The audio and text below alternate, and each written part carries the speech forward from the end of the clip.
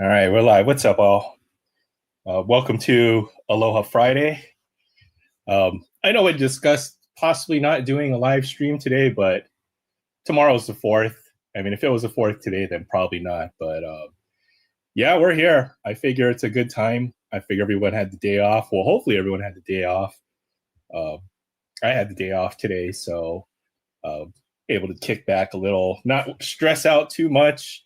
Although even just getting everything all set up and my desk all cleaned up, well, it took me a little bit of time. So that's why we're starting a little late. So appreciate everyone stopping by and say hello to everyone in the chat. What's up, Jay? Good to see you. Where's everybody at?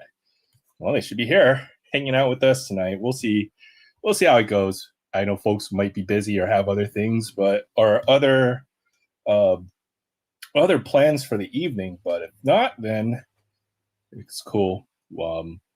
That's why I figured for those who don't have plans tonight, I'd fire up the stream tonight. So good to see you, Troy. Appreciate you stopping by. Saw your phone was pretty much dead. So you know what? I'm going to see if I can Amazon gift you one of those battery charging packs. I think that might be that might be something that on the list of things to do. So I saw Boom Slang in here as well. Appreciate you stopping by. There you go. And Collector Holic, good to see you. Happy 4th of July, everyone. I know for some it might already be the 4th of July. It's still only 4:45 over here, so not quite there. Aloha Friday to you as well, Barry. And let's see, just kind of scrolling through the chat. My eyesight, it's a long way to the monitor over there, so a little tough to read right here. Good to see you, Pops. Appreciate you stopping by. Aloha Friday to you as well. So, all right, let's get to it. What did I have for tonight? Didn't have too much mail to just show off. So as you can see, I've been attempting to sort some cards. I'll probably be working on this tonight. So I finally made the plunge. We're sorting all this by team. So that's pretty much a 3-row box right there out to be sorted. Pickups. I didn't have too many. I had a pile of stuff for pickups, but not really. Maybe we'll find it later on. And got I was in part of a break, and then I did get some free wax from Barney at the card deal. So we'll probably start with this. Got a Donruss hanger. Other stuff I got another 91 Bowman pack, just as I thought we'd finished up that box. But I did find one more loose pack of this stuff lying around. So this is one from that box in the background over there. And this is one that was gifted to me. So I'll see what gum tastes like from store in Hawaii for 30 years and store on the mainland for 35 years. So maybe we'll see about that. I can tell by the color of the wrapper. Got a pack of 93 Series 1 for Derek Jeter Topps Gold Hunt. That would be a cool one. Probably save this one for later. I'm not sure when we'll do this. And then last but not least, we're not opening this, but here is a pack of 89 Upper Deck High Series.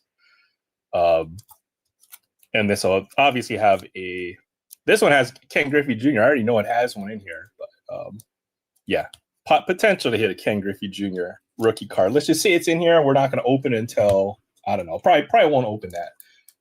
Just wanted to have that pack. So cool stuff. I had the stuff from the break to show off, but I guess not handy right now. We'll start with this Donruss hanger. How about that? And switch my monitor back real quick. So say hi to everybody else in the chat. Good to see you, Betty. Happy 4th of July. Hope you're having a great start to your weekend. Haven't been commenting on videos, but I do get to catch everyone once in a while. You know what? I'm thinking of something to eat for dinner or a good dessert to eat.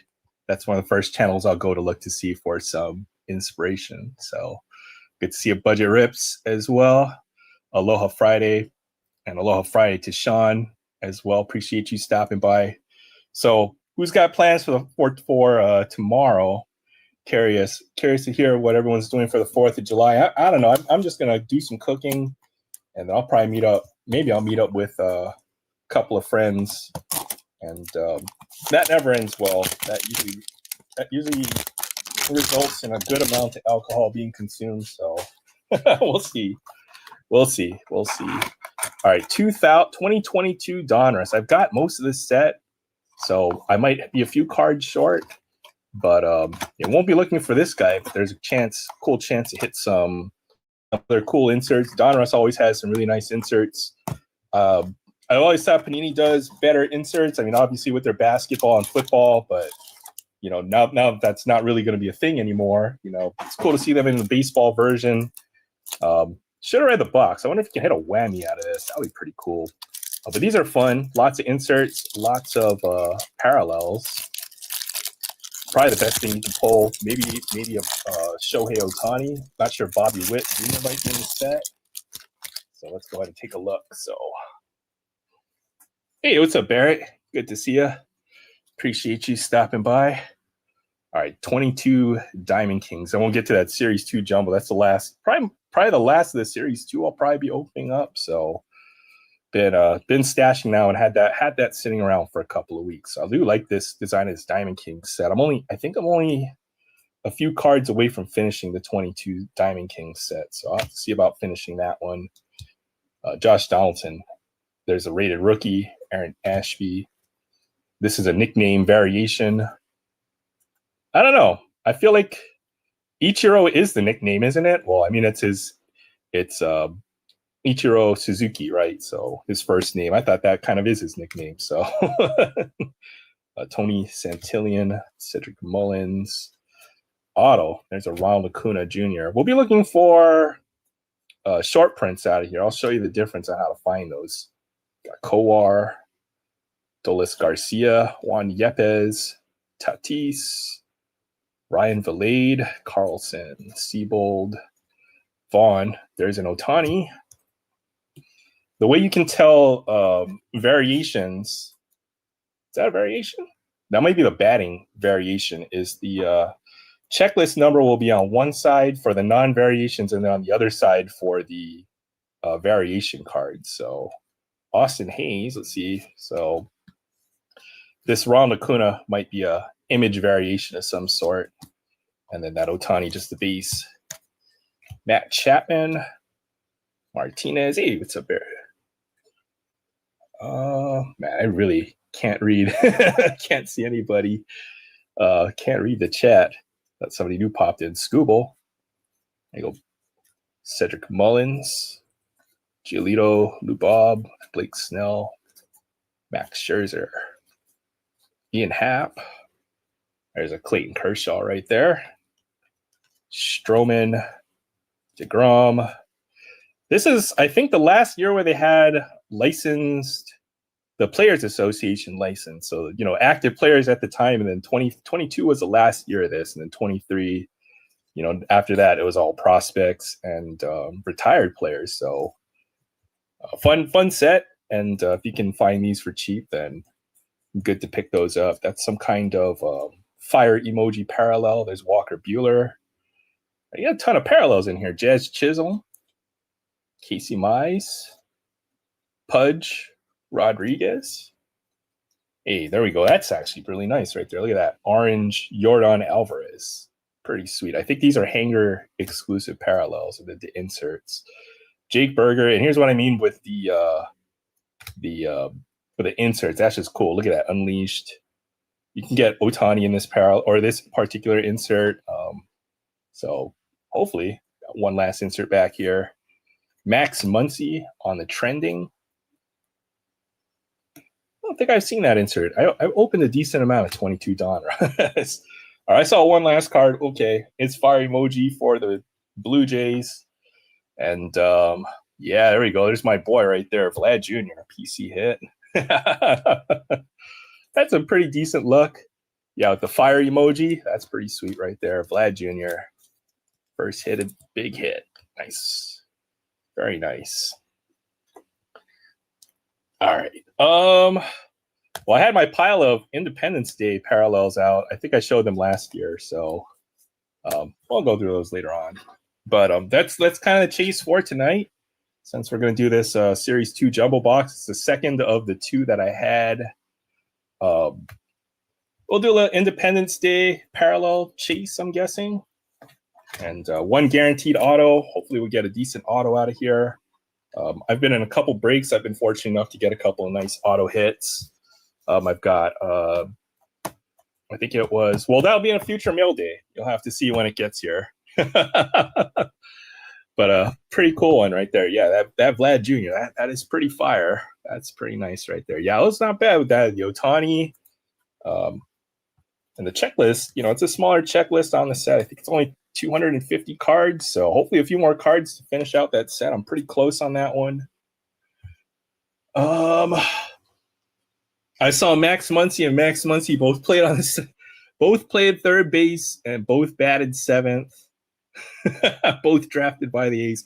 Yeah, what's weird is there'll be a Max Muncy in the league for pretty much as long as I guess either one of them stays in there, so it gets really confusing. So Max Muncy, is that the new John Smith as far as most common names, or what other what other names are common in the MLB? Probably Rodriguez, I'm guessing. That might be probably the Latino equivalent of like John Smith or something, or Smith as the last name. So, all right, we'll put the little display up. Why not? Why not? Bring us a little good luck here. Put this back in there. All right, there we go. Just like we're at the hobby store. All right, 2 silver packs. We'll save those. So I don't know, maybe we'll rip one after like 5 packs or so. I know everyone always saves these for last. Those are always fun. Maybe a bonus auto. All right, here we go. Series 2 jumbo box. Brown, hey, what's up? And parallel. All right, Series 2 jumbo. It's the last. I think I only bought 2 of these. It's the last one I had. And then I didn't do any other hobby boxes. I figured our best chances will come out of a jumbo box. And hobby boxes look pretty dusty to me anyways.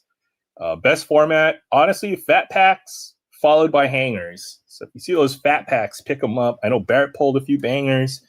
The few that I found on the shelves, there's either parallel or I've gotten heavy lumber out of a fat pack from Series 2. So Series 2 fat packs seem to be the way to go if you see those at retail. Otherwise, hangers look to be a pretty good option. I'd stay away from blasters, hobby boxes, and probably the jumbo boxes. But I have this one. I don't know. Seems I always have pretty decent luck when I pick one up off the Topps website. So, yeah, well, we'll see about that. Hey, what's up, Christina? Good to see you. Good to see you. I've got my hair tied back in a ponytail now. It's too hot. But Christina, one of the amazing friends, Paul in 619, a big part of that comic book community, good friend of the channel. It's good to see you. Happy 4th of July. Aloha Friday to you. Christina, Carter Jensen rookie card. That's actually one of the better rookies in Series 2. Duran, Dirt Dynamos, that Machado, and Bogarts. All right, first, probably a numbered parallel, and it says B. So Boston, Baltimore, Boston, pitcher, Connolly, early rookie card. And our first relic as well. I can see who it is, Pete Alonso. All right, so Connolly early. That's numbered to, oh, wow, 23 to 25. Low numbered parallel right there. Pretty nice hit right there. Orange sand glitter. Maybe our lowest numbered card out of the box, if I had to guess. Not bad, not a bad hit. 23 to 25 on the sand glitter. I put my hair down when it's hot. Ponytail bunches it all up. I've noticed once I started putting my hair in a ponytail, when I take it out, I feel like I just pull out like a giant bunch of hair every time. So I don't know. Feels like I've been losing a lot of hair. So it looks like we have the City Connect jersey. That's an interesting looking. Oh, that's from the City Connect jersey. Okay, and it's got a little bit of a stitch in there. Not bad. 97 to 150 on the Polar Bear City Connect. That's weird to see That's weird to see him as a Met in Series 2. You'd figure they'd have the update for him. I don't know. Maybe not necessarily. Maybe they won't have game use stuff for him, but at least, I know he's got cards as a Oriole in here. Very odd to see that. But all right. 2 pretty nice hits out of that pack. Let's see what the rest of these inserts are. We have a Mike Trout. I'm seeing a Mike Trout auto get pulled out of here. There's Manny Machado on the glove work insert, and Hurston Waldrep, silver. So that was a good first pack. Pretty decent relic, I've seen a lot of rookie relics, so good to get another one of my PC players, so players that have a lot of cards of at least. Pete Alonso, probably the guy who kind of pulled me back into the hobby. I remember 2019. It was fun chasing Vlad Jr., Pete Alonso, Fernando Tatis, Shohei Ohtani, Ron Lacuna, all those guys a few years ago. So good memories of that, of those players right there. All right, let's see what else we got here. I know I've done a decent amount of Series 2, so I'm going to go through the base pretty quickly. It's a jumbo box too, so I kind of know. I've already built a couple sets out of this already. So there's a Chased a Lot of rookie card. I think one of the better rookies in this set as well. Hey, what's up, Barry's World? Good to see you. What do you have here? Barry Birdhouse Fireworks Error. I'll show you the snack of the day. It's an interesting one. A little bit different. Michael Massey, Mason Wynn, Taylor Ward, Kirby. I'll do it like this, I guess. There's Stan Musial on the 35th.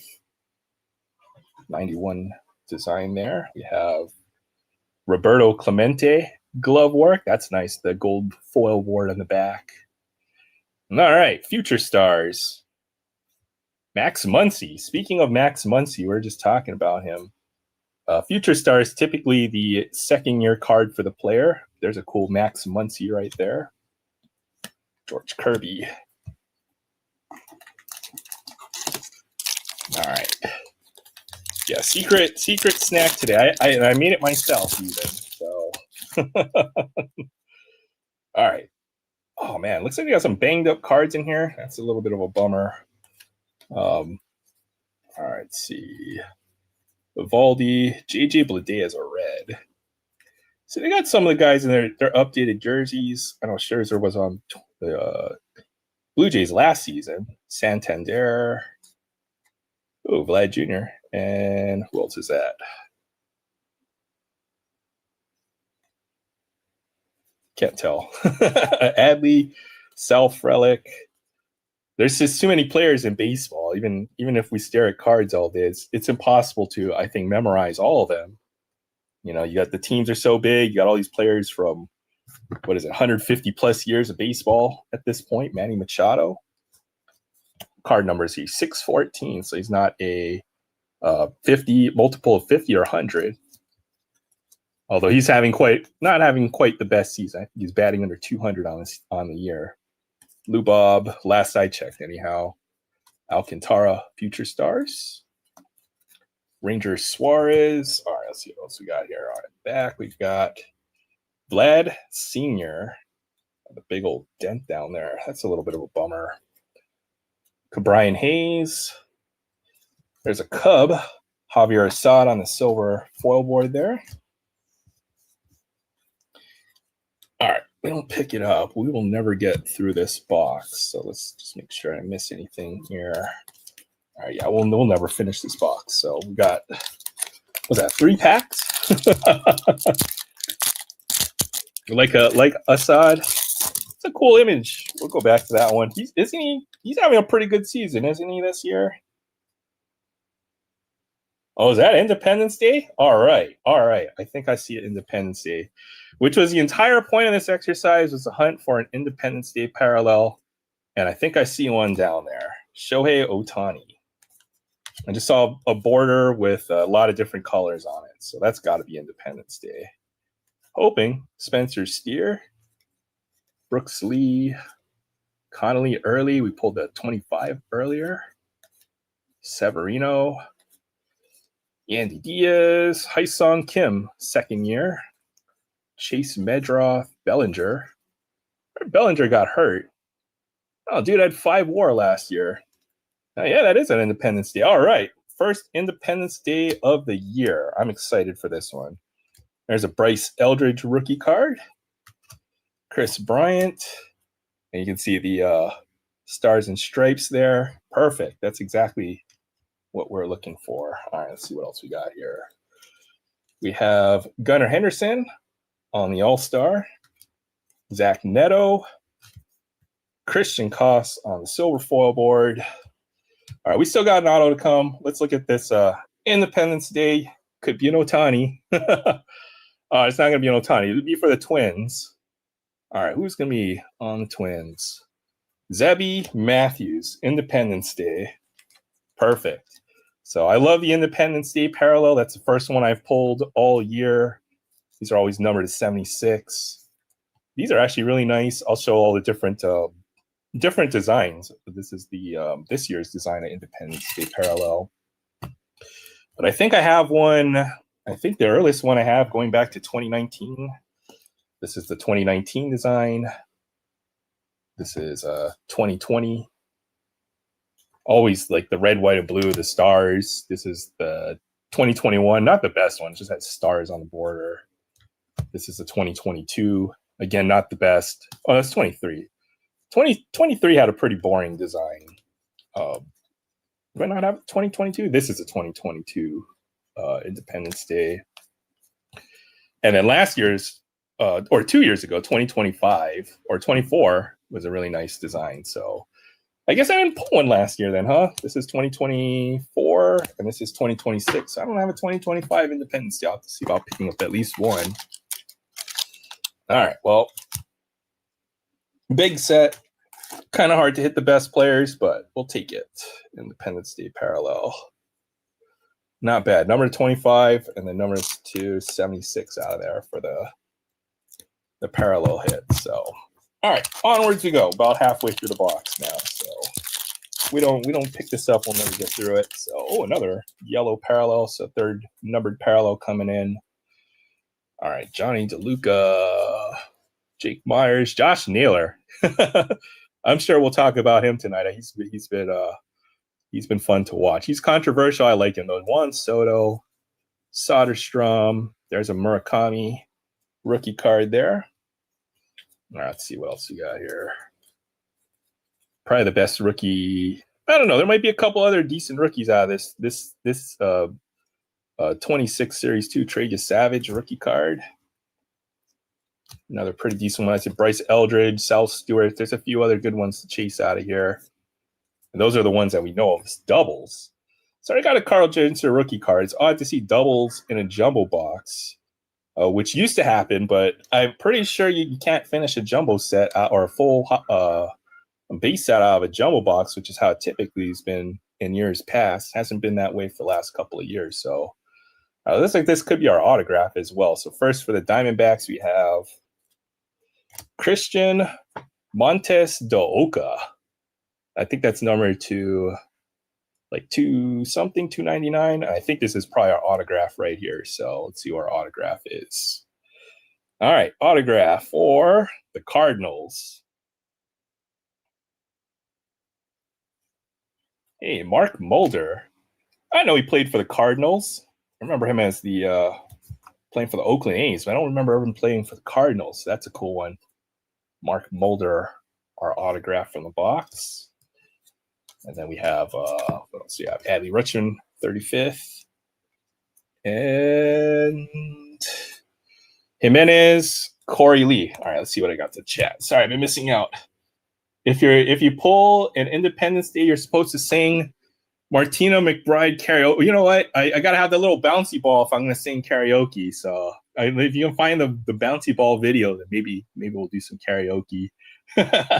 Naylor's a blast to watch. Yeah, he's a guy you want on your team, but you hate to play against him is the way I've heard him described.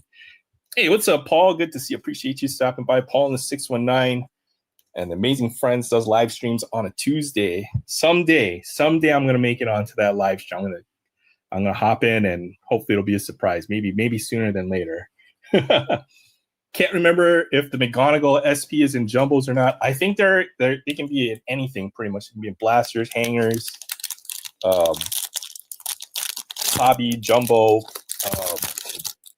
Yeah. I remember there's a few on that checklist. I think it's Carson Benji, JJ Weatherholt, Kevin McGonagall, and I think I pulled one, which was Justin Crawford. Those are the other ones I can think of in that check. Sing. I got to drink some alcohol before I start singing. That's usually how that works. Montes de Oca. There you go again. Alvarez. What card number did Alvarez get? 468. That's disrespect right there.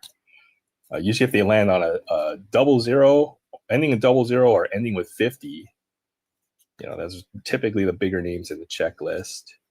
Cameron. Yeah, we'll see if we can make a base set out of this. We'll probably have enough or be very close to it. All right. Josh Simpson. 35th is Salvador Perez. Horizontal. All right.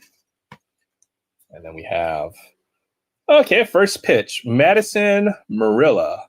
I hadn't seen that one yet. Read the back of that. Washburn for the Nationals.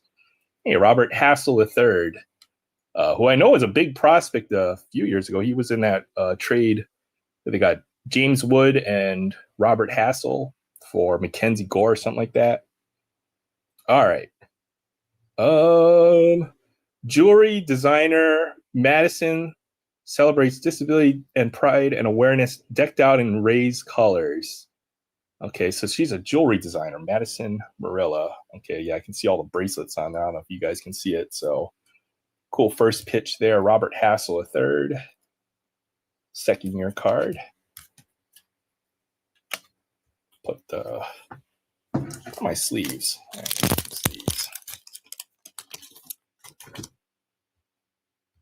All right, read the chat real quick. Yeah, appreciate you stopping by, Paul.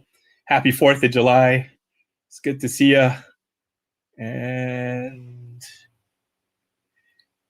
I know who we're talking about here. Yeah. We'll definitely talk about that tonight. That's definitely one of the topics on the list. I know we've brought it up a few times, but I don't know. They might still have I don't know. I'd say there's an outside chance until, Mr. LeBron James decides to sign for a team. We don't know who he's going to end up playing unless he signed for one today, and I didn't read the news. So, all right. 4 packs to go. Got our auto. Got 3 numbered parallels. Got our relic. Not sure if there's anything else left in this box, but we'll keep on going. Still got our 2 silver packs. That would be a cool one to pull in parallel. That's got Otani, Roki, and Yamamoto on there. Vientos. Jeff McNeil. That's a Athletic. Now, you can't say Oakland Athletic. You can't say Sacramento Athletic. He's just an Athletic. Kazuma Okamoto.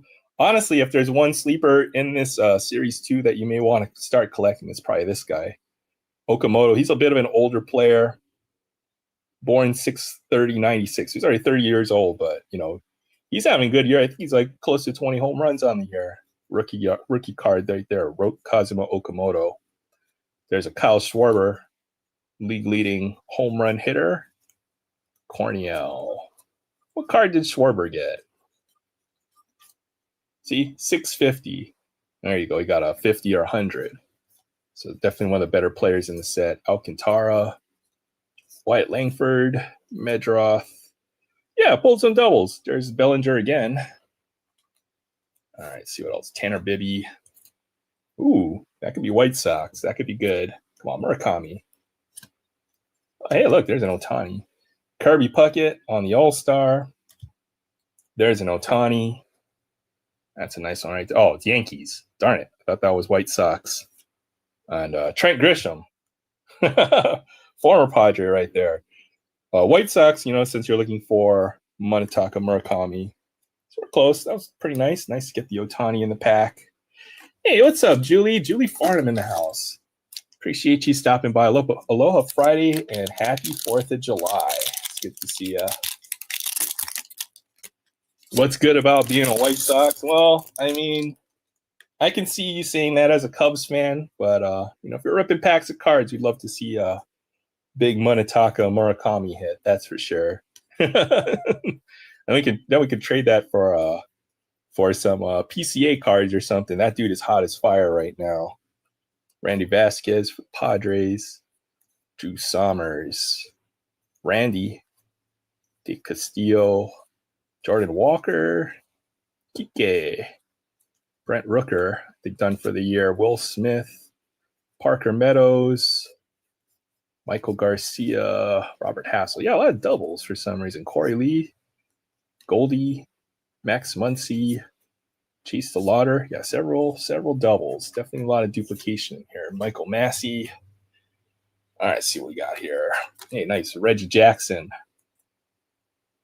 It kind of looks like that one photo where his neck is all bent up, but that one he's got a nice smooth neck. So I wonder if they either Photoshopped that. I don't know. Ryan Sandberg, Luis Curvelo, silver foil. I think probably our third or fourth silver foil out of the box. All right, last two packs. Pretty fun box. See if there's one more big hit out of here. We still got the silver packs. Hey, there we go. Murakami on the 35th on the back. All right, second relic. Oh, looks like we got an extra relic in here. Not bad. So 3 hits out of the box, and we haven't gotten our silver packs. It should be one auto, one relic. Looks like there's a second relic in here. George Valero rookie card. Freddie Freeman, C card 700. He's the last card of the set. Young Ho Lee, he's having a good season too. He's hitting like, last I checked, the dude was hitting like 320 or something. Brandon Sproat, rookie.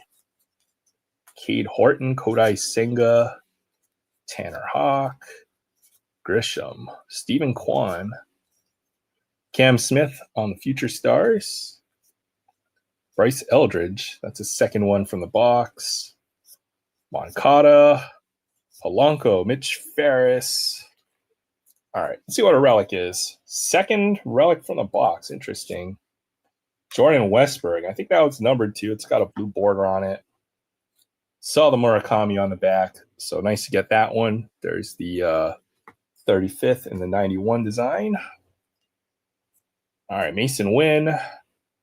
Another Yankee. Hey, Paul Goldschmidt. That's a nice one to get right there. So Goldie on the Sand Glitter. I guess it's a Sand Glitter parallels. Jumbo box only. Jordan Westberg. Second relic from the box, number 150. So not bad. 3 hits out of the box. Should only get 2. Someone got a missing hit. Or hopefully someone didn't get a missing hit. All right, last pack out of the box. That was a fun one. Get a little bit of bonus juice in there. Still got the silver packs to go. All right, chat. Gotta get back to the chat. I've opened a lot of wax. Never been happy about a White Sox card. Well, that's coming from a truly hardcore Cubs fan. I can imagine that. Let's see who else. Not even Dylan Cease. Tons of cards in these packs. Yeah, the jumbos, they're like 10 packs, and then you get about 400 cards in the box. Always close to a full set. There's a Mo Balla, Ian Happ. There's a couple of Cubs back-to-back. Liberatore, Hoffman, Ryan Weathers. There's a White Sox team card. Murakami on there? Can't tell. Only when Reggie misses the ball does his head corkscrew does his head turn as a corkscrew. Got you. That makes sense. Probably doesn't happen very often. Hey, what's up, Titus? Good to see you. Appreciate you stopping by. Aloha Friday, and happy 4th of July to you. Good to see you. All right, finish this out. Priester, Ernie Clement, All-Star this year. If you know, you know. Zebby Matthews, Kyle Harrison, Davis Schneider. Will Schneider make the All-Star team as well? I'm gonna look at the second round of polling yet. All right, we got a gold parallel. All right, four numbered cards out of the box. Not too bad. Alcantara, Wyatt Langford, our last base set card. On the back, Drew Gilbert. Pretty nice 35th insert to get there. I think one of the better rookies. All right, we got a nice Ichiro there. Never go wrong with the Ichiro card. Don't think I have that one yet. So that one we add to the list. All right, we got a Padres Sand Glitter. It's got Machado and Xander Bogaerts on there. And our last card for the Pirates, Cam Sanders rookie card, gold parallel. So not bad. 1, 2. Actually, you know what? If you count all the other, like the relics and stuff being numbered, we probably got 5 or 6 numbered cards out of this box. So pretty decent one here. All right, we still got silver packs. Molder numbered, not numbered on the Molder. We got this Diamondbacks rookie pitcher as well. Pretty decent on the box. All right, let's get to those silver packs. 1, 2, 3, 4, 5, 6 numbered cards, I think. Pretty decent jumbo. I saw a fair number of jumbos opened. All right, silver pack luck. Let's see if we can get some good silver pack luck here.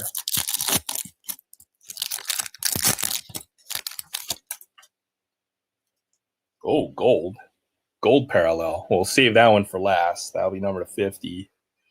All right, we got Roki Sasaki, Jacob Wilson, Vlad Jr. Now we'll save this last. That'll be our last card. Gold parallel, number to 50. Second silver pack. Tatsuya Imai. Hey, what's up, Adam? Good to see you. Trying to get some groceries after work before Walmart closes. Well, good luck. Good luck at the 4th of July rush. I imagine a lot of folks are trying to get groceries, and good to see you, Adam. Happy Independence Day and Aloha Friday. Samuel Basalo on the rookie Mojo. Got a Randy Johnson, All-Star. Ozzie Smith. That was a little miscut. See how thin that border is on the bottom? All right, last card. Gold parallel. Should be number to 50. For the A's. Hey, how about... Oh, hey. Wow. Oh, hey, look at that right there. Well, what a way to finish out that one right there. There's a big hit. That is sick. Nick Kurtz autograph, 26 of 50 on the gold Mojo. Sweet. Well, I think our luck continues. That's a pretty big hit right there. Nice pull right there. So 2 autos out of the box, 2 relics, 6 numbered cards. Not bad. That's sick. Boom. Randy in the right uni on that card. Yeah, let's see what we got here. Yeah, Randy in the Mariners. You always have him in Diamondbacks. Everything I've seen of him last couple of years. So, all right, let's total this up. All the inserts, rookies, all that stuff. We'll sleeve and foil. We'll sleeve and top load some of that stuff. And then numbered hits, we got 2, 3, 4. All right, numbered hits. Let's see what we got here. We got Pete Alonso on City Connect, numbered to 150. That's a nice pull, too. Christian Montes de Oca to 399. Our box auto was Mark Mulder as a Cardinal there. It's not bad. Rather get a good vet auto right there. Cam Sanders gold parallel. Jordan Westberg blue parallel, number to 150 for the what is called Major League Materials. This is probably the best Major League Materials design I've seen in the past years. These are nice this year. Zebby Matthews on the Independence Day, number to 76. So yeah, got pretty much everything we asked for from the box. Connolly early for the Red Sox, number to 25, orange sand glitter. And the big hit from the box, Nick Kurtz autograph. This dude is he can hit, that's for sure. I think he's hit his 20th home run on the season, 26 of 50 on that one. So sick. That was a great box right there. So pretty good box right there. All right. Oh, Yeah, box, you pull him a lot. Yeah, I seem to have pretty good Nick Kurtz luck. So we also got the Nick Kurtz rookie last week, number to 50, and then got the Nick Kurtz auto this week. So pretty good pulls. I've been pretty blessed, that's for sure. So appreciate that. Yeah, that was a good one. All right, with all that said and done, let's go ahead and I'll drop the StreamYard link. Discussion focused around sports cards, collectibles, all that good stuff. And we'll see what happens. I know Jay Thompson said he'd be able to stop by. Boom Slang, a few others. We'll see. I know Troy's charging his phone up in the background. So, all right, here we go. I know last week I couldn't hear her. Can I hear her this week? Let me make sure my audio is good. Hey, what's up, Todd? Good to see you. Appreciate you stopping by. Aloha Friday. Happy 4th of July. Get my camera set up there a little bit.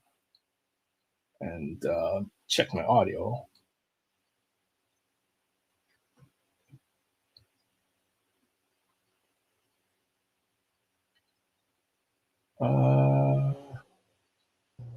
Hey, yo, what's good, Jay?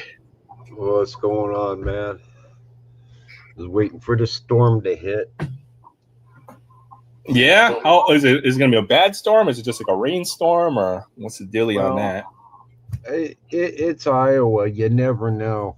One weatherman says bad rainstorm. The next one's like go out and sunbathe. Meanwhile, you need your snow boots. So hopefully there's no chance of like a tornado or anything like that, or all that, you know. I mean, I'm not really. How does that work? Yeah, okay. I've survived every one so far. Hey, there you go. Yeah, that's true. I got nice big trees to hide under when the weather gets bad. I've seen Final Destination. All I know is when it's your time, it's your time, you know. Yeah. There's not much you can do about that, you know. So when it's my time, it will be my time, is the way I look at it. So damn. 8 inches rain in the next day? Is that what the fork? That's a lot of rain. Holy cow. Yeah. Well, Aries says it was just north of us. That's a lot of rain. That's like a dump right there. I can believe it. It dumped on us pretty good yesterday. All right, here's the snack of the day. Anybody who's not really into soccer, I'm totally into the World Cup. I've been watching or listening to just about every game when I'm not either passed out or at work. So I've been totally getting into it. Love the World Cup. I'm sure we'll get to the topic of discussion. I did want to do a snack of the day. So I made fried chicken last week, right? And I did basically boneless, skinless thighs. And it's like, why would you take the chicken? Why would you take the skin off the chicken? Well, I made some fried chicken cracklings with the skin. So basically just threw it in cornstarch, and then threw it into the frying grease right there. So this is our snack for tonight. Definitely more of an Asian thing. I'll eat this with rice, you know, just straight over a bowl of rice, or kind of works almost like a pork rind. So all right, here we go. So it's a pork rind made out of chicken? Yeah, pretty much. Oh, that's good. Could put some hot sauce on there, something like that. That's our snack of the day. You know what you really should have for the snack of the day? Cookies. All right. Well, now that you mention it, that will be the second snack of the day. Since I do have some cookies. Well, not homemade cookies, because I don't have a cookie lady to go to, but I do have some of these. I got a fresh load of cookies. Well, you're trying to one up me. Who do you think you are, Barrett? Hey, good. People just know how to bribe me around here. Well, I got me some Nutter Butter bites. So I made Made out with some out pretty cookies. good. Oh yeah, yeah. Well, that and a case of bottled Pepsi. I'd be concerned if the Pepsi wasn't bottled or Well, I mean, canned. well, it's the bottles. It's not a case of cans. So, Well, I guess you could have a fountain. You case could have of a the soda bottle. fountain built in your house, right? So No, I'd and I I'd put a, won't. I'd I, totally be down with the soda. If I had a soda fountain in my house, man, I'd never leave my house again. I do. I You know do what? not have a Cookie Rojas collection, Barry. What if we put every, you know how they have like 7 or 8 different taps on there? What if we set them all to just plain old Pepsi? I'd still drink out of my bottles. I prefer the bottles because I could put a lid on them because I'm a clumsy old man who spills all the time. Yeah, fair enough. So it was great. I had basically I made a karaage chicken, which is Japanese style fried chicken, you know, with some kind of sauce. And I made the fried chicken skins on the side. So double 2 recipes out of 1. And basically I got a whole big old bag of thighs from, you know, Walmart. Like, it's cheap, $3 a pound. Take the skins off, debone them, cut into pieces, fry it, and then fried the skins up. So that was that. I ate that pretty much all week. So family is from Portugal, so he's rooting for them. I am too. I watched the Portugal game yesterday. I could say I was, well, I wouldn't say I was almost rigged, but you know, Ronaldo did get that penalty, and then they overturned the goal that Croatia scored pretty much on the last play of the game. It was a fun game to watch. So if you're not a big fan of soccer, and I wasn't, that game certainly I can see will make you one. So that was a great game yesterday. Oh, I got to show you what I found in my backyard today. Yeah. Bambi. Oh, Bambi and Bambi. Two of them. 2 Bambis. Yeah, 2 little baby deer. They're just chilling out in the back portion of the lot. Just hanging out there. Yep. That's cool. Oh, I'm thrilled. I've only seen deer a couple times. We got some small deer, but they're not on this island. They're on a neighbor island. I don't even know why we have deer over there in the first place, but that was the first time I ever saw a deer. I live in the damn city right on a major freaking road. So I'm surprised I get as much deer here as we do. I mean, there's a golf course and a cemetery down the street, but that's quite a ways away. I was about to say, like, what the hell? Where do the deer live? Do they have like an apartment like down the street, or what's the deal? Well, they got a cemetery, a golf course, plus the way my apartment and the like 4 neighbors back behind us all sit. There's just this big patch of freaking land that's everybody's backyard, all divvied up. So they hang out there a lot. So it's pretty safe for them. Not bad. Okay, so it's like you're in the city, but it's not like the concrete jungle city kind of. So there's somewhere that the deer I'm not downtown. I'm not in the middle of skyscrapers and everything like that, but I'm on University Avenue, and Aries will tell you that's one of the bigger, more used streets in Iowa. In the whole state of Iowa? In Des Moines. In Des Moines. Yeah, I got you. Yeah, I know what you mean. I got you. Yeah, how the Cubs do? Well, I heard it wasn't all that great the way you were describing it earlier. It wasn't all that great. We got beat by 16. Doesn't matter how many runs you win or lose by. You just got to win, or you actually just got to win, right? So, really? It matters by how many you win or lose by. I'd be a lot more comfortable if we lost 4-3 instead of 17-1. Hey, you know what? 2-1 loss is just as bad as a 17-1. Sorry, Jay. 17-1 loss today. Good grief. It's terrible. I mean, the last two games we played on, at least one of the teams scored and scored a lot. Your pitching staff is kind of beat up right now, aren't they? Oh, that's like saying a fish is kind of damp. Yeah. Who pitched for you guys today? Peterson. Pearson.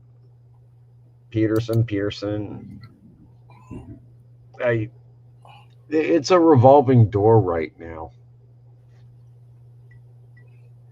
I just can't wait. How did you guys get him? Wasn't he? Since when was he a Cub? Almost pretty recently, it looks like. I want to say we got him last year from the Blue Jays, if it's the one I'm thinking. David Peterson. Well, he played. Was he cut by the Mets? I can't God, that was the guy we traded for him.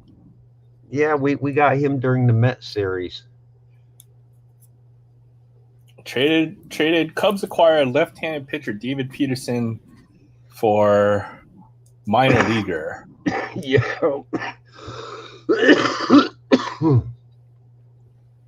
What's up? Wow, so you're missing. Okay, on the injured list, Ben Brown, Justin Steele, Cade Horton, Jameson Talion, Matthew Boyd. That's like your whole pitching staff, isn't it? That's five of our six. That's our pitching staff and backup. I mean, minus Shota, who's already been hurt this year. So you're like on your 8th starter this season. You're pretty far down the. I'd say closer to 32nd. I mean, I think it's a huge accomplishment to be 10 games over 500 with that much of your pitching staff out. Good grief! I knew you guys had injuries. I didn't know it was that bad. Your whole team is. You got pretty much you're getting the guy selling peanuts on the corner outside Wrigley. hey kid, no, you got to go find the kid. What was it? You see, Rowan Gardner. You got to get Rowan Gardner pitch for you guys. Yeah, I'd go pitch for him, but A, they couldn't afford me, and B, I want to be the catcher. I don't want to get started as a pitcher and then be stuck pitching. Yeah, pitching looks like too much stress, right? You're on camera all the time. Like, if you do something stupid, I've seen pitchers where they puke right before they pitch or while they're pitching. Man, Yep. You don't want to be a pitcher. No, you can't get mildly upset because then the camera's gonna pan to you and show how salty you are that they do just cracked a home run off you or something like that. So. Oh my God! I miss the days of the high-strung pitcher like Rich Hill and Carlos Zambrano. I love the high-strung pitchers. Zambrano was fun. He was a colorful guy. Zambrano was pretty damn high-strung. He just expressed it in anger instead of stress. Yeah, he was. I think you have to be a Cubs fan to have liked Zambrano, but he was a good pitcher. You just get his emotions under control. He could have been a really great pitcher, but there you go. Sean's catching all day and running the game. That's what catchers do. Nice. I mean, I was a catcher, and I tell you what, you told the infield what to do, you told the outfield what to do, you told the pitcher what to throw, and told the umpire to make better decisions. Hey, what's up, Tex? Good to see you. Appreciate you stopping by. Good to see you. I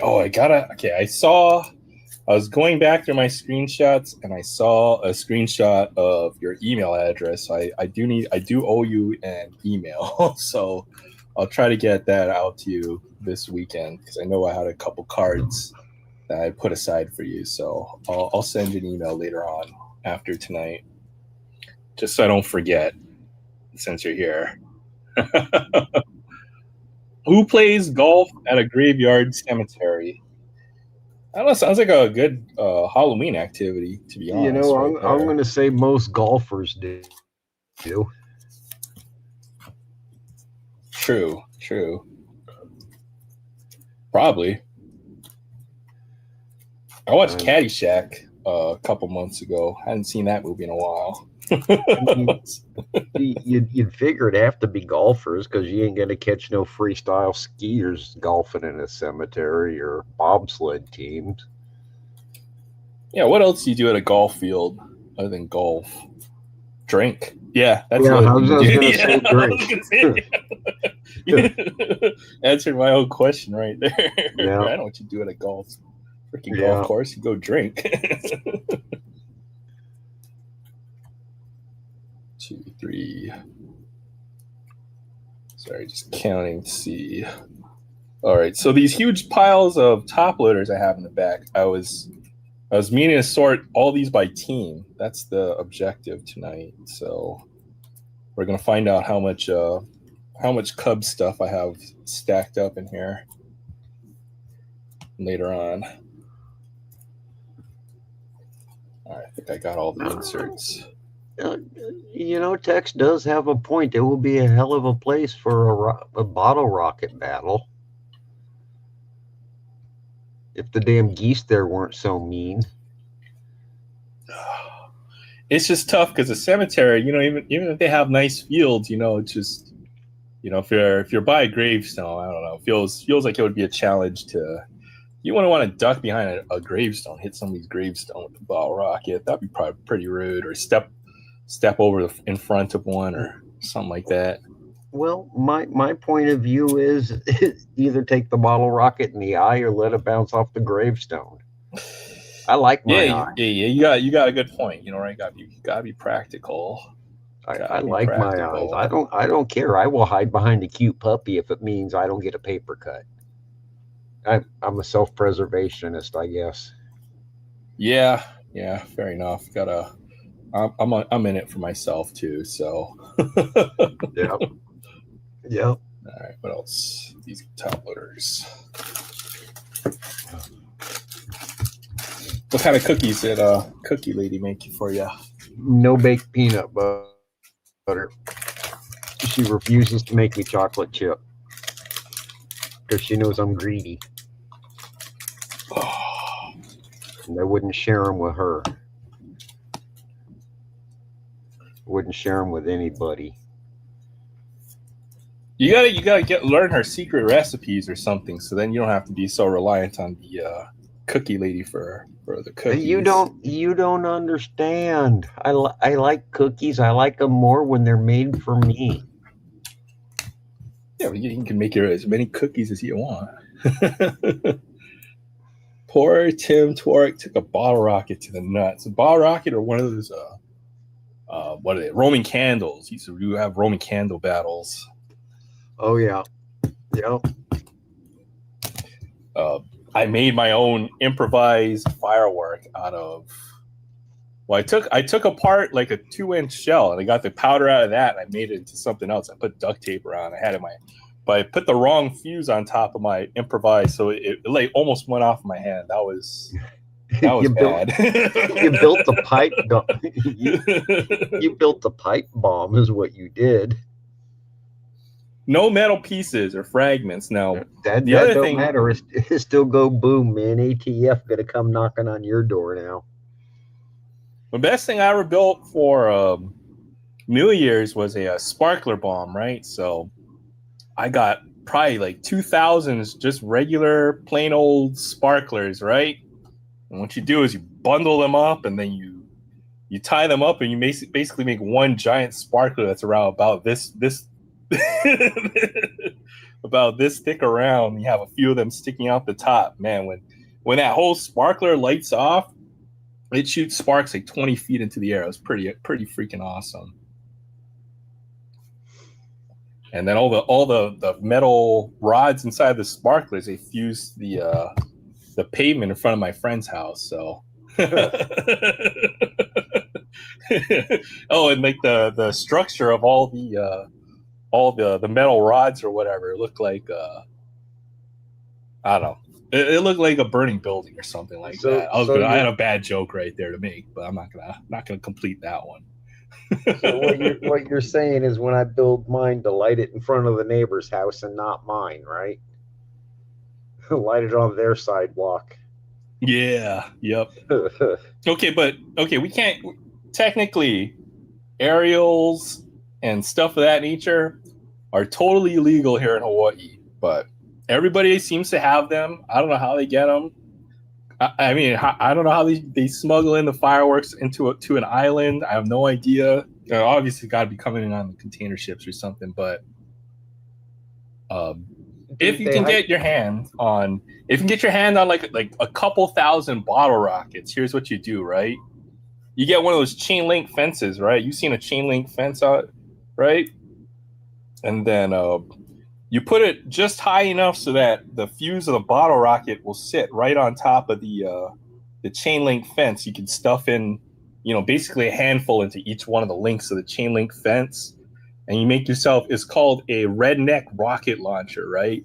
Where you just have the chain link fence. It has a few thousand bottle rockets sticking out of it like that, and then you get like the red firecrackers. They have something that's called a magic whip. That's just like a long red firecracker, and then you tie that to the chain link fence so that it'll basically light all the bottle rockets at the same time.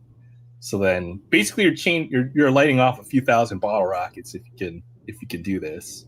So go look up redneck rocket launcher. That's what I think I saw it under. If I'm shooting that many bottle rockets, I'm shooting them at somebody. I aim to win. Yeah. Or you should just get a soda can and then put the bottle rocket inside the soda can and light it off like that. And hold it up real high over your head. That's how I used to play with bottle Well, rockets. what we used to do is we used to take these little weak firecrackers called lady fingers, and we used to go underneath a bunch of apple trees and pick up the half rotted apples and stuff it in there and light it and throw it at the other person. Yeah.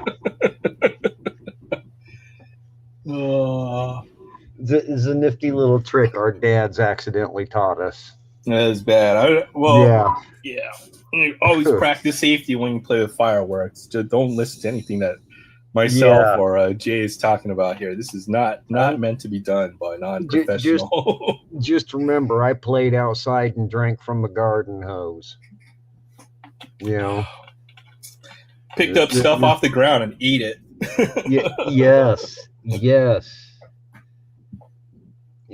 Come home to a locked door, and it stayed locked until the damn street lights came on. Survive on your 8-year-old wits, man. Yeah, you should probably Troy. You should probably post the link so people like Troy can get in. Yeah. Oh yeah, my bad. I'll drop it there for you. Yeah. So Christopher works in the chat. Happy 4th of July. I posted there. I just forgot to pin it like I usually do. Whatever. See, after I left. Oh, you went to a beer garden? That sounds like fun. Love those beer. Love good beer garden. They used to have a beer garden at this place here, Cherokee. It was $4 pitchers. So it's $4 for the cheapest. $4 for the cheapest pitcher, $8 for the better pitcher, and then $12 for the really, really good pitcher. I think it was a Kirin, Sapporo, and Asahi. Well, what you do is you buy 2 pitchers of the good stuff, and then you switch to the crap stuff, and you don't care by that point. No, it's simple math. I can get 3 pitchers of Kirin for that 1 pitcher of Asahi. So we're drinking 3 pitchers of that stuff right there. $12 for $4 for a pitcher. That was just too good right there. God, those are Tijuana prices when I was there. Hey, what's up, Will? Wow. Good to see you. Appreciate you stopping by, Will. What's up, Troy? God, I remember Tijuana, $20 to get a handful of young Marines hammered. Well, am I frozen already? Oh, Was there that? you go. There you go. Good to see you, Oh. Troy. How you doing tonight? Happy 4th. Love the shirt, man. Hoorah. Wow.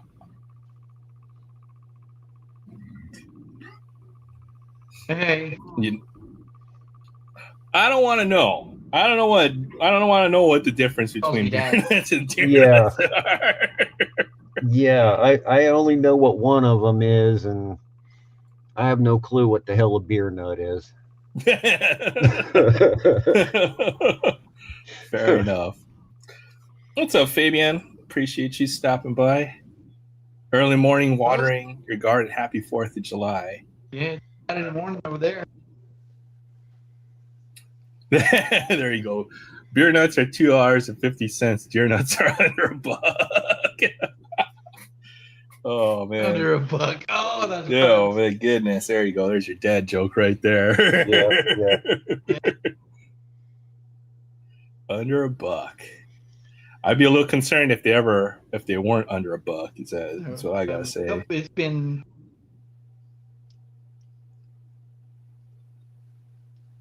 you guys were talking fireworks a minute ago. Yep. Is it legal? Do you guys have legal fireworks over there? Fireworks stands and stuff? All that good stuff? My son Edison lost the sight in his left eye. You gotta be careful with them. Oh, snap. Yeah, you gotta watch out with fireworks. You definitely gotta be cautious and careful when you play with them. It was actually I think it was called a zinger, which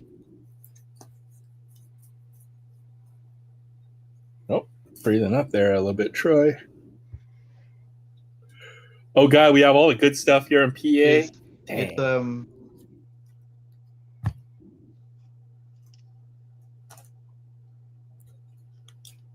They're all legal here in Iowa for July 3rd. But you're breaking up though, Troy. Straight off and went straight to his eye. Bam. Oh, it wasn't any kind of report. You gotta be careful. Oh, you're freezing up there, or breaking up there a little bit there, Troy. Yeah. They're dangerous. You have to respect the what they are, right? That's what it is. Just like anything, like the ocean or anything that can possibly, you have to definitely be cautious. So sorry to hear that. You couldn't make out too much of what you said there, Troy. I guess you're breaking up, but got the bits and pieces there. Gotta be my connection. No worries. It's all good. There is another. Doe runs out of the brush, panting and looking worn out. I'll never do that for $2 again. Oh boy. Oh man, little PG-13 right there. If you want to blow a body part off, you can buy all this stuff to do it here. Yeah, it's. Yeah. I think they've tried to ban just about everything over here. So you probably can't get anything. I mean, there were some pretty horrific accidents. There was basically someone had all their fireworks underneath the garage and like piled up in a giant pile under their garage, and then the firework tipped over, shot into their garage, and it lit the whole house on fire. It was a lot of people got injured. I think a few people died in that accident. So they're no joke. You have to know how to play with them safely, is what it is. So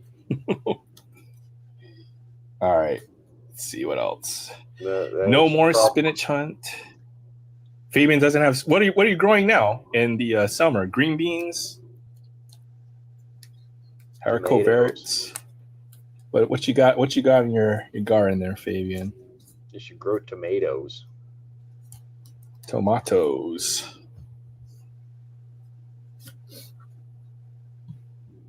You see any of the World Cup there today, Troy? Not today. Watched the U.S. game the other day. But today was I was off, did some work around the house.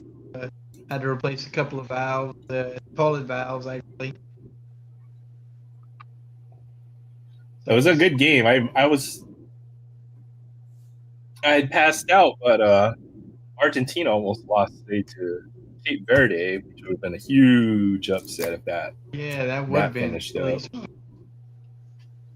Huge in extra time. So let's see who else. Egypt beat Austria but in penalties, and Colombia beat Ghana. So those are the 3 games today. I wonder what's for tomorrow.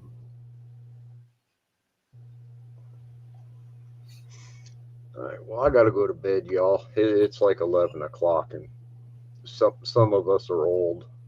Ah, Yeah. All right. It's good to see you, though, Jay. Yeah. Have fun. Go away, all right, man, folks. take it easy. Happy 4th to you. Yeah, Good y'all night. behave out there. You have to. Or you're gonna miss all the Cubs Pepsi. action there. I was surprised he can go to sleep when all he does is drink Pepsi all day. It's crazy. The caffeine, and after a while of doing it all the time, it doesn't affect you any. I mean, I'll go through sometimes where I stop drinking soda because I ran out. I don't go out to the grocery, go, buy for a few days or whatever. I feel that caffeine withdrawal. I'll tell you that. It's like, it's noticeable, but I know what you mean. Once you get used to it, drink too much coffee or tea, you just get so used to it. Argentina went to extra time somehow. Yeah, Cape Verde had such a great run this year. What about? I mean, just to get to the knockout stage, and I think they were undefeated up to the point. Top notch. He is. He's like a national hero right there. That's like Hawaii, making it to the freaking. Maybe not. I mean, I'm sure they have better soccer players and all, but kind of something like that, right? Who did Verde beat in the group round? That was they didn't beat him. They tied him. Spain, right? Was it? They tied Spain, but somebody had said that the shot percentage once it was like.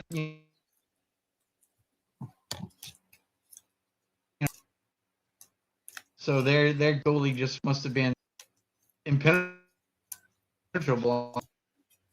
He pretty much was. He was lights out. Pretty much, I saw before they played Spain, the goalie had something like 60,000 followers on Instagram, and then right after that, he had like over 2 million within a couple of days. So he's like a national hero, right there. Wow. So very cool story, Definitely. And I went and did a little homework. I went to go see who he had played for before, but he would never played in a major, one of the big European leagues. He'd played in I think the Cyprus National League. From a lot of his career, like it's not like he played in like La Liga or Bundesliga or Serie or Premier League. He never played in one of the bigger leagues, so he was kind of a bit of an unknown player when he did that, which is really cool. So, by now, yeah. Well, he's and the other thing is he's got a cool backstory. Well, he's almost 40. That's the other thing, right? So he's at the tail end of his career. I don't know if this might be his only. Like, I doubt he'll play another World Cup if he's already 40 years old, but you never know. So this was like the performance of his lifetime right here, which is really cool.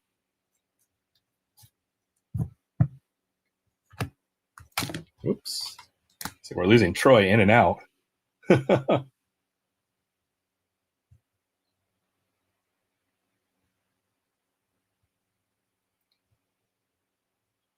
3 minutes to the 4th here. Stopped drinking soda 18 years ago, but still drink coffee.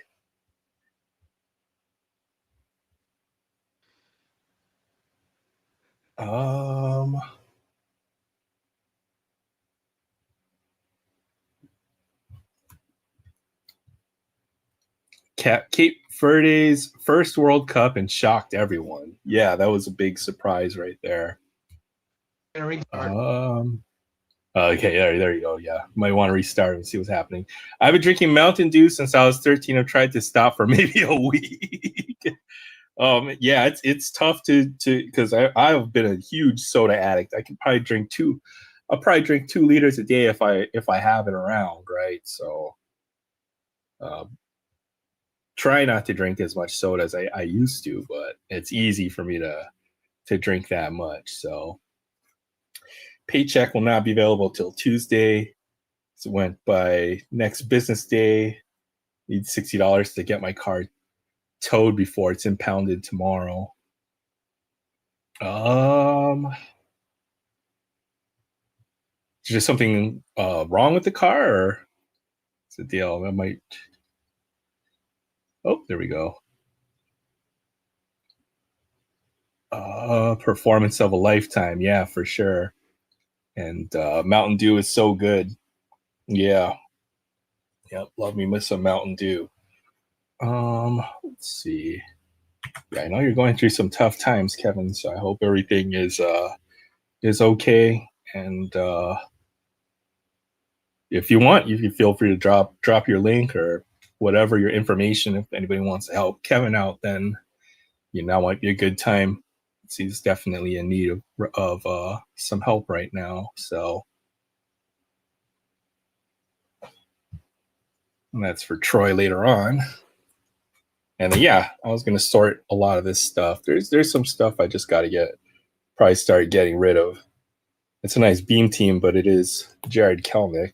I don't even know if he's still in the major leagues at this point. So some stuff I got to sort through here.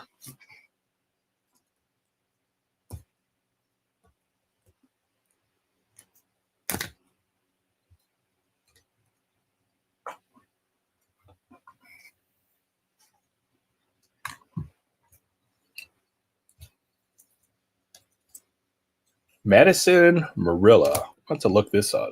First pitch. Not sure who that is. Hey, what's up, Dan? Appreciate you stopping by. Aloha Friday. Good to see ya. Boo.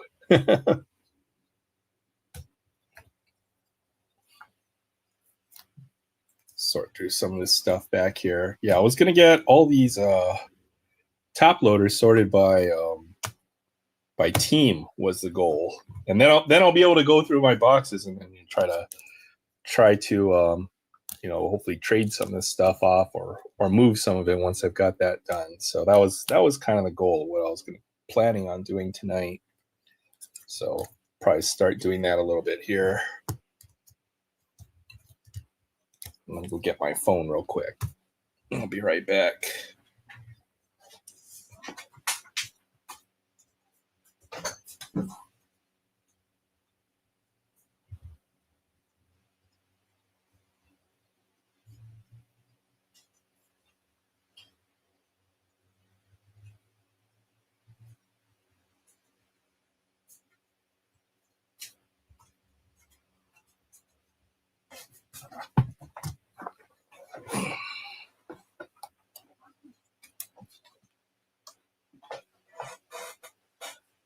All right, I'm back. Aaron, happy 4th. Don't blow your fingers off on the 4th. You know what? I mean, I've had, I wouldn't say I've had accidents, but I'm fortunate enough to still have all my fingers. Although if you notice, see how this one's straight, this one goes straight, and then this one is not straight anymore. I've broken my hand a few times, so I can't really grip this well like that. Hey, what's up? Let's see, Arnie card at the card deal. Happy 4th of July. Appreciate you stopping by. Opened up that jumbo box. Check this one out right there. Another Nick Kurtz hit right there. So we pulled this one last week. Gold parallel, and we pulled the gold auto tonight. So big hit out of that one. We were looking for looking for an Independence Day. We pulled the Independence Day out of the jumbo box tonight, so got that, and then this one numbered to 25. So it's a pretty good box. Not gonna lie, that was a pretty fire box right there. Yeah, I've been pretty fortunate lately, at least with the personal breaks, and we've got some of the other stuff we pulled recently. Still have this. I'm probably gonna list this one up on eBay pretty soon. Saw one sold, and the other big autograph hit I had a few days ago.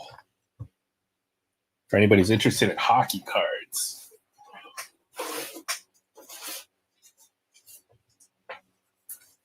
Was this one. This was a huge hit too out of hockey. Alex Ovechkin auto. So been pretty fortunate lately. Yeah, Kevin. I'll see what I can do to help, but be some.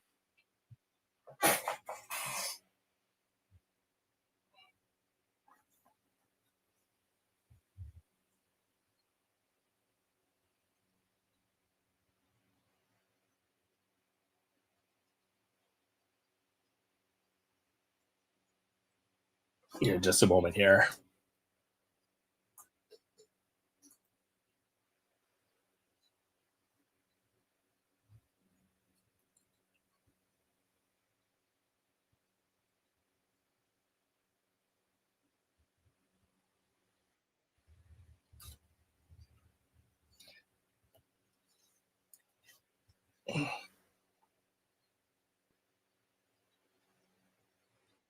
Hey, what's up, Kevin? How you doing tonight? Hey, man, how's it going? Doing all right. Yeah, I thought I'd hop on. I actually have a, well, which way we go?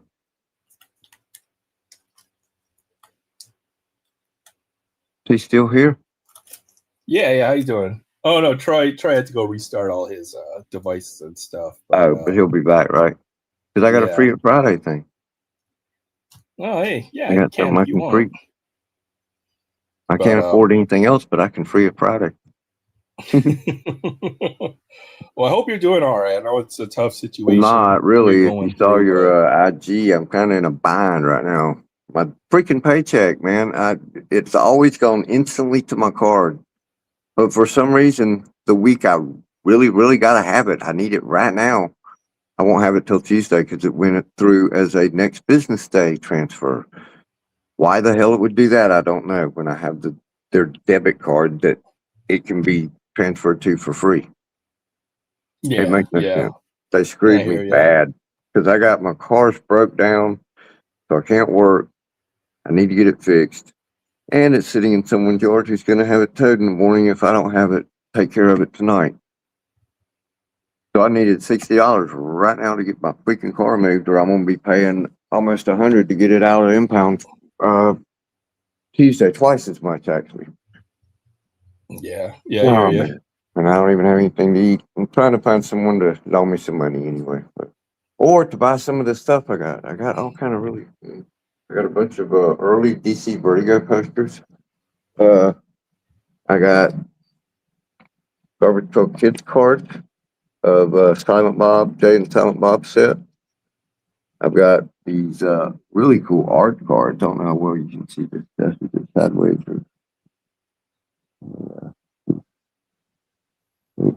Yeah, there you go. Hey, welcome back, Troy.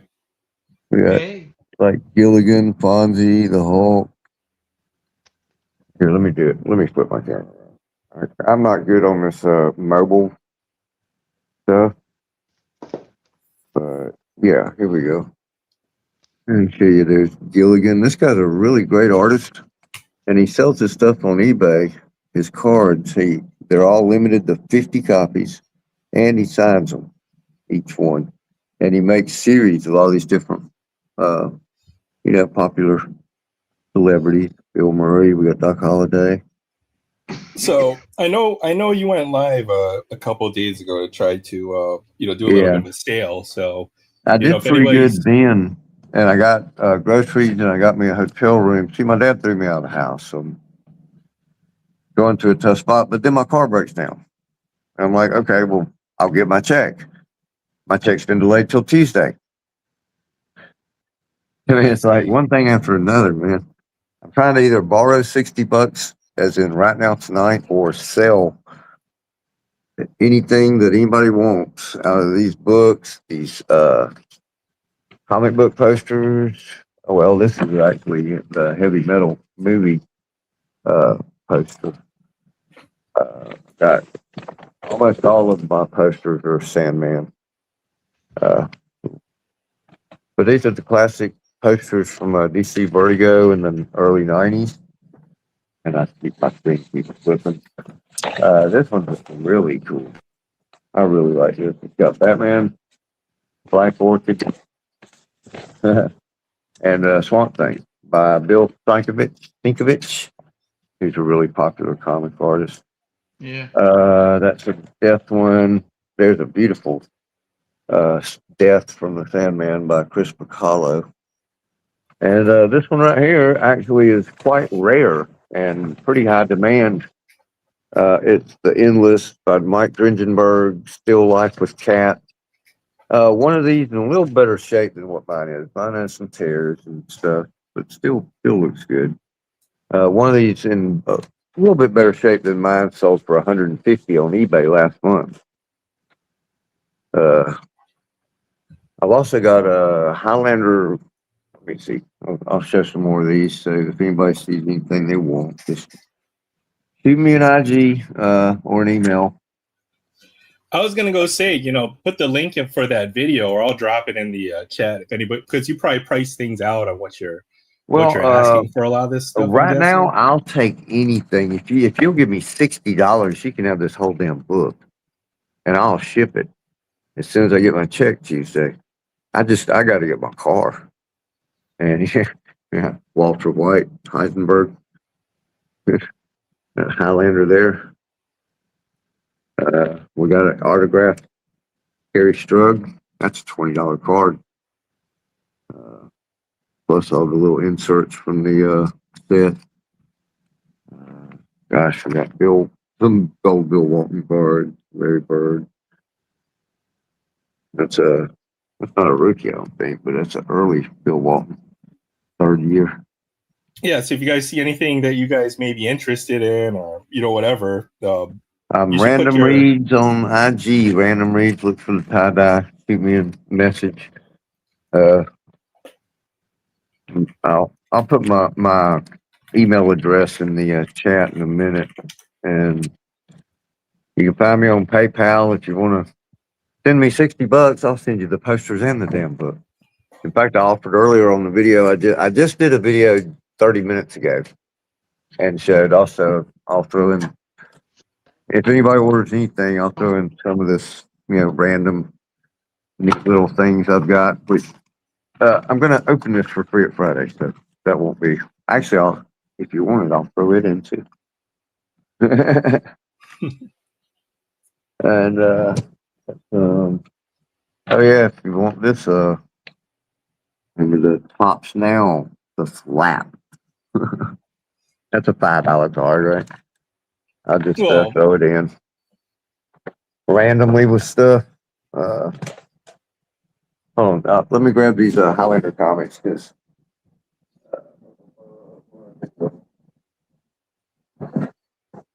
No, at least you can, negotiate or, try to make it at least, reasonably fair, fair trade or whatever. But, there's a lot of good stuff there, right? So if anything picks your fancy, then, maybe you make it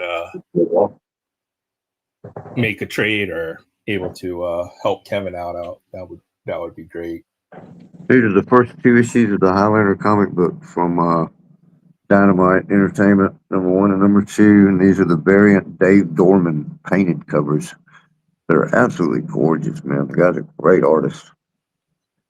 These are in really good shape, and with the movie coming out next year, they're kind of a spec item. Henry Cavill is starring in the new the new Highlander. Yeah, And what's his name? Jason Momoa is playing the role of Sean Connery's character, I think.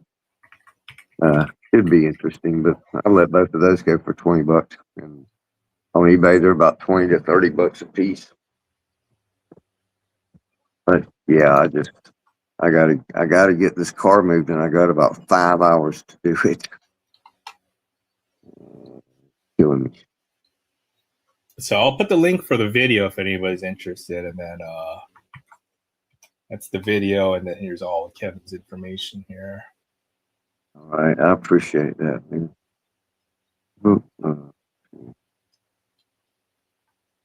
I do have Venmo, Boomslang. In fact, oh wait, I never finished setting up Venmo. I have Chime. I have PayPal. Oh, I think Venmo you can send to PayPal. I'm pretty sure you can. And thank you, Aaron. Really appreciate that. And I will. Tell me, do you want stuff? Because I'll send you stuff, or I'll just send you a repayment. Well, hopefully you'll be able to. I don't want you to have to fire sell everything, all your stuff, right? And there's certain little things I'm holding on to now. There's certain things I will never sell. Yeah. Uncle Scrooge Funko Pop. But like obviously you're in a tight pinch right now, right? So this stuff. If I really, really, really, really cared about it so much, I wouldn't. I still wouldn't be offering it for sale, Yeah. So I mean, there's a couple of videos with some of the stuff that Kevin's got for sale or trade or whatever. Yeah. So if anybody's interested in this stuff, then I'm having to minimize. I mean, with my dad wanting me out of the house, I got 3 rooms full of books. I've got to minimize. I can't take that nowhere. I got to get rid of some of it. I don't know. Let me see if I can get all your information to the chat here real quick. Yeah. Yeah, my email address is, you can use my email address to find the PayPal info. Yeah, type it into the chat, and then folks will kind of know. I'm doing. I just did connect my chat. On mobile, every time you go to chat, you have to reconnect your chat permissions or some crap. There's gotcha. That'll get you the PayPal info and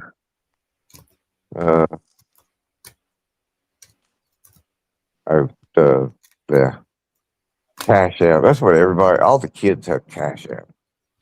Cash App. All the people I delivered to that were like, hey, I'll tip you if you got Cash App. That's the only reason I got Cash App. Like, okay, well, I need to get that if you're going to tip me through Cash App.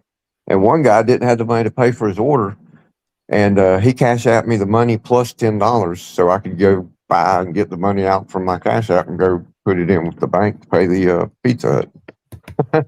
I'm like, well, that's kind of useful. But good to see you, Adam. How you doing tonight? Happy 4th of July. Hey, Adam. 4th of July, and hello. And what's up, NCR? Welcome. See you, NCR. Appreciate you stopping by. But yeah, there's probably Kevin's Cash App right there, and then that's probably his PayPal info right there. Right, and I think that'll get you into Chime. I don't know. I've never used Chime, even though I went ahead and got the card and set up the account because I figure, well, eventually somebody's going to say, "I can send you money if you got Chime." That's like, man, you can't sell online unless you have freaking everything. Yeah, I downloaded Venmo and I just haven't finished the setup process yet because they wanted some account information, and I didn't really have. No, I was in a similar situation. I'd stopped at the mall to go to my local card show a couple months ago, but then I tried to shift my car out of park, and then the shifter knob was just slack. Like there was no shift out of gear. So I'd get a tow truck up there like ASAP, right? And tow truck costs you a couple $100 here. So wow, I'm lucky here then, because most of them are 75, but I know a guy that'll do it for 60. Okay, well, hopefully that'll get you on your way, and that will get the car done tonight. I just have to I have to get over there, which means lift. But I think I got enough in my PayPal over that. As long as it doesn't get too late. It's funny how like Lyft is like $9 to go from the hotel to my house in the middle of the day. In the middle of the night, it's 50. What the hell is that? Surge pricing is what it is. I've heard. Well, It's like, called. good grief! Why at 3 o'clock in the morning? I'm the only one that needs a fucking lift.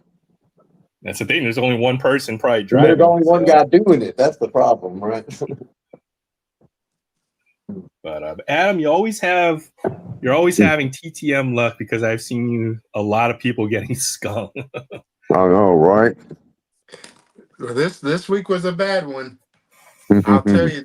I've been sending out like 30 a week for the last few weeks. Wow. Particularly, I sent out 15, and maybe that's a stack of 10 to 11, maybe 12 at the tops. What is that? eBay sales?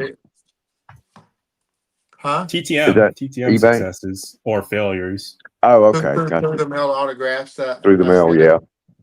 Yeah, man. I did that one time, and it took 6 months, but I actually did get a autograph back from Dickie Vett, the Allman Brothers. Oh, nice. Back when he was alive. He died a few years back, but he lived in Florida. I over-exaggerated. That's only 8. Oh.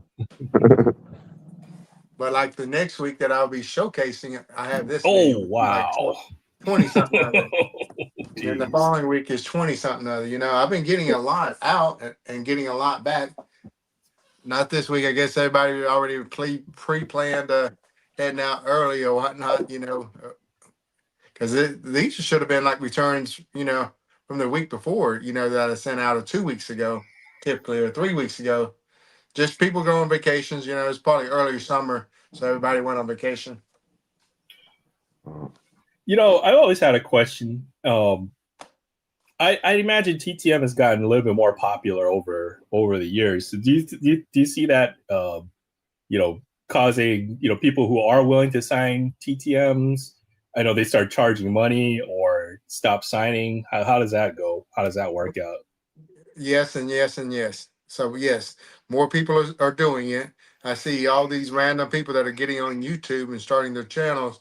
Oh yes, they start, which is cool. It's a fun hobby, and heck, I wish I'd have started earlier.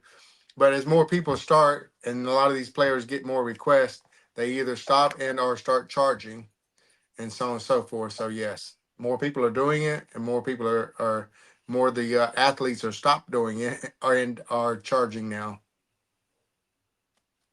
Okay, yeah, that makes sense because I'd heard of TTMs, maybe about 4 or 5 years, but yeah, I've seen more and more people talking about it nowadays than before. It was kind of, no, I wouldn't say nobody knew about it, but it was definitely more niche before. So good info right there.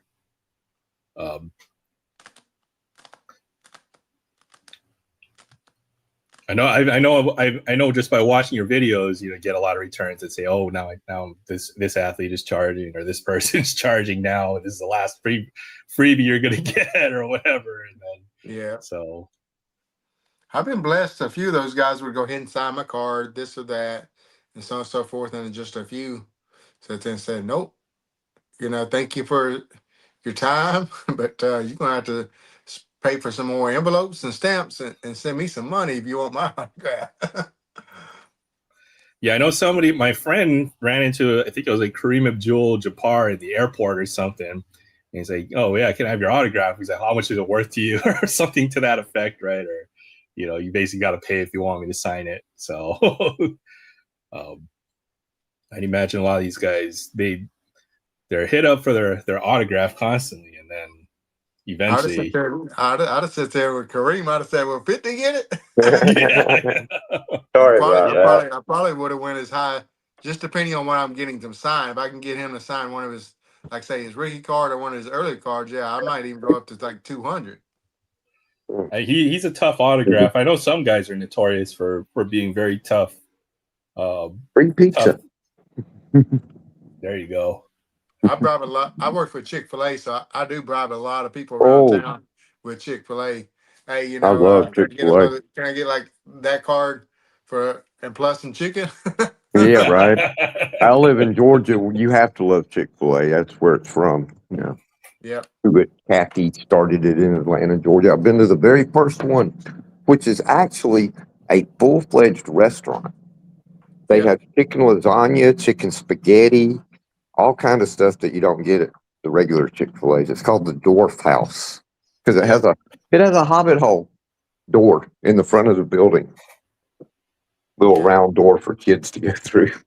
Yeah, I read his biography and tells about his Mm, start and with his mhm, brother, and his brother passed away, and so on and so forth, right. and the whole big story about the man that, yeah, he seemed like he genuinely just an awesome person. We got a picture Uh-huh. in our restaurant of him being like, I want to say like 70s something years old. And he was out there in the lobby. I think maybe that restaurant there, and he was hula hooping and just enjoying time with the That's guests awesome. and stuff To be with that some old kind of and be love. able to do that's amazing. Yeah. I doubt I'll I doubt I'll be doing any hula hooping at 70 if I make it there. But speaking of making it there, the reason I froze up, StreamYard tends to do that on my phone if I use another app, and I was using Lyft to schedule a pickup so I can go get the car towed. And so I guess I'm gonna need to hop off, and if I get there, I called the guy too, and he's gonna meet me there. Uh, and get all I gotta do is meet him there, give him the key, and I'm coming back here. And he's gonna tow it to the garage that's gonna work on it for me. And so if I get back and you're still on, I will hop back on and I will open that Hot Wheels. Even Sounds though good, Cole's not Kevin. here, we'll do the Free It Friday if you're still up. I appreciate you. I appreciate Okay. you. And then if anybody's interested in the stuff that he's shown, or he's got a Yeah. couple videos where he might have some stuff priced Hit out. the rewind, watch my other videos. Like I said, just make me an offer on anything. I'm in a bind. I need the money. Between now and Monday, I'm going to be struggling. So it is kind of for quick sale. Whatever you want, just make me an offer, and whenever I get it together and get it weighed and get the postage, you can pay me the postage then. We'll just do that separately. Just it'll be exact postage, whatever it costs. But Sounds good. yeah, thank you, Aaron, and thanks everybody. And I hope you're back still on when I get back. All right. Sounds good. Good to see you, Kevin. If not, good night. Good night, Kevin. We'll see you. I've heard Kareem's a pretty nice guy. I think he signed for Barrett before, or maybe you had to buy his book. Well, somebody had a story to that effect. You had to buy his book to get his autograph or something like that at the time. But it's anecdotal. Or I was talking about Kareem again, real quick. So basketball players are the hardest for autographs. Yeah, because there's so few basketball players, is what it is. I think somebody mentioned this stat. It might have been Barry. There's something like 7,000 guys who ever played in the NBA in the history of the league. That goes back to like what, the 40s, 30s, or 40s or something like that. Yeah. All right, you got some stuff to show off, Adam? Yeah. I sat there and found this box in my closet the other day. I mean, this is the type of stuff I just would put cards in and just tuck them away. And then I found it and I said, dang, I had this in this box.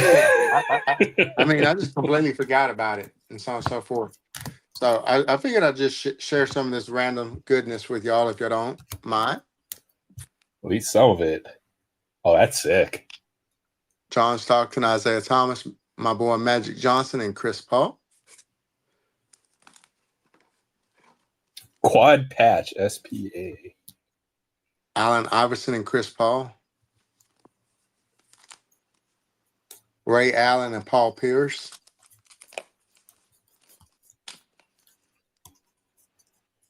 Allen Iverson and Alonzo Mourning. Got the Jalen Rose, Chris Webber, and Jawan Howard. The Fab Five. Got three of the players from the Fab Five on that. Yao Ming and Tracy McGrady. This is when stuff was game worn too, game worn jerseys, you know. Early So, 2000s. It's the good so, stuff right here. Yeah. so these type of stuff is just going up and up on these type of players. Got Rudy Gay was a really good player back in the day. Danny Granger Yep. was a solid player. Paul Until he got Pierce hurt. again. Yeah. What's up, Dre? Hobby Brigade. Good to see you, Hobby Brigade. Appreciate you stopping by. Clyde Happy the 4th. Glide. Yeah. Clyde the Glide Drexler and Tracy McGrady. Amari Stoudemire, Sean Marion, Ray Allen. To me, I think he's one of the top 5 best shooters of all time. I loved Ray Allen growing up. Reggie Miller was my favorite, and then Ray Allen as far as shooters. But now, of course, Steph Curry's hands down my favorite, but love me some Ray Allen. He just seemed to play the game the right way. I love His these stuff gold. is cheap too. His Yeah, rookie cards. I love these gold standards. Yeah, those are nice. Just a nice little stack of Ray Allen. They got a Carmelo Anthony dual relic. I think this is his rookie year, if I'm not mistaken. I could be wrong, but I think that's his rookie year. Dual relic rookie year card. Nate Archibald on the Crown Royal die cut. Tiny. Mike Bibby. I loved watching him. He'll actually TTM. Some When did guy he play named, for the Hawks? yeah, Larry the Legend Bird.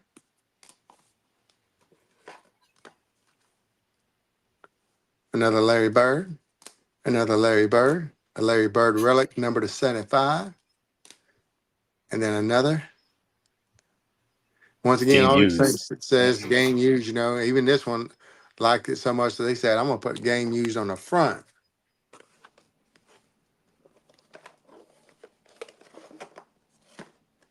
A nice little Indiana State Larry the Legend Bird relic. Chris Bosch ×2. So Lucky Peter. What's up, Peter? Happy Hey, 4th. I love Vince Carter, Eric Carter. So you'll see quite a bit of relics from him in here. All Vince Carter. I even got a duplicate, looks like. A lot of these things are numbered. I ain't even pulling them over, but a lot of these things are even numbered too.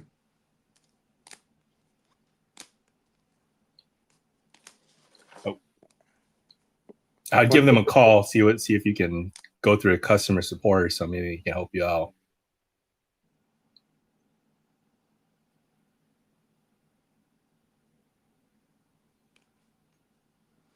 Sam Cassell, Sell.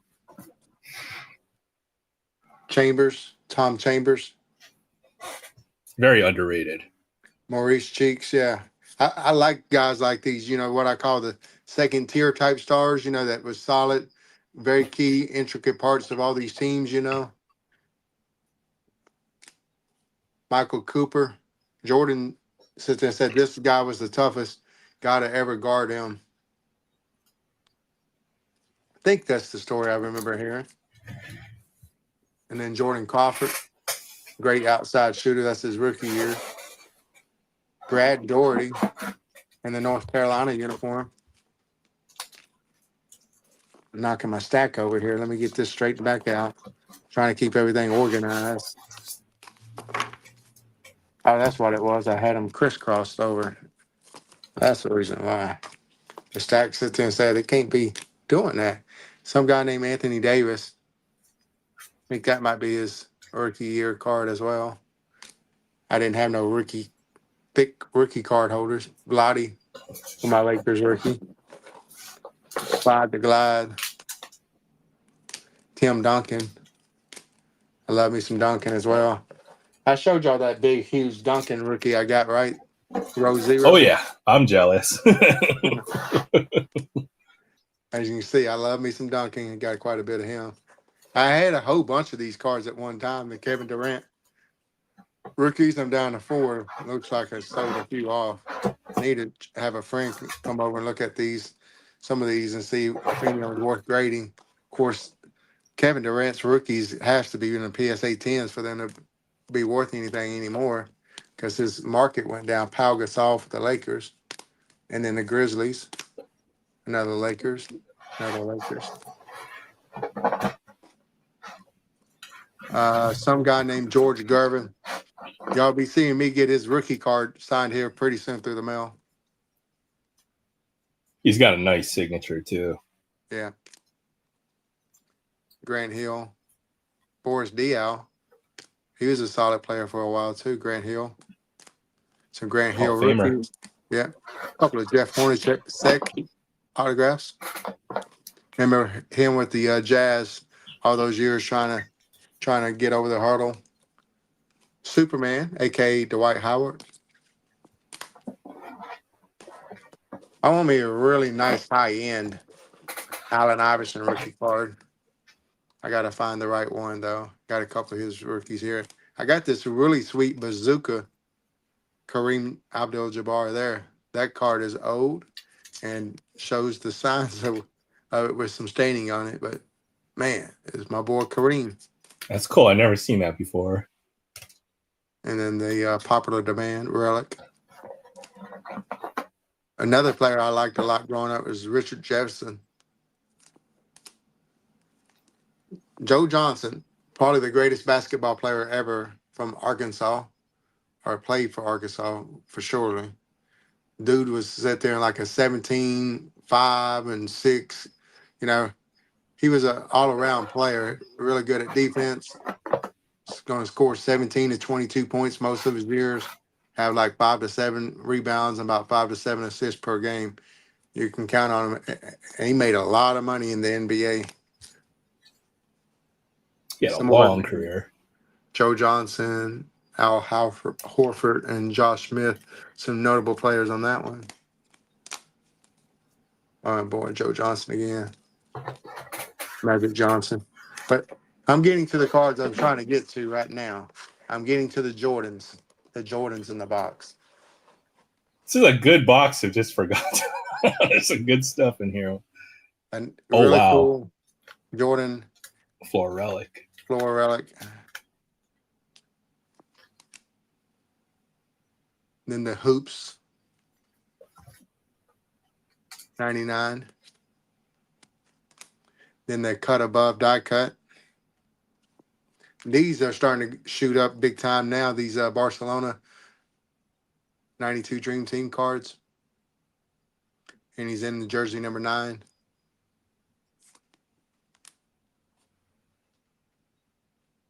Jordan. And then Jordan with the silver script auto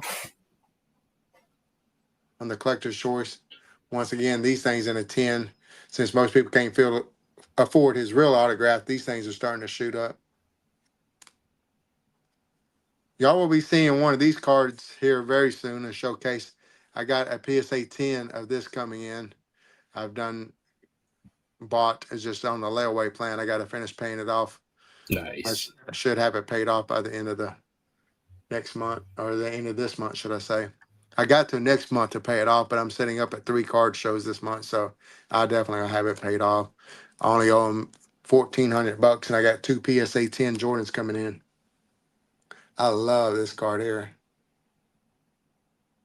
He's got a few in that hologram set because he's won pretty much every award in those years. So this was a huge card when Jason Kidd was like really big because of the Skybox Premium. This was like the limited edition parallel. I think they only made like one out of every 40 packs of one of these inserts or something like that. I can't remember what it was, but I remember this thing was being big, and I pulled it in a pack. I didn't rip much basketball, and somehow I ripped a pack and I pulled this card, but this ain't the exact one I pulled because it winded up getting like a little water stain or something other on it or whatnot. So I winded up selling it and making still decent money. But this card doesn't go nowhere near what it once did. That might be like a $5 card now. I saw a picture of that card in a lot of the Beckett's I read growing up. Jason Kidd. 94. Then I got a whole bunch of Shaq rookies just from all the different teams and stuff. in here that I thought I was going to get some of these autographed, and Alonzo Mourning TTMs as well. So I'm going to send those out, get autographs on them. But then I found, guess Oh, what? 86 Flair. 86, 87 Rookie. Fleer rookies, right? Chris Mullen rookie, Joe Dumars rookie, and a freaking Patrick Oh, Ewing Patrick rookie. Ewing. That's a big one there. Yeah, let's go. So I found 3 of these. I've went ahead and decided I'm going to start completing this whole set. Of course, I've had the 2 big ones for a hot minute, with the Jordan rookie and the Jordan sticker rookie. So finding these 3 is going to help. Of course, eventually I'll probably upgrade these to PSA 8s is what I want to do with my Hall of Famers. By no Man. means are these probably PSA 8s. They're more like 6 probably on this one and maybe Oh my 7s on God. those. Hey, Kevin. I see you're Yeah, back. I'm screwed, man. I'm fucking screwed. PayPal thought the money coming in like that was suspicious, and they locked the fucking account. I'm screwed. You call I them can't up and see. believe this shit. And not only that, Sorry, man. I can't find my fucking God. I can't find my room key. Oh, good grief, man. So now I'm back to where I was. I mean, oh my God. I got in the freaking lift and it went red and said your account has been flagged. So now the only thing that'll help me is if I get Cash App money.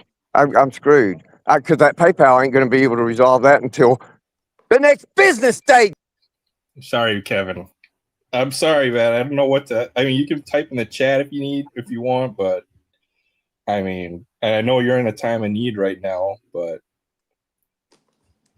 yeah, maybe it's not the best time to do that here, if that makes any sense. But hopefully you'll be able to resolve whatever you need. Yeah, And message me on Instagram if you need anything. I'll look for your messages there.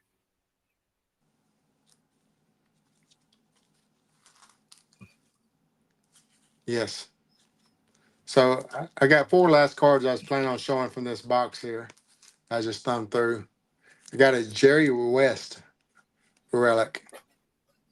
You don't see a whole bunch of relics from Jerry West, and that's numbered to 99. So I thought that was really cool, finding that in that box, you know what I'm saying?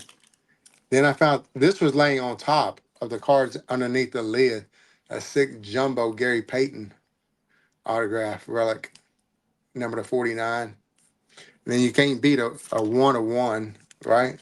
Got a 1 of 1 of Mr. Dominique Wilkins. And then I got a Dominique Wilkins autograph there. That's it. Number 75. So just some nice little cool stuff to find that, heck, man, I don't even remember having any of these things. I don't even remember these cards, you know what I'm saying? I remember having maybe I remember having that Jordan relic. I just didn't know where it was at. And then I remember having the all those Shaq rookies, and that's about it. Because there's actually about 15-ish, 20 Shaq rookies in this box. It looks like there's some other good stuff in here. Yeah, that's for sure. No, I got some other good stuff. Pretty good. I got, sweet Kevin McHale, pinstripe relic, Reggie Miller rookie. All kinds of stuff's in here. Once again, I just don't want to bore everybody with every last card from that box. I gotta look at this stuff all day. If I found one card. You've had this one I had lying around, but I know what you mean. Where you find some of this stuff. There's a Dan Issel autograph. That's what I was sitting there and thought it was. Just kind of hard with my old man eyes to see sometimes. You got eagle eyes, man. I'd be pulling some cards up or something like that, and the other people have been pulling cards up, and it's like you able to read stuff on it. Like that's number to 5. I can't even see the number to 5 when the card's right there in front of me sometimes, It's starting to get blurry, but I mean, I'm blessed not to need glasses yet or anything like that. So, fortunate. I'm gonna need glasses pretty soon, though. It seems is gonna be the case. Already things are starting to look blurry if I bring them up close. I think it's because, you know, when you look at your electronic devices all day, eventually that stuff just gets, it messes with your vision. So I try not to look at my phone or tablet if I'm not working pretty much anymore.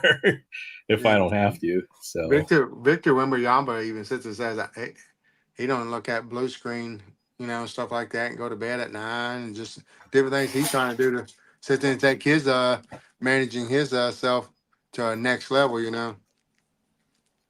I did find my Wemby stack though, Barrett. So that should be mostly Victor Wembanyama here. So as I said, I'm trying to sort by team, and then eventually I'll get it by player is the idea. So finally I got some of this stuff organized. That's what all this stuff in the background is I took out a 3-row box and I was just going to sort it all by team. So there's some, there's the relic stuff though is especially the game used stuff. I've noticed there's a big increase on a lot of that stuff. Check my IG real quick. I just wish I would about something Jordan actually game used relic, you know, when it was like a few $100, you know, because you can't get one for less than probably $1,000 on just the cheapest thing or whatnot now. Let me go see. I've got one, and you know, I tracked the price of that card for a few years now, right? So maybe it was like $150 like 4 or 5 years ago, but it's a lot more now. Let's see if I can pull that out real quick. Man, only $150 4 years ago. I wish I'd have sat there and snagged one 4 years ago. I thought it was more than that, you know.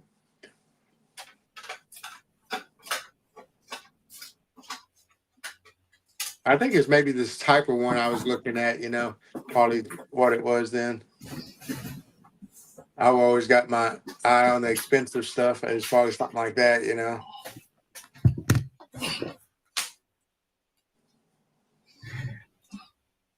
Yeah, there you go. My uncle gave this to me as a kid.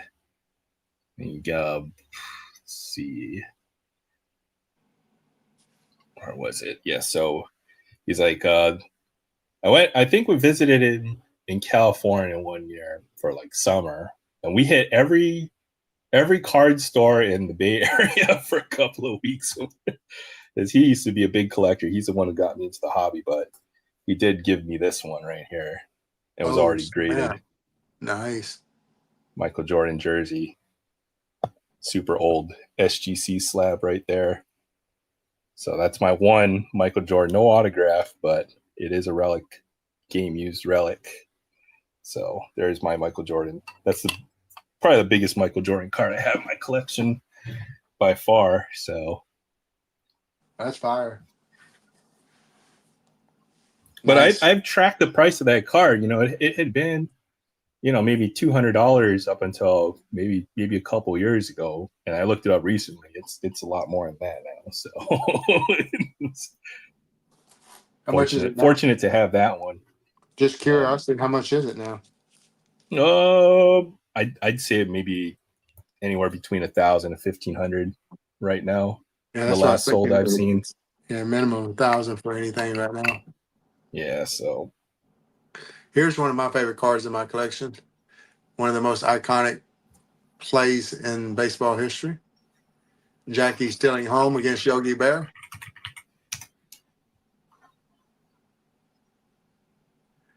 Yeah, of course, Yankees fans want to sit there and say he was out. Jackie says, I'm safe. Thank you so much. But the card as well is numbered to 75. So, and it's one of those black frame cards on the canvas masterpiece back when Upper Deck made such beautiful freaking cards and should still be able to make cards because, man, did they know how to make some cards. Yeah. I just opened this one box up here. I was just trying to see. I've been trying to look for this box that has some of my Greg Maddox cards in it because I plan on doing a load. video showcasing two of my beautiful Greg Maddoxes that I picked up here recently, and wanted to try to find some of my regular PC stuff of Greg Maddox that I already had.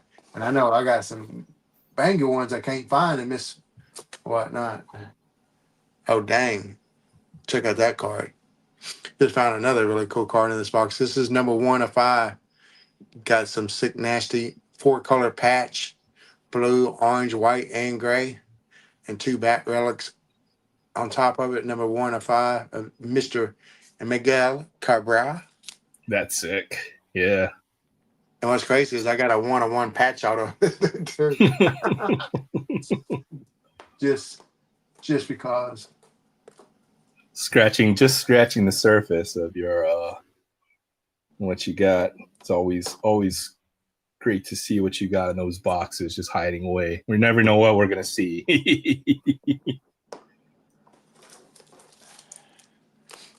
Well, I've been buying for years now, and that's the reason why I got some of this stuff early on when it wasn't as expensive as it is now. And I'm sitting there thinking, man, I wish I'd have done that on so many other things too, that I didn't. You know what I'm saying? I think we all have those regrets, but I mean, yeah, there's only so much money that you can put into this hobby. I think is the bottom what it comes down to. I'm fortunate just to have what I do have. Anything I missed out on, I can always dream about, I suppose. So, but yeah, for sure. What's this stuff? Little distracted here. That's another sick nasty Miguel patch. Oh wow, that's a red one, number 5, I'm sure. Yep. You know what the reds are? That's right. Yeah, anything tops in red is going to be numbered real low. Really rare stuff. I had a nice Pujols, I think in the same design, might be numbered like 15 or 20 or something like that. Somewhere. But it's the same thing, right? Where it's just hidden away in a box, and now you got to go find it, and you got to remember where you put it and stuff. So that's the hard part. Yeah, this is the type of box that I'm going to eventually start going through and moving. I just got to downsize all this stuff someday. You like the PC Vladdy, don't you? Yeah. I'm always looking for interesting Vladdy cards that I may not have. So let me know. Well, I just found a little stack of Vladdies in this other box right here. I might be willing to part with 1 or 2 of them, maybe not all of them. Well, let me know if there's any current day players that you might be looking for. Oh wow, that's sick from Gallery. Yeah, and that's the brown bordered or wood bordered parallel, which is a lot more rare. It's a rookie card too. That's sweet. Yeah. All these are rookies. This is the rainbow foil. At least the first 10 or 15 of them that's the rainbow foil, the home run derby rookie. This is a sick one here. It's sneaky. That's the silk or the whatever they call that. Rookie. They're on the 70 Tops design, and it's kind of got the little silk cloth design, of those cards from the back in the day. Got the candy cane on the holiday rookie. And here's some non-rookies starting now. I got the gold platinum number to 50. Most of these are probably going to be like second-year cards now. Got the rainbow foil gallery there. Got the blue Gypsy Queen. I love that. The chrome number to 99. This is I pulled this card in a break. It's number to 25, wow. Japanese version. And this is another one. Big jumbo bat, number to 199. I've actually got that card. Oh, do you? That's cool. A jumbo bat. I've got one of those. When I bought that thing, it was only like $5 or something like that. I got mine stupid cheap. I've got a Kirby Puckett in that same big bats. That's a cool one. Man, I like this is from the first off the line, so it's the number to 60 variations, you know. Got the Phoenix. Got the pink pulsar there from Phoenix. Got the mosaic. He's really got some good cards, some good pictures of cards or whatnot. You know, they really did him right, even though he's a bigger boy. He could probably took some really bad images of him on cards. I think they treated him fairly well on the cardboards over the years. They always get his good side of any any card, the image that they put on a card. Then I got the base UK and then the base Japan from that one that I had the number to 25. So it's just a little small portion of my Vladdy collection. I got like 5 autographs of his, and I probably got like a box of like 100 rookies in it. Because back then I was just freaking buying every rookie card I could of some of the big rookies, like Alonso, Tatis, Vladdy, Otani, Acuna, who else? Soto. I mean, I bought a lot of those guys' rookies, and so on and so forth. Hence the reason why I got the Otani collection I have, because I was buying them when they were cheap. There's one guy that sold me like 50 Alonso rookies and 50 Griffey rookies for like $20 for all the stack of 50. I said, man, that's less than 50 cents a pop. I said, so hey, what's up, Speed Racer? What's up, Speed Racer? I don't have Cash App, Kevin, so I'm sorry I can't. You got to go maybe to the hotel desk or something and see. You know, they got to know that's you in that room. They should be able to help you out. So just take a deep breath and calm yourself down, and then, you know, go do what you got to do, or whatever you can do is all the advice I've got. So what's up, Speed? My deal is when PayPal did me, I called customer support like you mentioned earlier, and I sat there and talked to them, gave them my whatchamacallit, and they unlocked it and allowed me freedom to access my stuff. So that might be a route you could take, Mr. Kevin. Yeah, it's just like calling your bank, right? If your bank catches a suspicious transaction, they should have, you know, some kind of phone support 24 hours, and they do. Yeah, you gotta call them and hopefully, I know you're kind of on a time constraint. That's the thing, but as I said, you just gotta take a deep breath and just do one thing at a time until, you know, hopefully you're gonna be able to resolve everything. Is the best advice I got for you. Oh, look at Boom Slang trying to throw a rap out on us. Let's go. Oh boy, I like big bats. I can't. For sure. I don't know. I'll see if I can find the Kirby Puckett relic, and I know I've got the Vlad Jr. one somewhere as well. And then I think I might have all.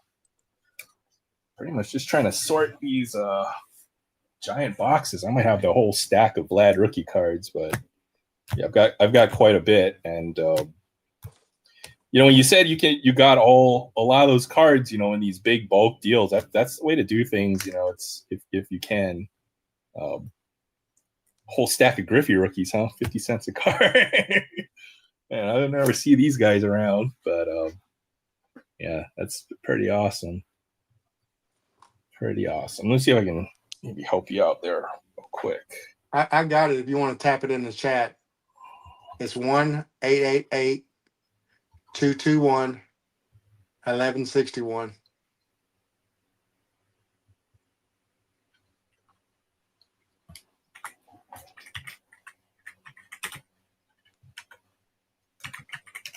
I was trying to pull it up right now.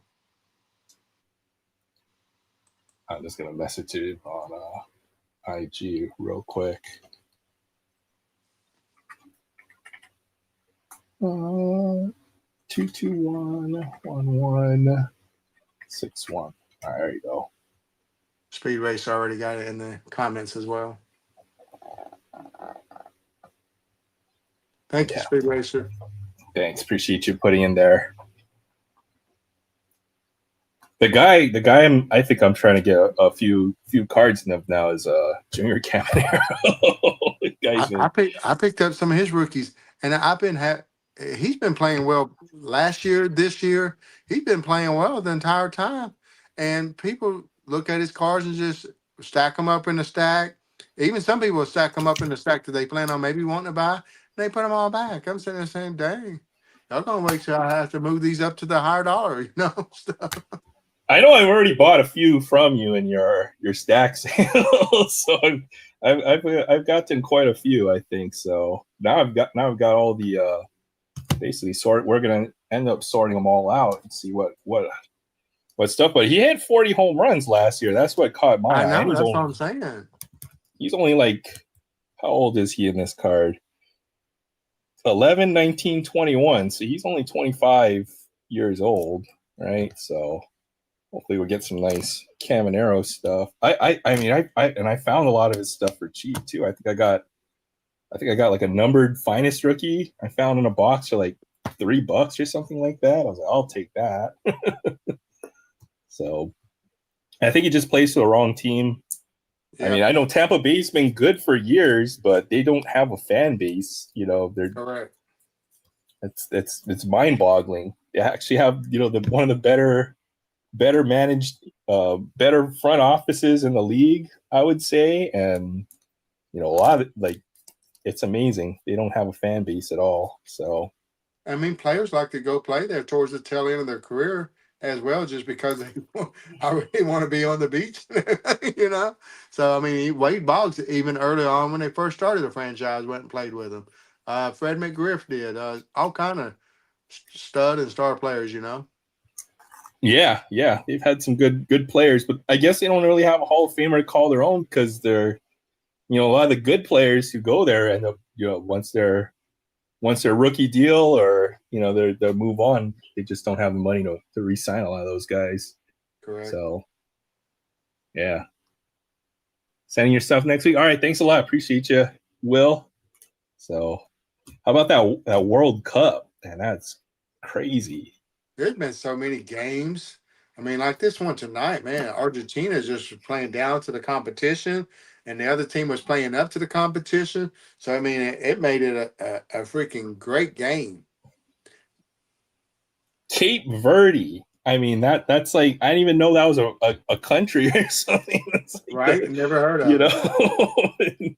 The fact that they did so well in this World Cup, just getting to the knockout stage is huge. And then almost beating Argentina is like, that's ridiculous. That coach maximized that team for sure and picked up the right players and stuff too. It's kind of like the Miracle on Ice. That coach there, just dude went out and handpicked the right players to fit a system. His system, yeah. The system was the key cog of the key player, in the whole deal.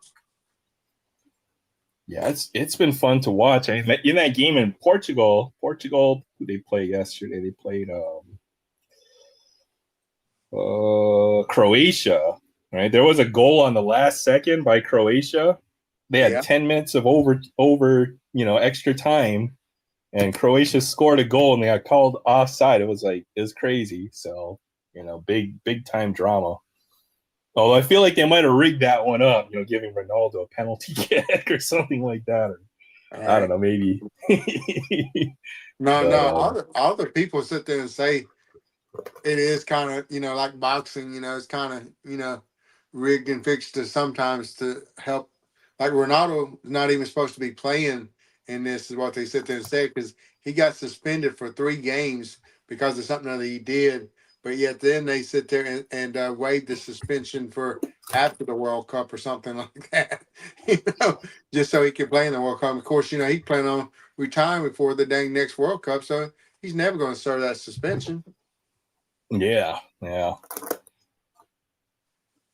It's like, but you can't have the World Cup without Ronaldo, I guess. This will be the last time he'll have a chance to play, right? So, I don't know what they could. Basically, they bend the rules for the big names, I suppose.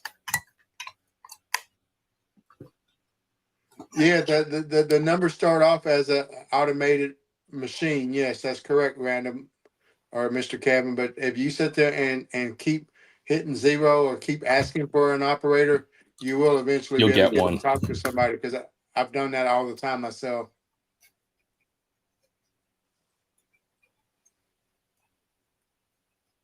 It's one of those things you just got to remain calm and relax and just do the due diligence of playing the automated machine, because it is a pain in the butt. Be making me mad too when I'm mad and trying to get something resolved, and got 20 minutes or 30 minutes to try to do this, and it takes 15 minutes before I even get a hold of somebody finally.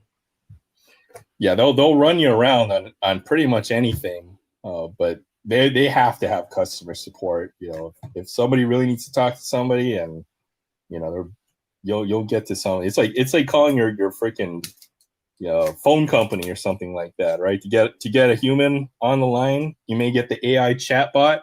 You just say, I want to speak to a real person. You just keep on insisting, and eventually they should put you through to a real person. So 6 a.m. and 6 Pacific.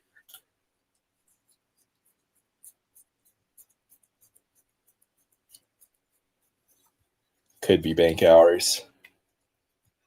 Yeah, just going through, I found a nice pile of Junior Caminero stuff.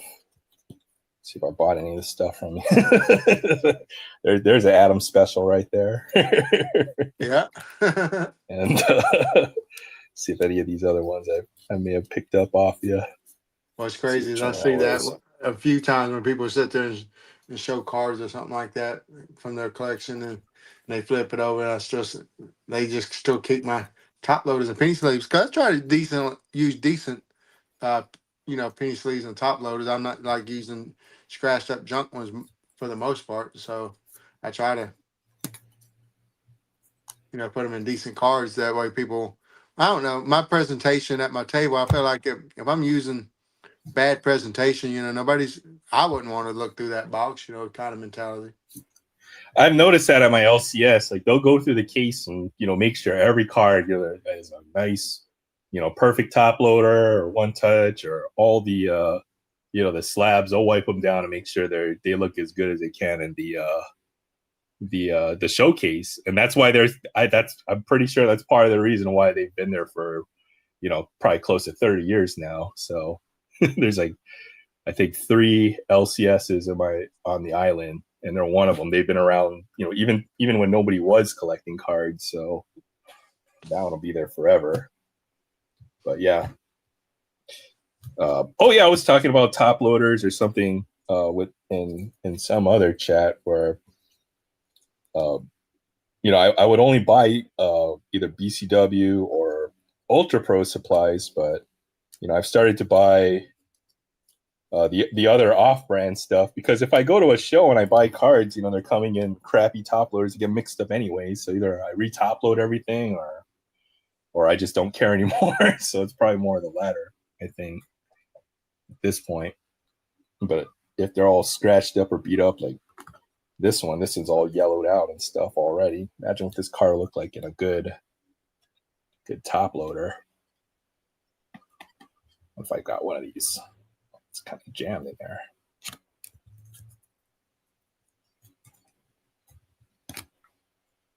Have to cut this out, maybe. There you go. There you go. Looks a lot better. Oh, I got to get a new penny sleeve too.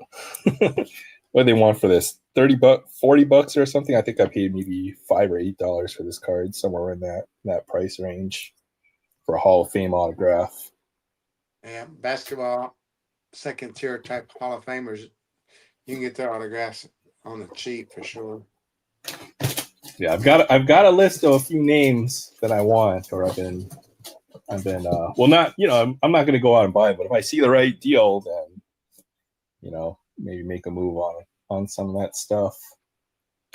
But somebody was mentioning Hall of Fame autos or basketball player autos can get pretty pricey. They're either really cheap or really expensive. I don't know where there's like no middle ground on a lot of these guys. I It's think weird. I think the modern players, their stuff is starting to get expensive. As far as the modern players, for sure, the Jokic, the SGA, Currys and LeBrons and all of them are definitely expensive. Just as Steph Curry Topps rookie card is a card I've had my eye on for a while. That thing is out of control. Man, it's just such an ugly card. It's like a baby face. I could have got that card when it was cheap. I sat there and said, "No, I like these other cards because they look, he looks, better. The card looks better. It's not just a headshot or whatever looking card, So yeah, I sit there and that's the one people want, though, right? So yeah, I don't get it. I made the wrong move. I think the same with what was it, Kobe Bryant cards. I wanted the Fleer. I wanted like the upper deck one, but not the Topps one. Nope, not the. And certain ones end up being. I know I had a couple Kobe rookies out here somewhere.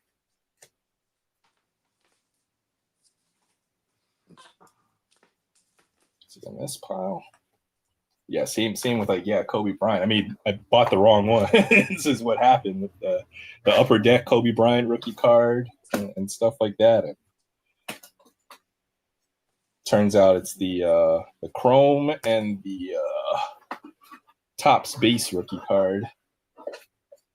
Yeah, I wanted one like this. I bought something like this versus the Topps, but at the time this was probably not terribly too much cheaper than the Topps, or terribly too much expensive. They were a lot closer in price points when I bought this. I bought this raw. This is one of the cards I got back from the grading submission I did. It came back at PSA 9. Yeah, that's nice. That's nice. I just need a Steph Curry rookie card. I think is my collecting goal now. I got 3, and I plan on holding on to all 3. Sorry. Yeah, no, I'm not asking for yours. It's just that's one of the collecting goals I've got now. Is just to get one. I think I should be able to make a trade for it eventually. It might have some Kobe stuff.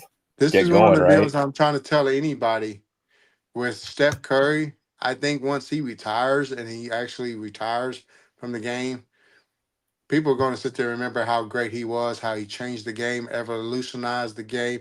I think his stuff's actually going to be worth more than Kobe. Than Kobe's, probably, maybe, but definitely. LeBron is his peer. Played the same time. I think his stuff is going to be more than LaFlop's. I think so. Yeah. I'm pretty sure about that. There's a Topps rookie card right there. Yeah, even though I got 2 of his base Topps rookie raw, I know one of them won't grade a 10. I think the other one has a shot at a 10. But I can go. I do have a PSA 10 as well, but I didn't want to get the other ones graded though, just because it's Kobe, Yeah, there's no shot this will get a 10, maybe a 7. I'm thinking just the edges. There's a couple small corner dings, but I'll go and buy any Kobe Bryant I see. I love the $3 to $5 $5 range. Yeah, I love the Nifty 9. Like this one. I sold all my Kobe duplicates that I have finally. Yep. I've got a big pile of those in here somewhere. Oh, I think that's one right there. I think I got that one from you. Yeah, that's Adam special right there. So I finally got some of this stuff sorted out. There's EX Kobe. Maybe this has a shot. Anything chrome might always have a shot at a 10. Anything, and that's the stuff people like that goes for big money for Kobe. This has to be more than $15 now. That's for sure. That's a nice card. Yeah. There's all that stuff I got. I'll go through the reasoning. This is all this stuff from this NBA 2K set is from his last game he ever played. So I think this is a nice set to try to collect, and they're fairly reasonable. I think I was looking on eBay; they go anywhere between $4 to $10, depending on the card. But these are all from his last historical. What he scored, dropped 67 points or something that night. Yeah, 60 points. Yeah, so that's a great. And then all these I got from Adam for a few dollars each. But at least try to collect base set cards. I think are still pretty easy. Make a run of one set. Like if you like a certain set, like Upper Deck or something like that. Get every Upper Deck base set card or something. That makes a nice little small sub collecting goal. There's all the Junior Caminero stuff I just found. Or was the is there the finest one in here? But yeah, that's some pretty nice stuff there. I'll have to send you a clip. I made a really nice, cool Kobe tribute when he passed away or whatnot, where I did a little montage of pictures that I took and kind of made it into a video format and then created editing and stuff like that, and did a real nice job of giving my boy a little tribute and send that to you. I think you'll like it. Yeah. Send me that. That'd be pretty cool. There's there's one these from Prism. I know are pretty pricey. Yeah. I have that card, but it was I think I still have it, but I'm thinking about parting away with it because it's in one of those GMA slabs. This is in a GMA 10. I just want to get all my stuff into just all PSA stuff of my boy Kobe. Yeah. That makes sense. This is the Silver Prism right there. Yeah. That one might be worth grading. And there's a Prism. Oh, no, there's all the Cooper Flag stuff. So trying to get all this stuff sorted by player. We're getting there. Oh boy. I'm getting there. I'm gonna go grab me a soda. I'll be right back. Sounds good.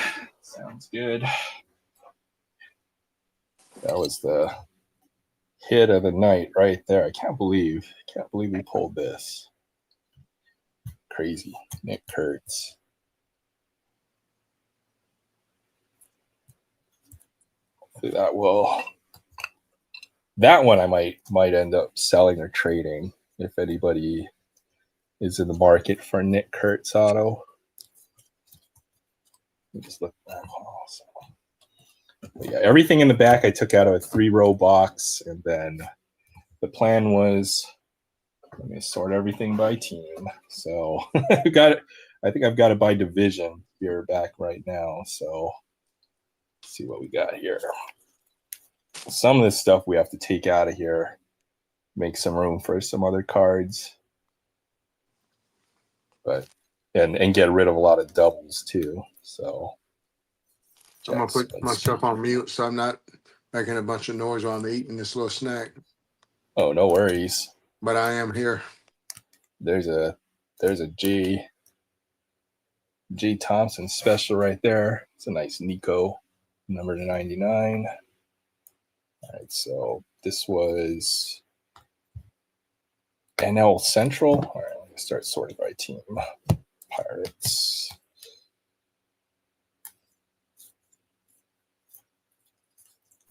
Nationals.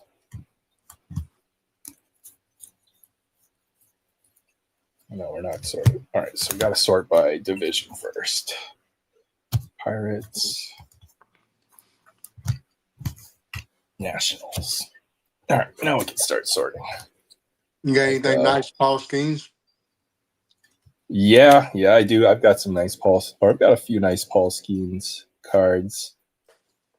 Yeah, we'll go through that. See if we can. I had a PSA 10 rookie with a photo variation from something that I got into a trade, but I didn't have a chance to get it hidden and put away.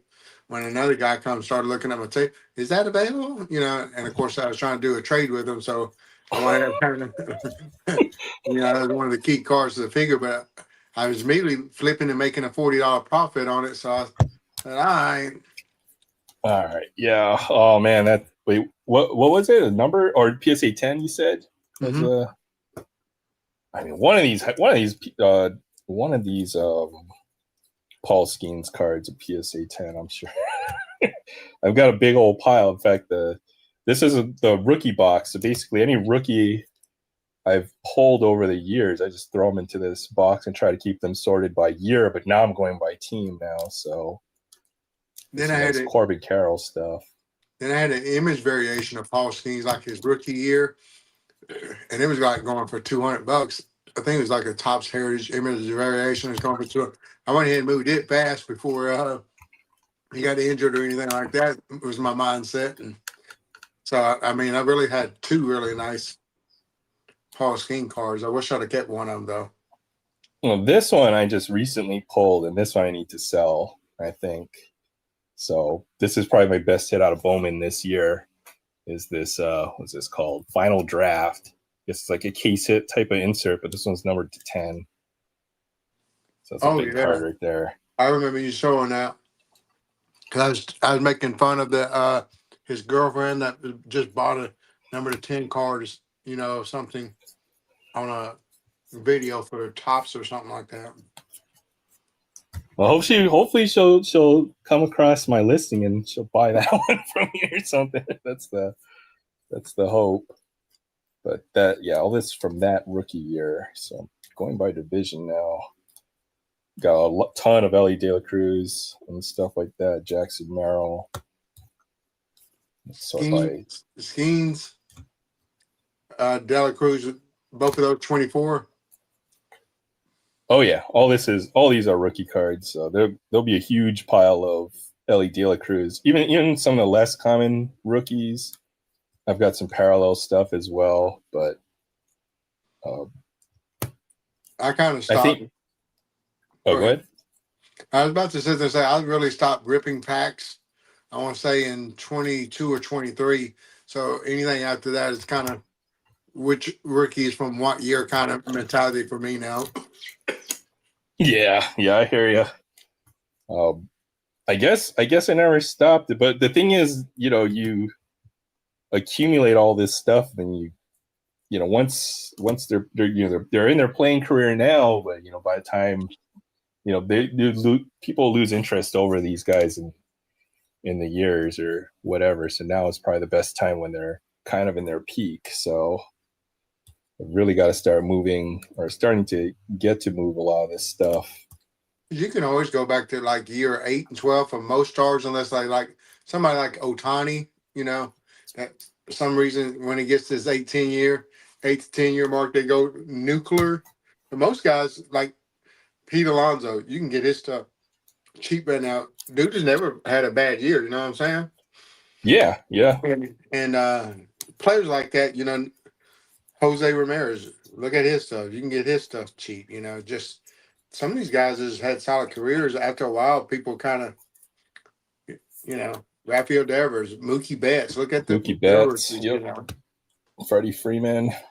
Now, Freddie Freeman's is starting to go up now because he's a little bit older and he's went to the Dodgers and won those World Series. So the Braves people still collect them, and then now the Dodgers and other people that's prospect Hall of Famers and stuff like that. His rookie's actually starting to go up. Way too much Tatis stuff right there. Yeah, I was looking at this one box while ago and seeing like the 12 to 15 Tatis that I bought, and remember probably getting them on the cheaper of what they were back then, but probably still a little bit not as worth as much as what I paid for them back then either now. Oh yeah, I missed the boat to sell Tatis, that's for sure. Luckily I got into mine probably only say if they're worth $2 now, I only paid like maybe $5 for them, so I didn't do bad, but Yeah, that's the thing. I pack pulled a good number of them. I don't think it's not like I bought them at the peak when all this stuff was just stupidly priced or anything. So I don't feel too bad if I held on to it. Neither did I. Yeah, exactly. That's what I'm talking about. It was like a good risk, for me on it.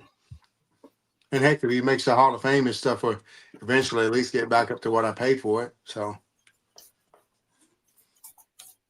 I know I had a big old pile of Paul Skeens stuff. Good. Oh, there it is. Probably this one right here. Jordan Alvarez might win the MVP this year. I got Yeah, I've me got a nice little stack of Alvarez. yeah, same here. once I get through this whole pile, I know there's just a mountain Alvarez rookie cards, rookie debuts, I bought a the sick, UK. like, jumbo patch, multicolored autograph for his. Like, I think it's number to 25 or something like that. I bought it in a big bulk lot, and that was one of my favorite cards I bought. Then as well, I got a rookie card. I think like a top tier one rookie that's numbered as well. For my two favorite. And then I also got a Ben Baller. I think like die cut something other Ben Baller rookie that's like number to 5 or 10 or something like that. I remember his stuff was just a little too expensive in 2020 because I know that's when the hobby got really hot. So I didn't get too much of his stuff. So I didn't really have any centerpiece Yordan Alvarez cards, but at least I managed to pick up a couple autos at the start of the year this year. So I think I'm good on Yordan Alvarez for now. So Well, the two autos I got in a bulk lot, the rest of the stuff I pretty much pulled, you know what I'm saying? So I did lucky on him. I think all this is Paul Skeens right here, this whole pile right here. So, but mostly just the base rookie cards, inserts. I know I have the gold base rookie. That might end up trading or selling that one. The gold version of this somewhere. Might be in another box. A couple of his chrome rookies. Holiday. Okay, maybe I got more Skeens rookies than how many was that? Yeah, that heritage right there. I had the image variation on that last one, the 75 tops design there. I had the image variation of that card. Yeah, I think I've got that somewhere. Okay, there's the heritage version. Is that it? I think I've got the action. It's either action or image variation of this one. As you mentioned, I might have the same card somewhere. I pulled an autograph of his out of Heritage. I know I sold that already. So, second year auto. I'm starting to think dude might be the dang real deal, dude. I think he is. I still think he is. So, what is that? 1, 2, 3, 4, 5, 6, 7, that's 10.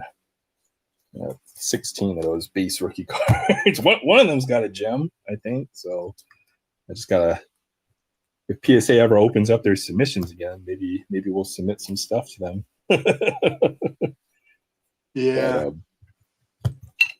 But, what do you think about? I don't know if y'all talked about this or not, but on the Jeff Wilson market movers or whatnot, one of those dang things associated with Jeff Wilson, they was talking about how many cards that PSA's actually pumped out, and it kind of looking like they might be going to be ahead of that projected date that they had set or whatnot, just because they've been pumping out like 2 million or something like that, plus, since that announcement, where they got up to like 14 million or something like that. And so, but then I've seen a couple of people getting some of these submissions back on a regular basis and sit there talking about, it just looked like, they're doing rush grading where, the guy sending in like 5 of the same card and they just grade them all the exact same thing, and just, move, just basically turning them over just to turn them over, and so on and so forth. are you even getting accurate grades, or are they even bother grading your cards? Is a good question. Yeah, exactly. That's kind of what it sits there and sound like. They're just turning them over. So you're gonna probably have a lot of undergraded cards,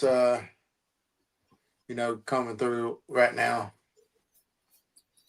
Well, the question I've always asked when it comes to grading is, if PSA can't tell the difference between a PSA 9 and a PSA 10 card on a reliable basis, then what's the point of grading? But that number on that slab matters, for a lot of people out there. So, And it matters. I've never understood it. Yeah.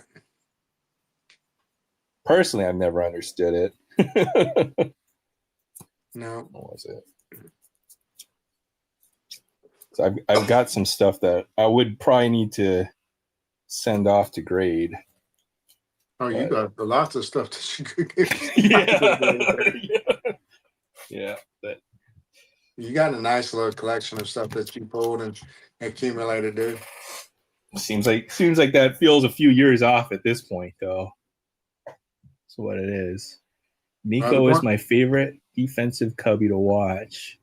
I'm hoping his offense really starts to pick it up soon. He had such a hot start, and then he's just had such a dry run lately for Nico. So his bat picks up. Yeah, I'm a big Nico believer too. I picked up one of his autos too earlier this year. So I know this is going to be kind of like a little hard chore that I'm mentioning because, you know, I sit there and wanted to spend all my hobby dollars on buying cars and said I could grade stuff later. But now that grading is just getting more and more expensive all the time too, you know. So I remember when you can grade cars for, I want to say $10 and $12 a pop, you know. And heck, if I could go back to those times, you know how many more cards I would want to send out to grading right now? A lot. So, so my little recommendation is go ahead and start sending you a stack of 20 or 10, 20 off or something other, you know, when they do open up, and just send off a little bit here and there, spend a little bit of your hobby dollars, you know, back into it or whatnot. yeah, it's something that I thought about long and because it's now or never on the grading, right? What is grading when they do reopen the value submission is it's going to be what, $25 a card probably, and then be 30 before you know it. As long as Pokemon and TCG is this hot right now, and even sports is seeing a side effect from a lot of that. If they can't find Pokemon, they'll go right to the sports aisle, or they're in a card store. They'll oh, hey, it's kind of cool to see all the sport. Or Otani's just red hot right now, so there are a lot of different factors. As long as this keeps up, then grading's not going to get any cheaper. I think is to your point right there. What I'm thinking more and more now. So.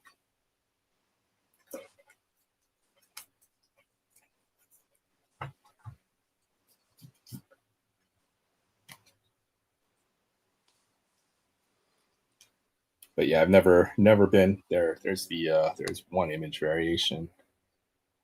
That's out of archive, so I think though, not heritage.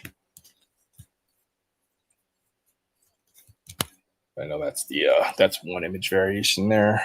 Paul Skeens.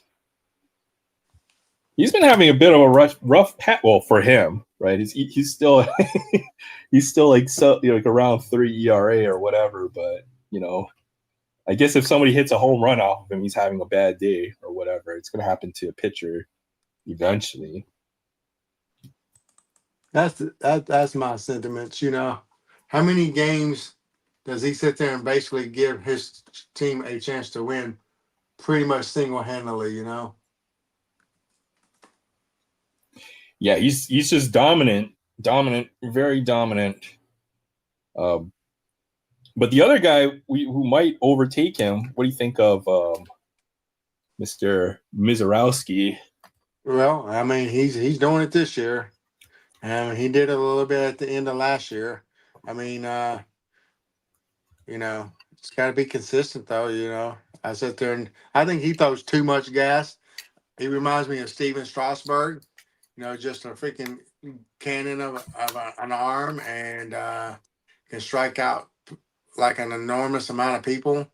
Steven Strasburg's got like one of the top 10, maybe even top 5 strikeouts per 9 innings ratio in Major League Baseball history.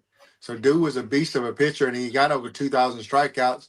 He had his solid career. I think he was close to 200 wins or something like that. Dude was no scrub, even though he got injured and so on and so forth a couple of different times. But he just reminds me of Steven Strasburg. So be one of those guys I would sit there and definitely recommend selling ASAP if you got any key cards of him, and you can always pick something up a little bit later, cheaper, in year 7 or 8, if he does sit there and stay good. Cheaper that's my concern, is his arm is just, will it hold up? I mean, one person who's been really dominant too I could think of is like a Jacob deGrom kind of player. When he plays, he's amazing, but Yeah. You know, if he's going to be hurt every other year, then Strasburg's another good one, right? He's not going to have Hall of Fame numbers, but we know when he did pitch, you know, he was lights out. So I just think that the best case scenario for Mizorowski is comparing him to Steven Strasburg. DeGrom is still pitching, so so if DeGrom yeah, somehow makes it to 3,000 strikeouts and winning a couple of MVPs, or at least 2,500 strikeouts and then winning a couple of not MVPs but a couple of Cy Youngs, I think he will make it into the Hall of Fame. Steven Strasburg won't ever, because he's already retired. His numbers are done. The book is closed on him. So yeah. Strasburg or DeGrom still has a chance. You know, he's pitching. He's still pitching well. yep. But Strasburg is, done. That World Series run, I think, was it, right? And then after that, he just dropped off a cliff.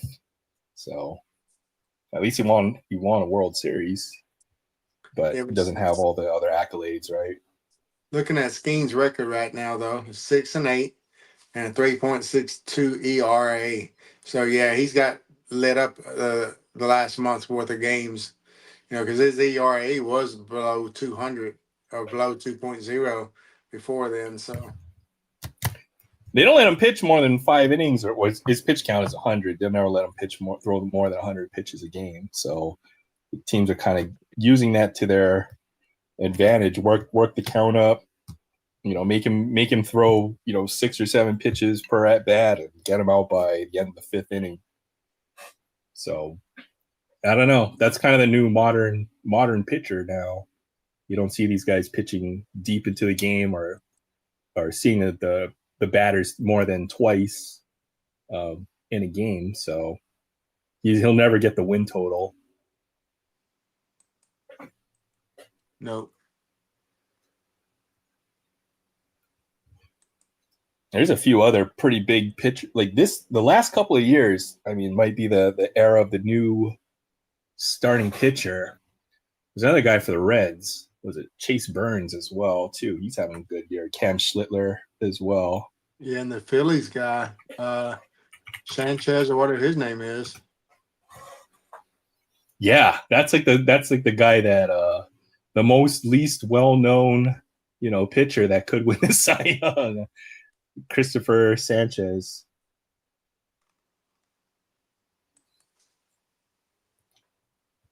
Pull up some of those.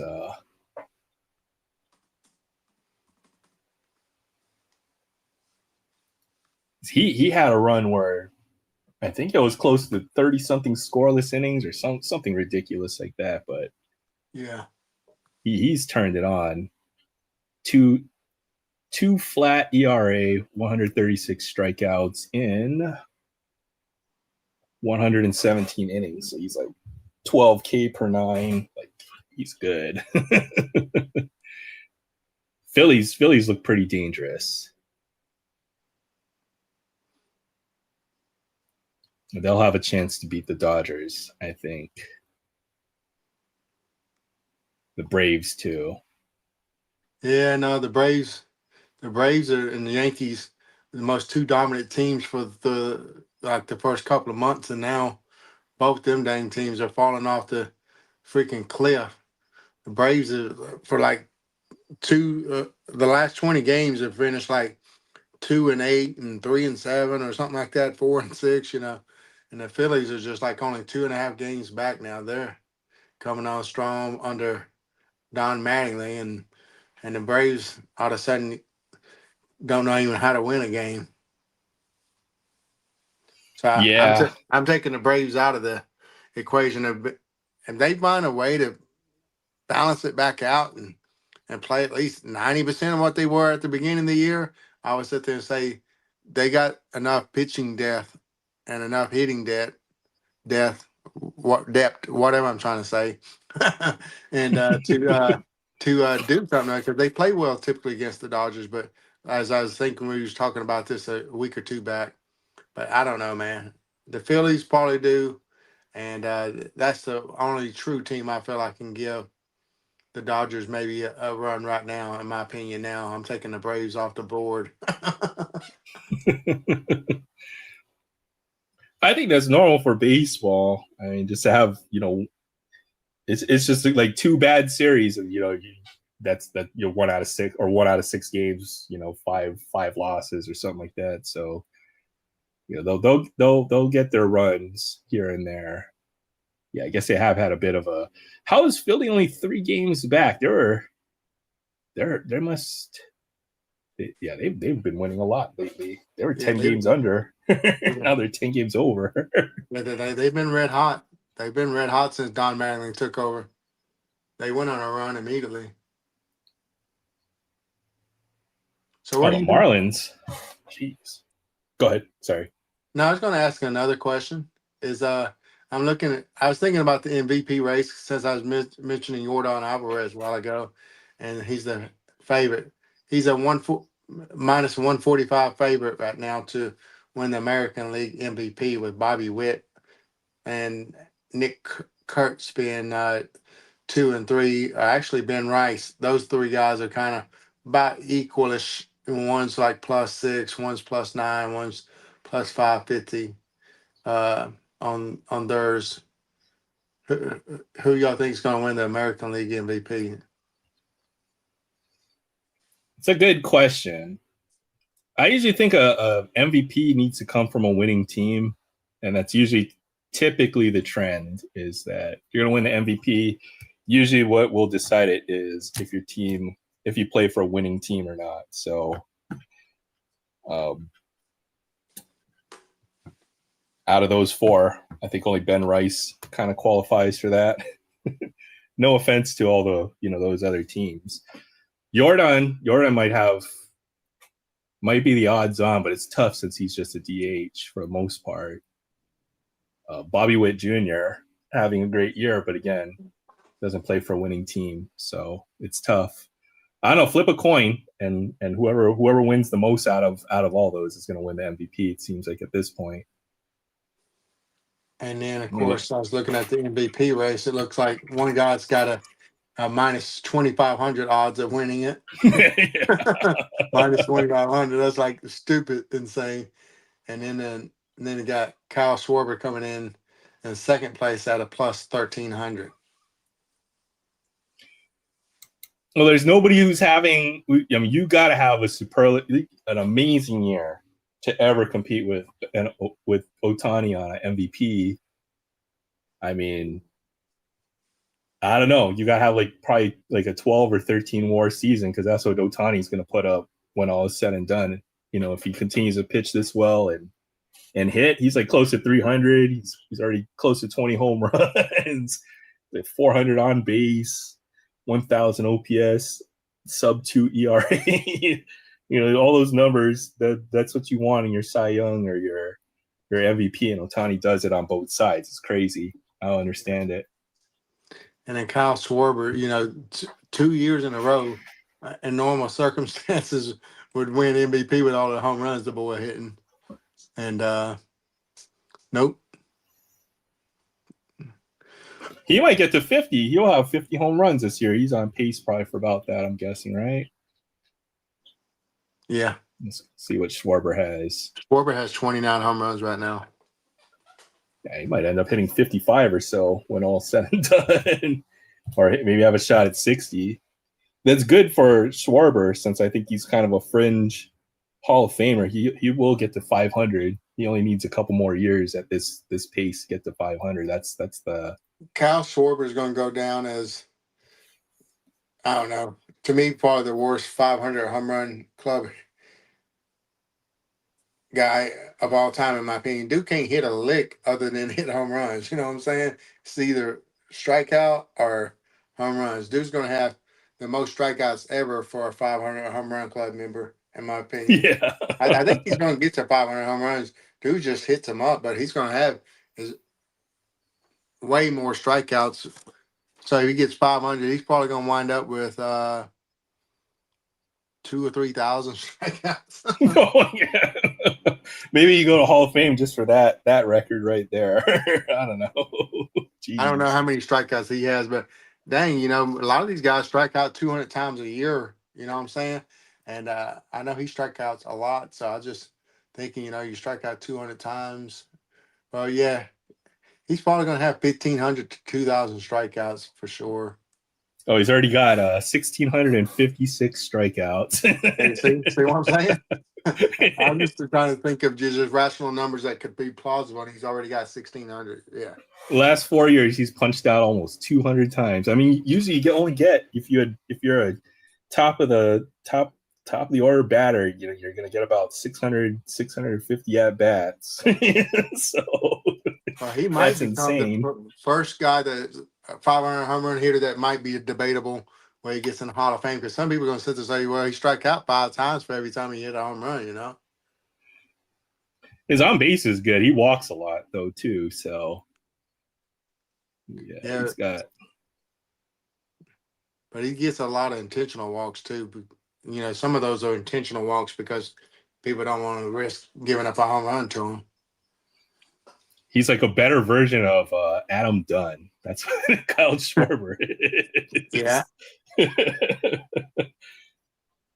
Good grief. comparison. Yeah.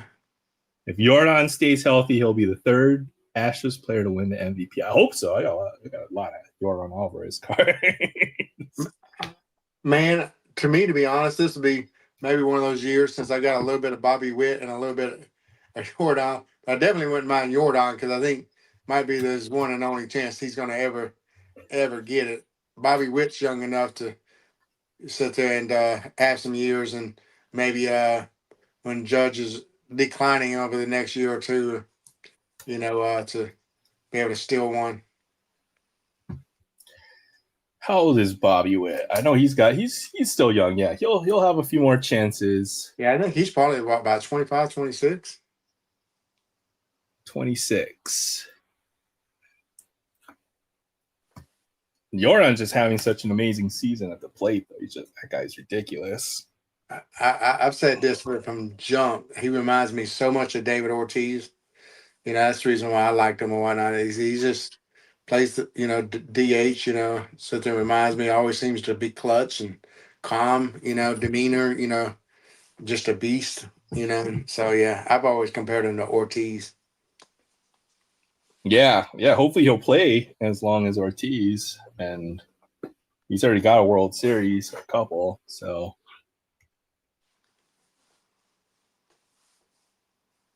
Yeah, hopefully, I don't know, flip a coin for anybody in the AL to win the MVP.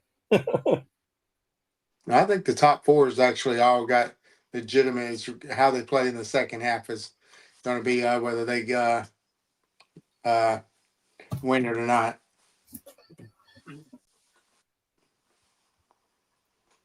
Yeah, like if you see a Nick Kurtz win MVP, like he's so young right now. He's only 23 or 24, I think. Yeah. And that's why I was sitting there telling you a couple of weeks back, maybe it was last week when you pulled that one. I said, man, I kind of wish I could find myself one decent little Kurtz rookie just to hold on to, just in case he sit there and stacks up some years and start playing well. I need to get into one of his why the decent opportunity is there.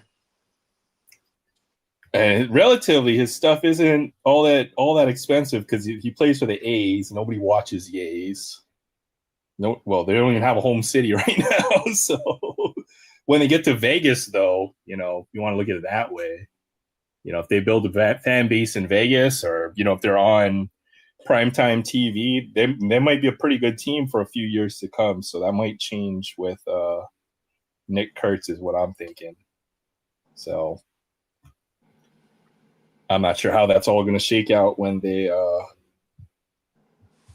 once they get that move done, but that might be one angle to look at for Nick Kurtz. I've got some other decent stuff I might end up trading. There's a Sepia Stadium Club rookie card.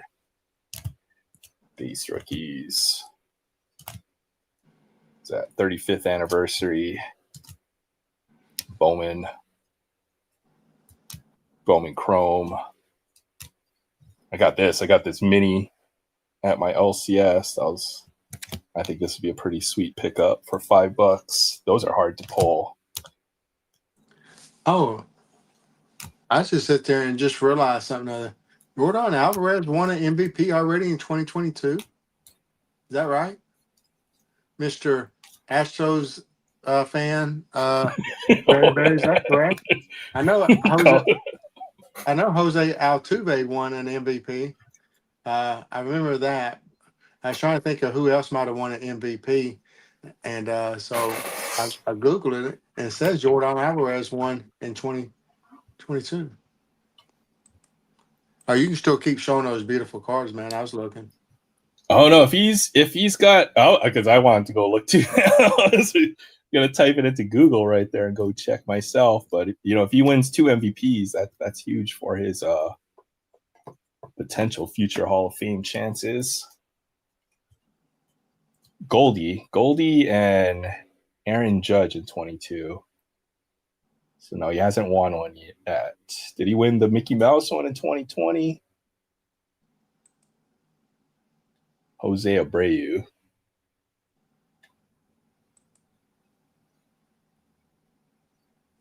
It's just been hard to get on that board, between Aaron Judge and freaking Ohtani. I don't think another DH will win MVP. Ohtani was the first, and he will be the only exception because he's Ohtani. Yeah, the year he was DH, isn't that his 50-50 season or something crazy like that? So Judge won in 22. That's what I was thinking, though, but I didn't. That's what I was saying.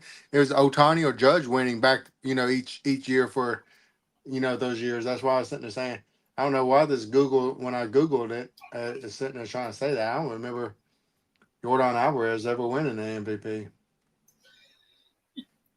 Search is becoming unreliable because of AI now, I think. Yes. Like, you can ask very simple questions to AI and it can't tell you the answer. In fact, I've been doing this. I guess it's my field of professional practice. So I kind of have a vested interest to kind of keep up on everything AI.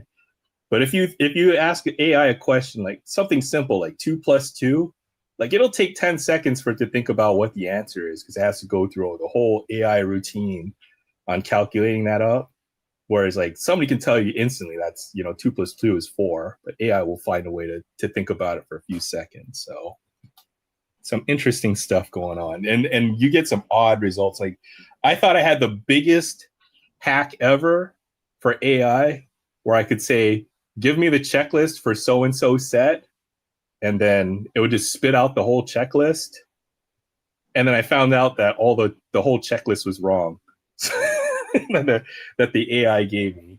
So I was very, very saddened by that right there when I found out that didn't work. I was like, AI, give me the checklist for 2024 archives or something like that, and spat out the results, and they're all wrong. I started checking stuff off the checklist. I was like, nope, that didn't work. So it's like Mantle and Mays being so good, all the greats overshadowed. Yeah, all these guys, they might only get their one shot to win the MVP, and if those guys win over them that year, then that might be it for their shots during their career. Yeah, this Frank might be Jordan's shot. I think Frank. I can give you the 3 names in baseball history. I think they're the 3 underrated from that time frame, and all 3 of them are outfielders: Frank Robinson, Stan Musial, and then Duke Snyder. Man, those guys were beasts, and would be, if they wasn't playing up against Mantle and Mays, they would be the Mantle and Mays. Of course, I know those are big names in baseball history, but they're not collected and revered equally as Mays or Mantle. And it's like that for basketball too. All those guys who play in the 90s, all the dream teamers and the ones that have hobby value are named Michael Jordan. And, nobody's stacking. Well, I'm stacking Charles Barkley cards. They're the hobby value is a lot less than like Michael Jordan, pretty much. It took Kobe Bryant dying early before anybody's cards really just, flat mass across the board kind of had the equalness of, everything being worth something other, yeah, before, you know, anybody could, what I'm saying? They're saying it's all Jordan, or bust basically per se, for sure. I had an argument in a YouTube chat. I was watching the World Cup, and since I'm on one of those off-brand sites, they have a YouTube chat. I was saying that I was being a troll. I was saying that it was Tim Duncan and Steph Curry have been the two most dominant players over the last few decades. Oh man! If you're a true basketball fan, though, no, It's no true. offense, you might sit there and somewhat be trolling, but to be honest, you step back and think about it. What those two guys brought to the table, and the format that they brought it in, to me, to be honest, I think you can sit there and argue that to be facts. I could argue that to be facts. I think so. Tim Duncan won several MVPs. He won several titles. He was top 5 MVP for so many years. He's put up 25, 12. He played great defense. That guy was good enough to be the greatest of his era. Is the way I think about it. Yeah. Look at this. That's a sick card. I think Tim Duncan is very undervalued. Hold on, if I could just find where to click. Check that bad boy out. That's sick right there. Take the comments down. I just want to look at this card. I love it. That's so sick. I agree with you, man. I sit there and I think those two are. I don't know. Those two dudes, in my opinion, are better than LeBron. And I might be a little bit of LeBron hater, but I think they are better than LeBron. LeBron sit there and once again is just a stat stuffer, in my opinion. While these guys were team players the entire time. LeBron had a very nice peak, and he's been so consistent over the years. Like the years of the Heat, and when he went back to Cleveland are the peak of his career, and he was dominant during those years. But he's always had to evolve his game to he's never been the driver behind the evolution of the NBA. Like it's not, you don't see 40 guys who look like LeBron James in the NBA. You see 40 guys who play like Steph Curry now in the NBA. that wasn't my card. That was Adam's fire right there. A Row Zero Flair Showcase. That's numbered to like 100 or something stupid like that. That's crazy. The last comp of the Raw one sat there and sold for $1,200. The last comp of PSA 8 last year sold for I think like 15. So definitely this card should be worth more than last year's price, since all the basketball stuff has just gone up. But it is definitely one of my pride and joys pickups from this year. Like if you had to choose between a LeBron James Chrome rookie card or that Tim Duncan, it's pretty easy on which one you're gonna pick. Since Arnie's in the house and he mentioned Al Kaline, this is another one of my favorite pickups of this year, and I got this card up off of Arnie. That's sick. TheCardDeal.com. You want some beautiful vintage or any beautiful cards? He's got some really cool modern cards too available. Go and talk to Mr. Arnie. He's got some sweet cardboard that I know he's trying to pass along to our beautiful community, so he can chase some beautiful cardboard in his wish list. LeBron destroys franchises and plays the GM. He had every shot to be the greatest ever. Yeah, that might be the fair way to put it. I think he gets the biggest spotlight and probably a lot of unfair criticism. You know what? I'd probably be I mentioned this before. I would probably be a bigger LeBron James fan than what I am. But when he come into the NBA, he was already declaring himself the best player, and he declared saying he was the king, he was the best ever. Hey, good night, NCR. Good night, NCR. But you know, Kobe Bryant was the best at that point in time, not him. And you know, so I don't know. It made a lot of us Lakers fans and a lot of Kobe fans not like him from jump, and a few other players that you know were true basketball purists or whatnot. You don't have to claim yourself the best. Other people do that. You know what I'm saying? He's a Barry Bonds in the NBA. Oh man, that's kind of NCR had he had one of those old Beckett. Was it him going through one of those old Beckett's and you know reading like in '94 or something talking about why are Barry Bonds cards worth more? You know, the article said how polarizing of a player he was even back then, and even is to this day now. I feel like LeBron James kind of fits in that situation, even though Barry Bonds, you know, has several records, steroids or fentanyl or not or whatever, kind of fits in that same boat. Facts, Arnie. And the thing of it is, anytime LeBron James does something other off the court to try to help people, you know what he does? He brings every news outlet to come and sit there and publicize it so he can get more publicity for doing it instead of just doing it and being a good humanitarian about it, you know?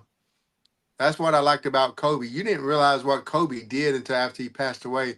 And so many people come and sit there and talked about where he went to this and did that and, you know, and helped this person with their basketball, you know, career, et cetera, from females to guys and so on and so forth, talking about how all that stuff. So, and then the different little charities and humanitarian things he did, just, I don't know, you know, sit there and shed a new light, you know, as well on Kobe. I thought LeBron James will eventually, you know, try to turn his public image around because even Kobe had a bit of a likability problem. Yes, very cocky player. Yeah. Very cocky player. He even had his own little scandal as well, right? That you know kind of got brushed under eventually too. But not until like the last 2 or 3 years, and even in his last 2 or 3 years, right? He didn't have the talent on those last couple Lakers teams, and you know. But he did it with one team, and he did it by sitting there pushing his players instead of, you know, just going and signing contracts with other players and recruiting and, you know, et cetera, you know. So at least while he was doing it, he was still being a dog on the court, if that makes sense, you know, to chase the rings and titles and his greatness and stuff. So that's the difference, in my opinion, of the two. Yeah. Okay. Well, Speed Racer had that video on that. It was not a Beckett. It was an old, was either sports card magazine, one of those thick ones that you couldn't get when you couldn't afford a Beckett. You wanted one for all four sports or tough stuff or something like that. But that's exactly what it was. Yeah. That's what I was thinking of. It's likability. The guy right now might be Nikola Jokic, right? That guy had a chance to win 5 straight MVPs. Something like that. He's that good. He won 3, I think, was it, right? 2 or 3. So doesn't have a high profile. I mean, it just shows how much popularity or how much your name plays into you know, when people are trading cards or you're at a show or whatever, or why things cost money. It doesn't make any sense, but that's part of the equation. Yeah, I've got a stack of those magazines somewhere. I've buried them. I think I've got like Beckett issue number 2 or something like that. I need to eventually pull mine out and see which copies I got. The one I definitely know I want is the one with Chipper Jones on it that has the bubble gum and the hat turned around backwards. I think it's the Christy Brinkley photo one or whatnot that I think they made a card of as well, and so on and so forth. That's the definitely the Beckett I want in my PC, regardless. But I think I might have it. Christine Brinkley, what? Yeah, Christine Brinkley was she liked to do photography. That was one of her hobbies. So actually, she sit there and took some sports photos of different athletes and whatnot, and had a little set or something other inserts in some of the different brands and stuff. I thought I can't remember exactly, but I know she took a picture of Chipper, and so on and so forth. Yep. Pinnacle had the Brinkley insert set. Arnie's Oh, in I there. didn't know that. Yeah. For sure, she was a smoke show. I don't know. I don't know how in the world that goofball Billy Joel messed that up. It's kind of like David Justin messing up getting to be with Halle Berry for the rest of his life.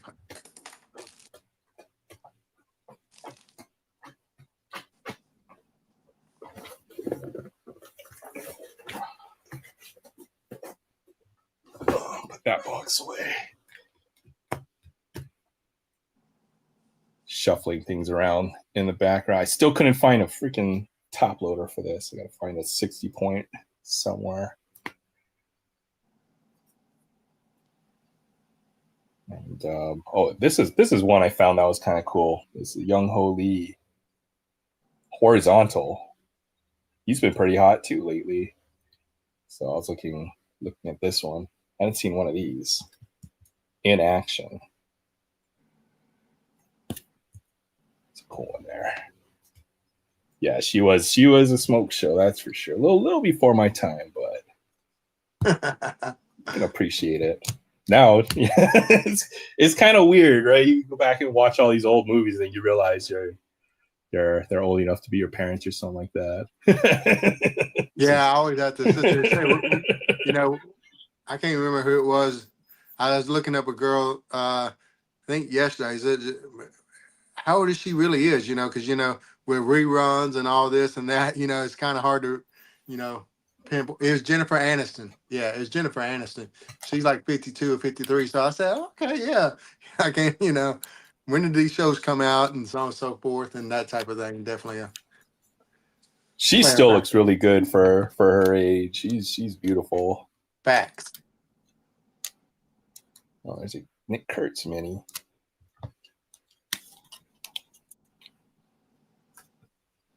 Yeah, she was definitely my time when I was growing up. That's for sure. Yeah, when she was first getting on the Friends, I didn't care for it as much and so on and so forth. I guess over time, though, she's definitely my favorite of them all now. Oh, she's always been really pretty. I think it just took a couple of her movies and whatnot sit there and make me, okay, she's a baddie for sure. Think about it a little while, because she kind of looks normal, but then she really is beautiful. Yeah. I think that really is. I mean, there's like exotic beauty, and then there's just beauty that just kind of shows, I guess. And yeah, she's pretty. SPs are tough. I pulled the skeins for Rig. Yeah, I must have opened a lot of Ginner to get just one. One of those. Paul Skeens, though, that's a nice one.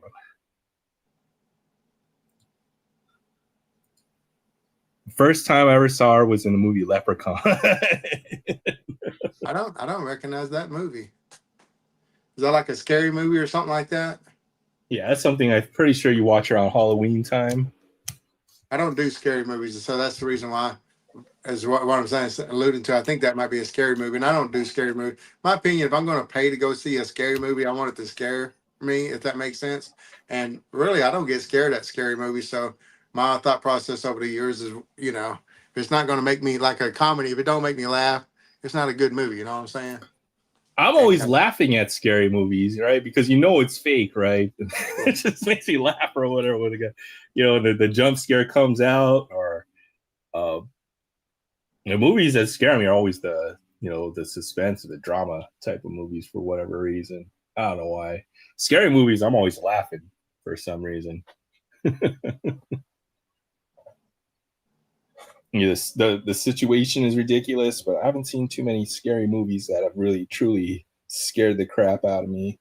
Yeah, that's the reason why I kind of like scary movie when they actually started making it. Because I'm like you, I think they're funny and whatnot, so forth.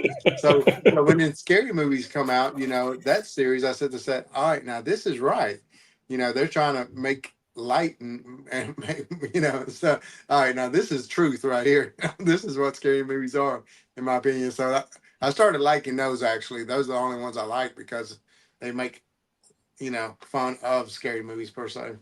Yeah, scary movie, Final Destination. I'm always laughing because they always die in the stupidest ways possible. There's Tucker and Dale versus Evil. That's a funny movie. I wouldn't say that's necessarily a horror movie, but when I'm watching horror movies, that's typically what I'm doing at those movies. Oh, hey. Sam? Oh, my bad. Is it not pinned? No, it is. It's pinned, Sam. Drop in for a minute. Hey, good to see you. Happy 4th of July. Let's go. How you been? I'll drop it again just in case. That way it'll be easy for you. Maybe you're on a mobile device or something.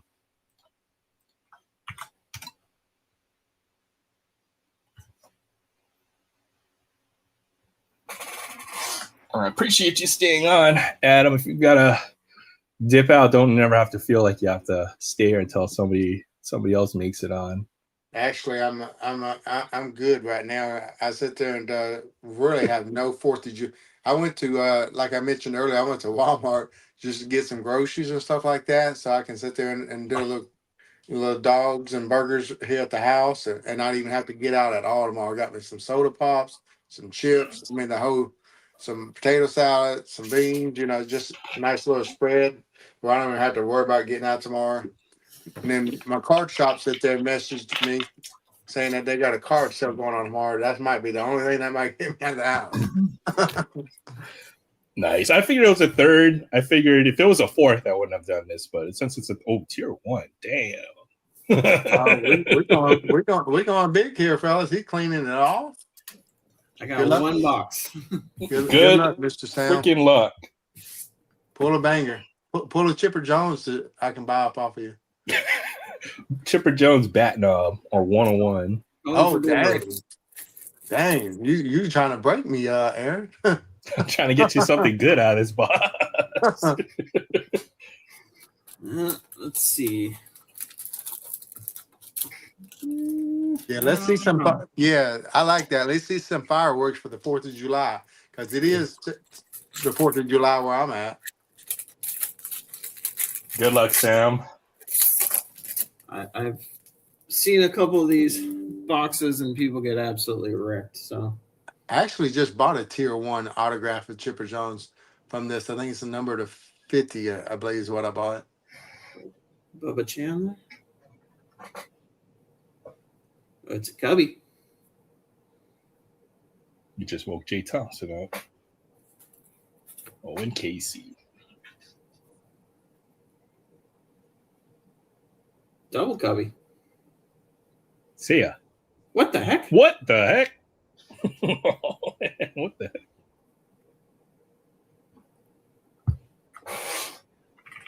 Oh, he got an image variation of the same guy. That's interesting. Very interesting. Both to 49. Both for 49? Wow. Yeah. Well, you just instantly become a super collector of this guy. Apparently. Wow, you got ripped off, man. They didn't give you a relic of the guy? Let's call customer service. I'm a little, double auto of the same player is kind of.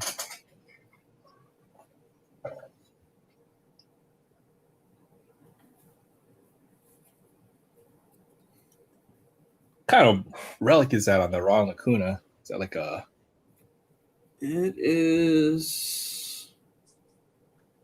You got a double Cubbies and a double Braves. Did you notice that? Yeah. Just like a little bit of a napkin jersey. Well, if you're interested in maybe doing a little trade for those two Braves relics, I would be interested. For sure. And I think you had a Trish Stratus that you pulled and a couple of rips back as well. I'd be interested in my girl. You know, she likes me a little bit. We can do some horse trading. I'm a fan of Seattle, so if you got any Seahawks or Mariners or I just showed a really sweet. I don't know if you see Supersonics. You know, back in the day, I just showed a really sweet Gary Payton. oh, nice. Gary Payton. But yeah, I mean, I got some Mariners and I got some whatchamacallit too. Let's see. Where's the bigger top loaders? Well, I did get that lot off of eBay. It was labeled as an Ichiro lot. It said 60 cards. And Oh, I yeah. saw a good of. Yeah, so check this out. It was 20 Ichiro cards. I think I paid $20 for this lot. But I saw a very grainy photo, right? And I know who that was. It was the rest of the lot was Otani. So I got 20 Ichiro cards here. There might be a few doubles. I'll definitely put those aside. And then 40 Shohei Otani cards in this lot. So So you did pretty good. yeah, I kind of scooped on this lot here. Oh wow! And Yeah, a lot of you them did are really good. a lot of these are fairly common, but 40 Otani cards for plus the 20 Ichiros. That was my best eBay find in the recent times right there. Yeah, no, So that's a good deal. got some extra Ichiros coming your way. I got this Platinum Blaster. Let's rip that right now. Good luck. My as well. I had two orders from Target. They both got canceled. For what? This? Platinum Blasters. This product is pretty fire. That's all I gotta say. So And I ain't found a box yet of it yet.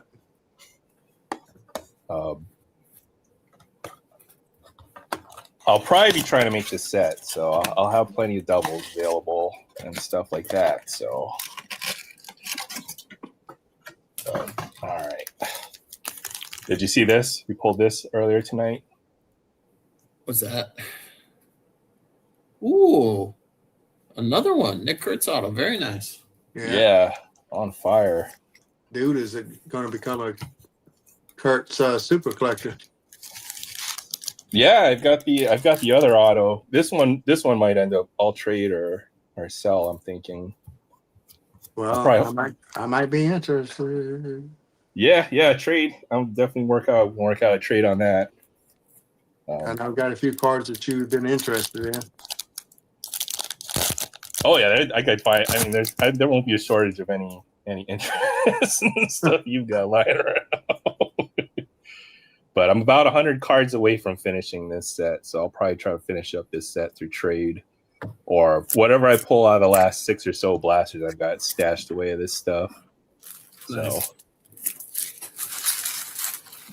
yeah, two autos out of that jumbo and 2 relics, and then the numbered 25 and 76. So that was a good jumbo box. One of the better ones I've seen, that's for sure. Ron Guidry, 481. The Louisiana Lightning, a.k.a. the Gator. He was a solid pitcher for many years. Very good pitcher, yeah. DTTMs, one card per, though. I'm going to have to try to find one to get on the train with. Robert Hassel, Corey Seager. You know, I've noticed every card is backwards and then backwards on this, the way that they packed. It's infuriating. Tyler Phillips and Mr. Ozzie Albies. Yeah, that frustrates me too. When every single card you got to flip. This is like the worst set for this. Derek Lee, solid player there. Yeah. Eddie Murray, One of the best switch hitters of all time. There's a nice refractor right there. Mike Trout on the refractor. Look at that Trout. That's nice. Give him 27? No, they gave him card number 1 in the set. All right. Nice. Usually they give him his jersey number or 100 or 200 or something like that. Yeah. Number 1, Dolis Garcia.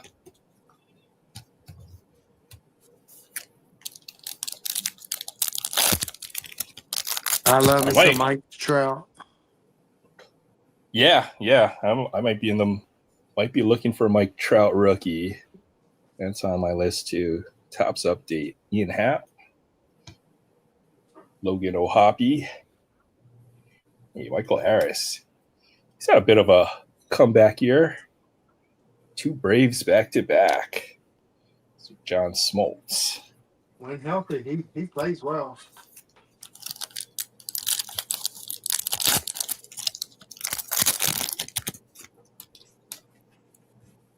Chase Dollander. Ryan McMahon. Bob Gibson. That. Kate Horton. Ricky.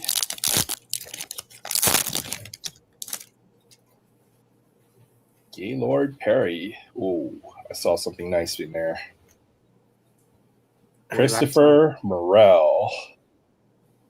Purple or is that black? That looks purple. If it was black, that'd be number 10. Cameron Meisner. All right, purple parallel. Be something good. Be something good. Guardians. Tristan McKenzie. Oh, Sticks McKenzie. Yeah. I thought he didn't even play for the Guardians anymore. Might have. The dude, he's got to put some weight on. Hey, Arnie, does he still play for the Guardians? I have to go look him up. I know that's last year's product, but I didn't know he was still playing for the Guardians. Well, might have gotten hurt or something. I'm guessing River Ryan rookie. That's what I was thinking, Arnie. Not even in the league. Pete Alonso and Framber Valdez. Our last pack. This is actually anytime I've seen these blasts, you have usually anywhere between 2 to 3 numbered hits. This is definitely one of the lesser blasters I've ever seen. Fraser Ellard. I probably need that card for my checklist. I've never heard of that guy. Dennis Eckersley. Aaron Nola and Sir Cecil Fielder. Get that autograph. I know I've got a Cecil Fielder auto somewhere around here.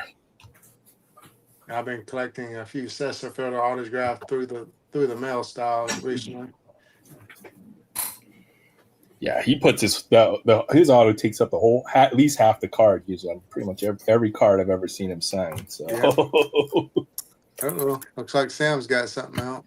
You just hear it in the background. How you been, Sam? It's good to see you. Work sucks. I know I missed out on the last couple of shows. I just was not feeling good, or I just been out of it too. So I hear you. Yeah. So a little bit of retail therapy. Pokemon. Yeah. Good luck, Mr. Sam. This one got squished.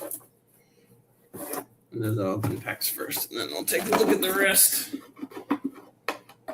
You should see by my chair, it's just a mass of boxes that I gotta start going through and organizing.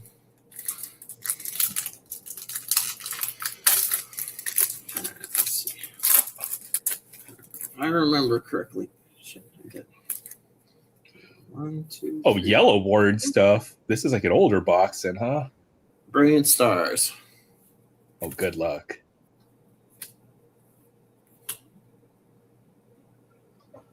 Weavile. Tino. Smart. Nose Pass. Siri. Pachirisu. And Ultras. Oh, that's pretty sick. I like those older foils. I know it's just a regular rare, but those are nice. So the hard part with these older packs is trying to open them without spoiling if it's a hit or not. Because the code 1, cards. 2, 3, 4. There you go. Choice Bill. Ryolu, Bernie, Staryu, Carblast, Clefairy, Floatzel. Ooh, Ooh. hello. Whimsicott, Ayo.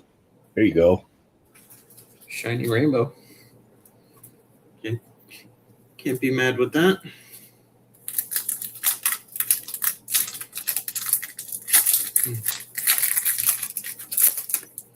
So if you look at the other side, you can see if the code card is white or not on the other side, and then kind of spoils it.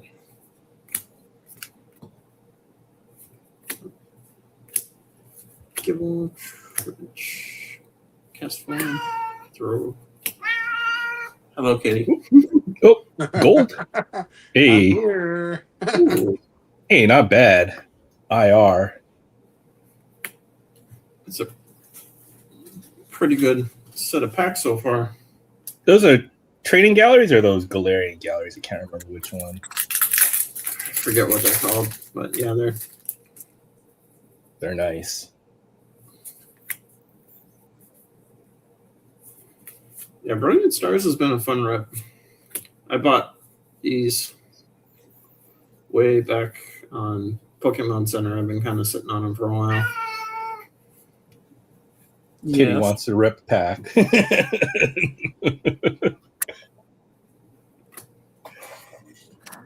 No, Kitty wants either outside, inside, more food, or yes. I'll tell you about the shenanigans at my local Walmart after you're done here. Oh, Yeah, there were 35 people lined up on Thursday outside. I couldn't believe my eyes. all for Pokemon, I'm sure. Pokemon, yeah. I didn't even bother to get into line. I was just like, hit the sports aisle. They had Bowman, and I walked out. I was good. I got some Bowman at least. That's good. But you know why? Because I went the week before, like on a random. Oh shoot! I went before on a random Tuesday. I had a nice little lick at my local Walmart. Saw This that. That promo's Oh, nice. like $15. Yeah. Those promos with the stupid stamp on it.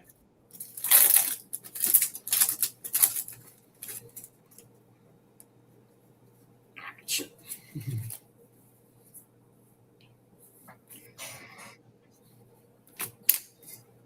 Climb, Grimer, Sneasel, bit of Electabuzz. Mow. Yes. Hello.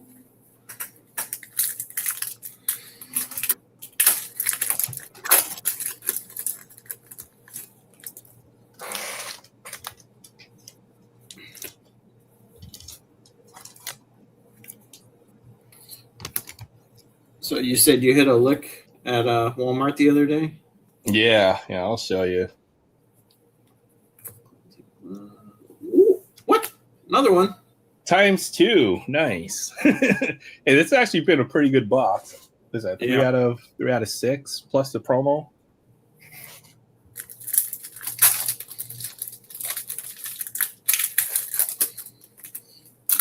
Compared to what they're going for now, lose money. But compared to what I paid for it, doing pretty good. Yeah, there you go. What's a big card? Is it Charizard?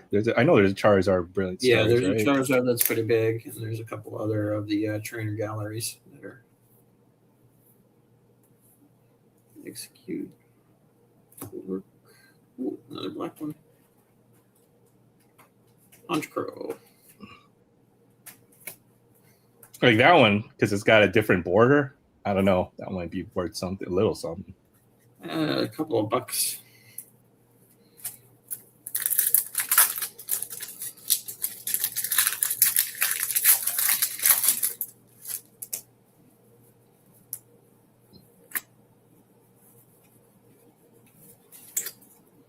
Star card.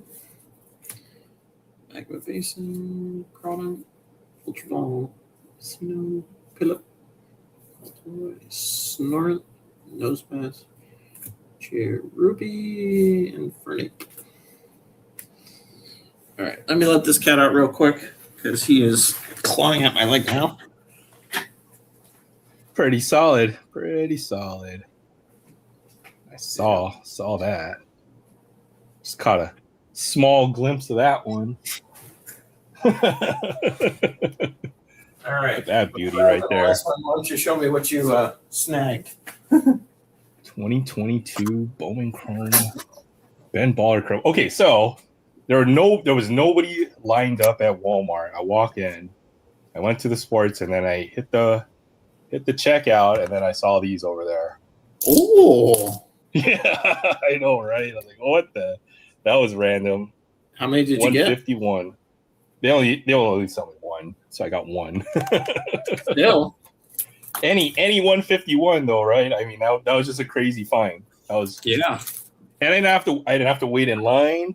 I didn't have to, like get there 2 hours early or anything like that. So that was a big come up right there. Ooh, But double, sweet. Congrats. That's Double. about as good as you can get for the promos. oh wow, 2 Moltres, not bad. That alone pays a good chunk of the box. Yeah, you're pretty good on that one. Oh, we still got a couple more. 4 more packs. Let's get a Charizard.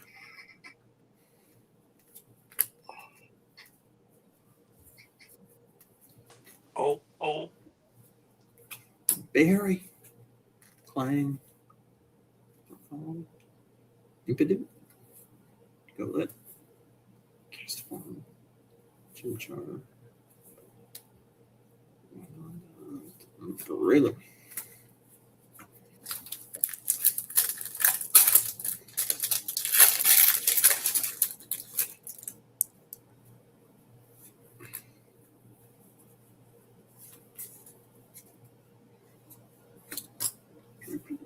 Morgan, Clayton, Axu, Nosepass, Norant, Clink, Cincino, and Askew. 2 more.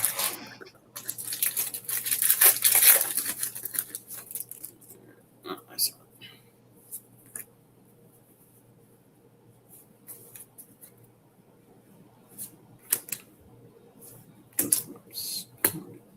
Joey, Farfetch, let's go. Primer, Shynex, Bidoof. Okay, I'm gonna sweat that one. Just see what the other pack is first. One more. Not bad. Not bad.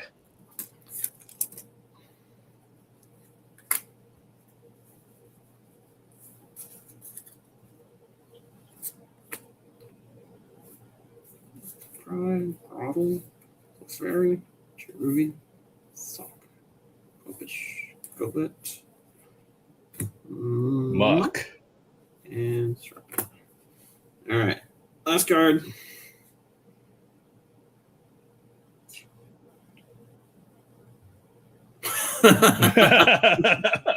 I know freaking what. Yo's got a whole play set out of this thing.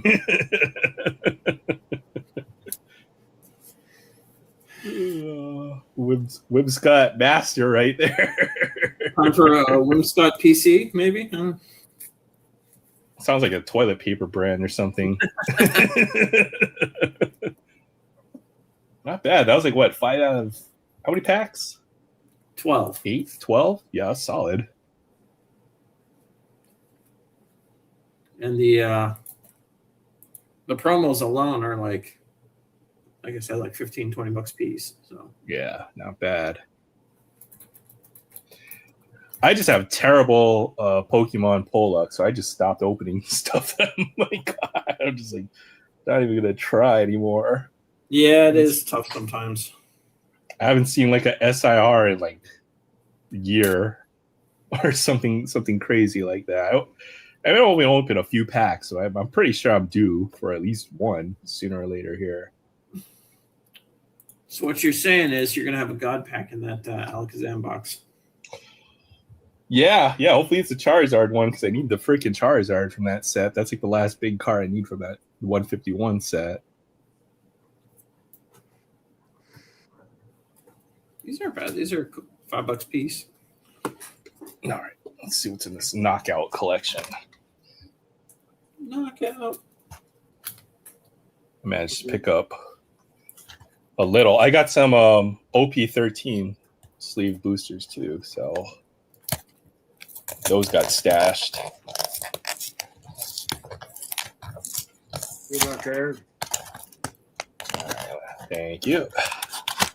These only have a couple packs in them, I think. Yeah, like 3 or 4, I think. 2? Feels like 2. And a promo. And some stickers. Ooh, Twilight Masquerade. And Surging Sparks. That's actually a pretty good pack. Well, that Surging Sparks one I suppose is a good one.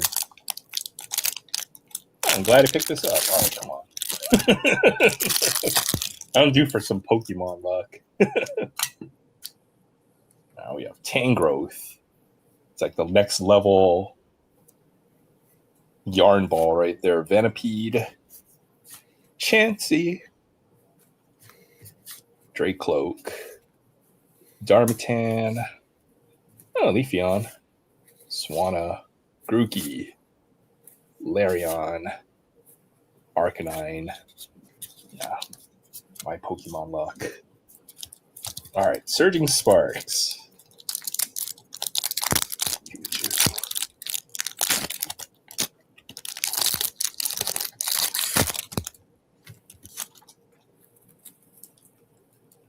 Spiel. I've never heard of this. I know there's like 1,000 Pokemon, but I'm always learning new ones. Dino, Flittle, Blitzel, Executor, Iron Bundle, Terpagos, Duskball. Yeah, my Pokemon is trash. Zarude, rare. Well, that was a good try. I bought a couple of boxes of Topps Chrome Football from a buddy at one of the card shows. I bought a Blaster and a Mega. I've got a Mega stashed away somewhere. Oh, you ripped them already. This one out of 50.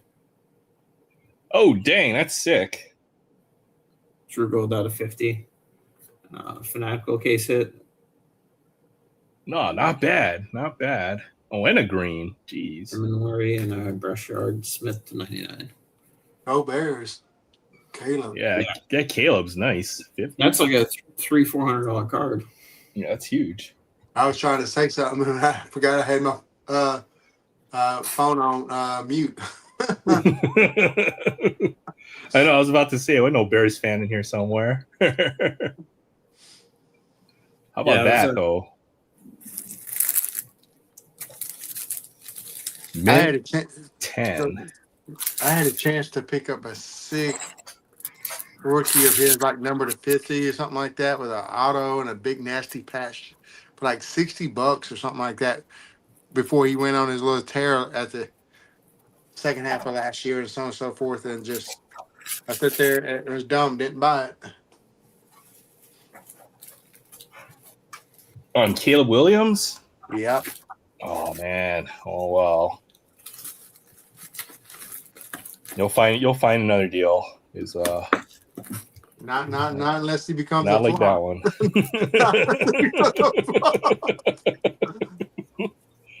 I mean, he's hot. He's pretty hot right now. And I didn't believe in Caleb Williams. I know I've said this a few times. I was not a believer, but last year, he's a playmaker. Is my takeaway from on Caleb. Yeah, that is a crazy Mike Trout auto though on that Ben Baller. 5 of 5. Oh geez. Oh, it's a red refractor. Good grief, that's big. That's huge card then. Jeez. That is a big one. Sick. That's sick. Oh, I don't know if Artie's still here, and I was showing his platinum anniversary box. I had a box pulled aside too with all the stupid stuff I've pulled from platinum anniversary that I need to go and look through. So this box right here, if you tilt it, can see it's a rainbow. So there's Wow. some good stuff in here.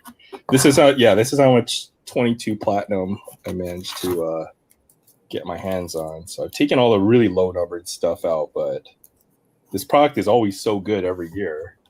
So I realized why I didn't have any Stadium Club Chrome is because I was buying Platinum Anniversary instead. So all this stuff is all numbered, and I have to go through, try to sort this by team, but there's some good stuff in here. So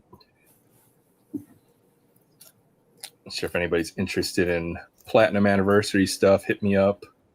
Hall of Famer type of stuff. Was that a Satchel Paige there? Yeah, there probably was. I think there might have been. Let's see. I'll go through the Hall of Famers here. Let's see. Warren Spahn. Yeah, I love me some Warren Spahn. Yeah, that was Satchel Paige. Satchel Paige. Pretty much half of this box, I think, is numbered cards in this one. So, Brooks Robinson. Kyle Muller. Let's see. But one night I was really drunk. I think I bought the one and only time I've ever bought a case of anything was this stuff. And then when it got to my front door, I was very surprised. There's another Satchel Paige, Green Wave, Bruce Sutter. I love me some Satchel Paige. Jim Palmer. Oh, Bunny. I'm a Palmer fan too. I might have some mini rainbows of certain players here. There's another Warren Spahn. Posey. Hawk. Biggio. Garvey. Bryce Harper. Wheeler. Oh, Ernie Banks. That's nice. Whitey Ford. Yes, I've always been a big fan of this set. Huge fan of this set. So have I. Since they did away with top Stadium Club Chrome, that kind of became my favorite little product, of modern stuff. Yeah, Stadium Club Chrome. I mean, it's a nice set. That year's checklist was just huge, and I was like, I may as well get it in Platinum Anniversary. Get some Hall of Famers. Carlton Fisk. 2 Zach Wheelers. 6 of 100 and 87 of 100. So it's just such a good set every year. So a lot of the stuff that I've got. Well, Andrew Jones. There you go. Number 100 there. See Cleveland. So yeah, I probably have to sort. It's sorted by parallel. Now I've got to sort it by team. Eventually, is the next step here. Eddie Murray. I'll see if we got any Cleveland stuff. And I'm trying to put aside all the other stuff that's scattered all over my collection because I know there's some folks out there who trade for this set. Dale Murphy, Winker, Biebs. I know he's not a Indian anymore. Garrett Cole. Gary Carter, KB Verdugo. Love watching Andrew Jones play. Finally got his just due. Corbin Burns, Dave Stewart, Eddie Matthews. Man, you got a lot of stuff.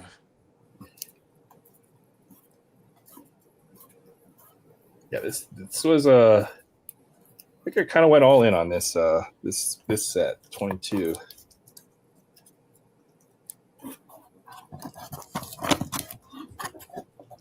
And then the 23 stuff I've got in here as well. Just not nearly as much as the 22 stuff, but this whole box is mostly numbered stuff in here. Beltre,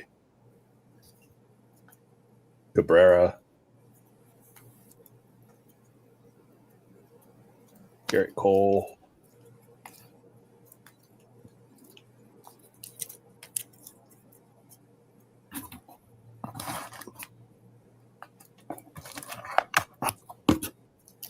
X Fractors. So yeah, there's a lot of stuff in here I've got to go through. But if I see any Guardian stuff, I'll take some pictures. Be sure to send them your way. X Fractors.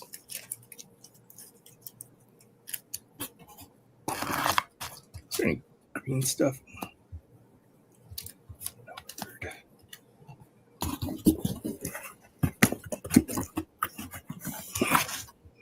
With those being numbered, how many base would you have from the sets? I've made 2022 sets. About 75 cards away from the 2023 set. And then 80 or so cards from the 25 set this year. So with those being numbered, how many base set cards did you have from those sets? So for 22, I think I have 6 or so 800 count boxes.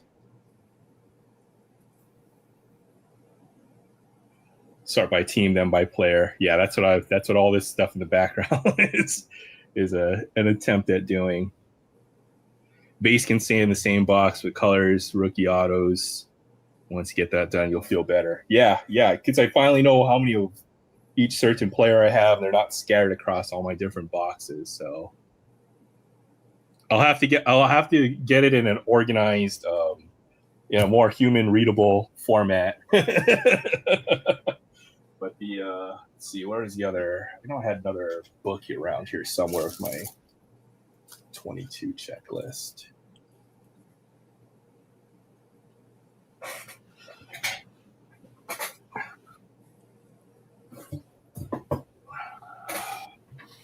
Or I've got it all written down somewhere. I just got to find it. That's what it is.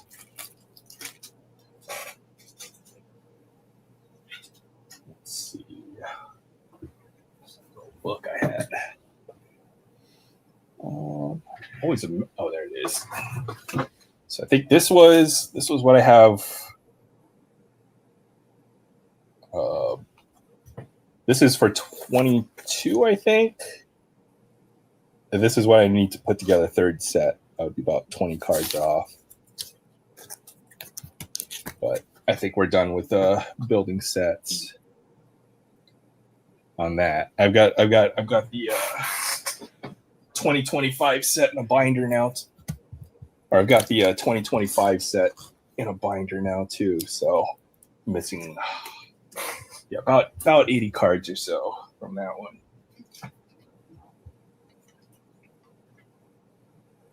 Oh, thanks. If you try to collect the set and you need doubles, you know the guy to talk to. So hit me up. Oh boy, Adam just keeps on throwing some big boy cards out there. Oh wow, X Fractor, Shohei Ohtani, 2020 Chrome. That's sick. Yeah, I pulled that in a break. I actually had that pulled for me in a break, should I say.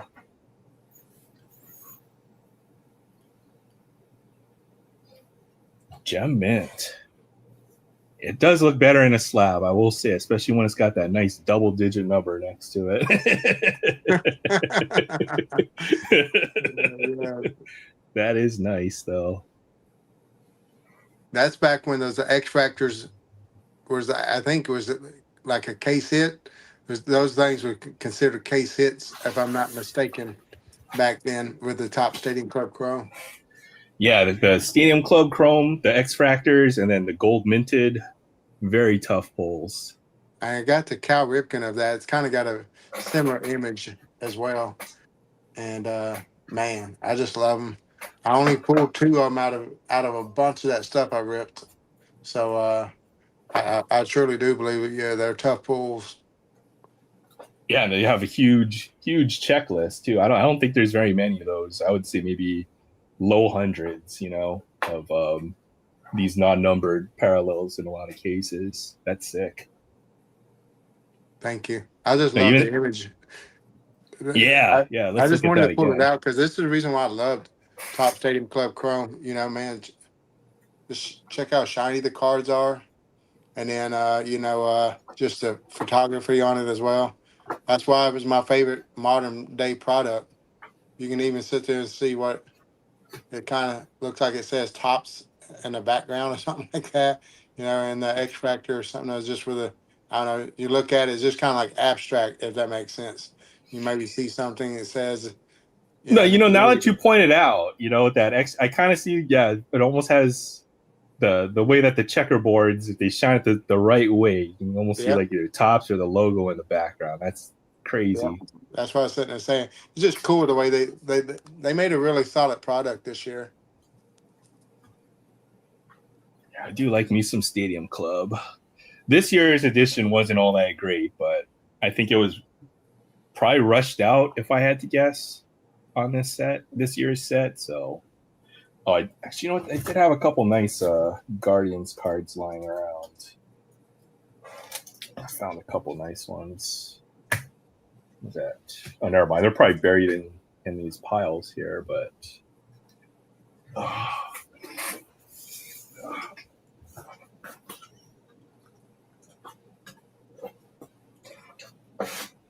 What was it?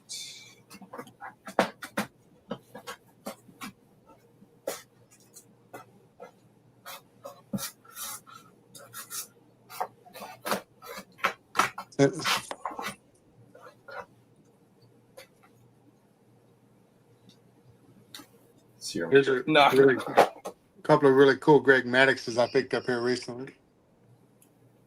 I wasn't going to show them. I was going to kind of hold on to them and do it. I am still going to do a video on these two.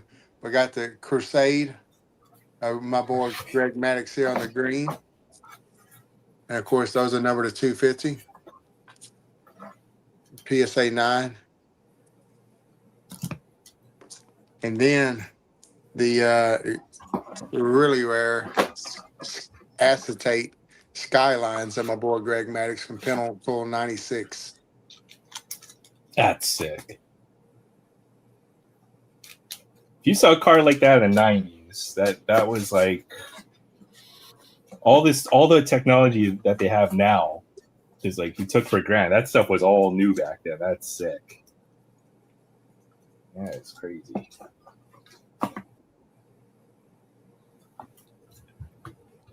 Take that. Put this all back here. So, this one's.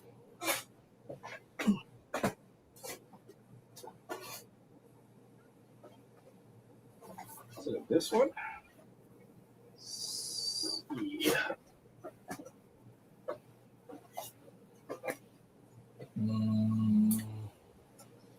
Found that too. It's pretty cool. Oh, there you go. Found that one too. Hey, I know it's a prospect card. Here's one of Kyle Manzardo from Elite Extra Edition. It's got a little bit of that Nike swoosh in there. Man, that's a nice patch. And he's on Tampa Bay there, 2 of 3.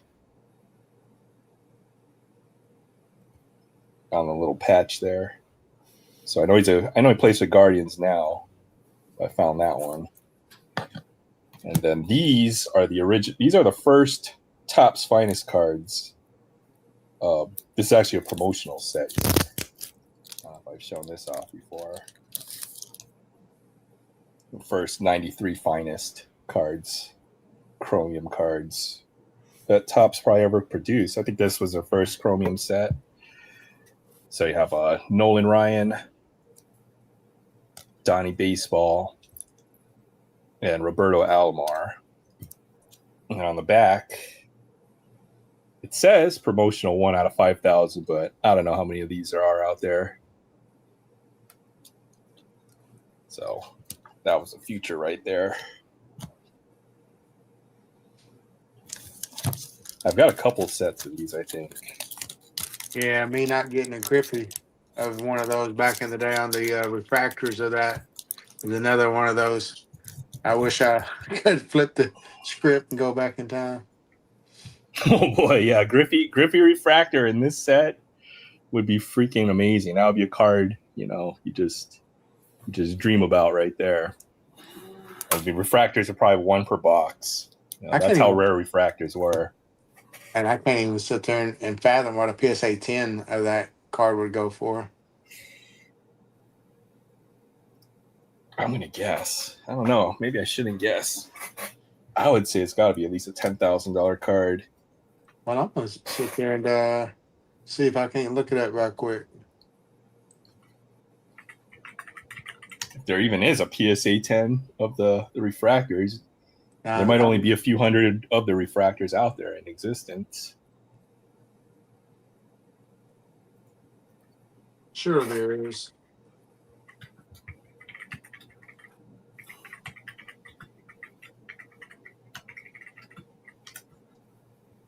Nope, don't want to leave the site.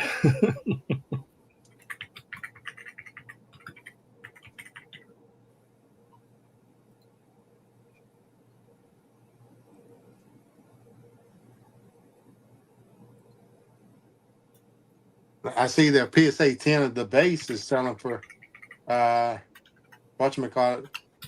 They got one in the vault. They got listed for $50K on eBay right now. But that's an asking price. Let me see if I can find the sold copy.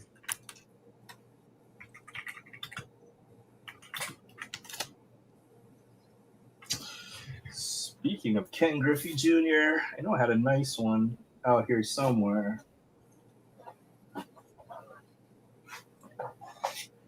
A raw refractor sold May the 27th of this year for $6,100. So yeah. Okay. Oh, I found actually a whatchamacallit, $13,600. Okay, so I thought I was off by a lot more when you said the raw one sold for that much. I was like, well, just triple or quadruple that. So I guess I'm not too far off there.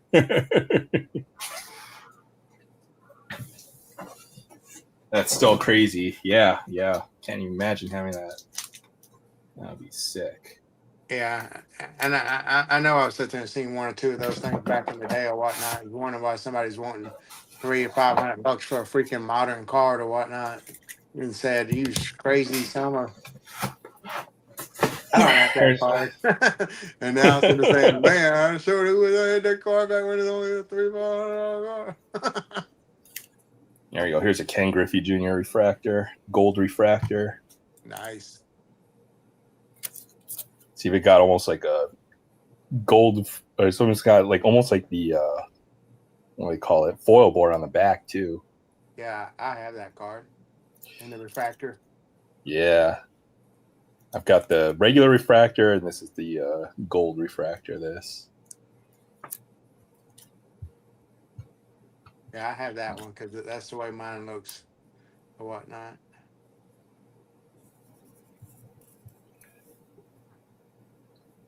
I didn't. But I've heard. I guess I didn't realize. I guess I didn't realize there was a gold version of that. But yeah, that's the way mine looks. I might have the regular version out here somewhere. I've sorted this out.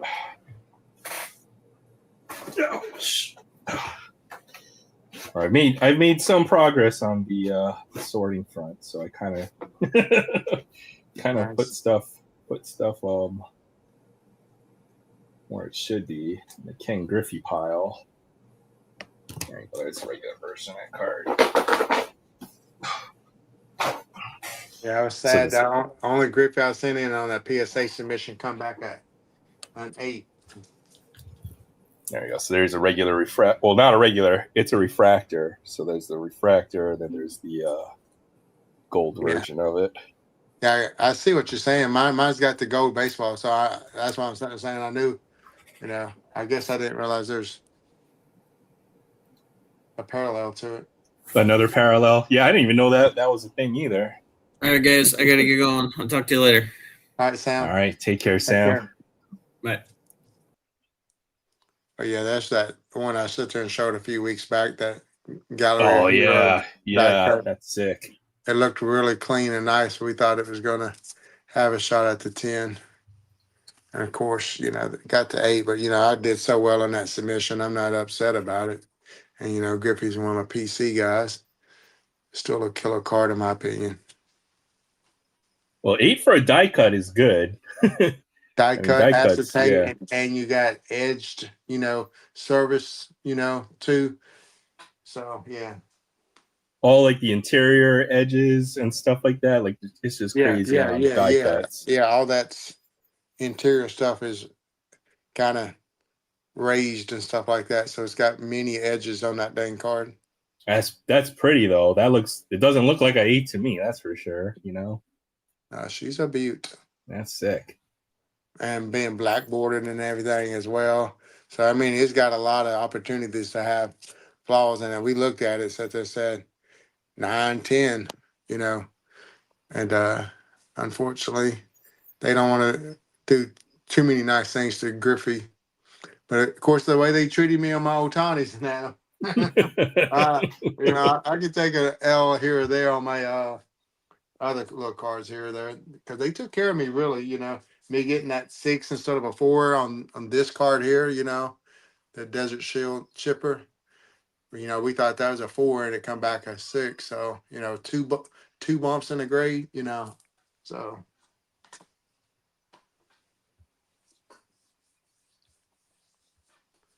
Overall, I kind of got an order that I kind of would expect. Some wins, some losses, some right on par. Yeah, happy 4th of July, everybody. It's been 4th of July for 2 hours here where I'm at. Happy 4th of July. Good night, Speed Racer. Take care. Have a great one. I know it's already 4th of July for you. It's only 9 o'clock over here, so it's not quite there yet for me. So a couple more hours.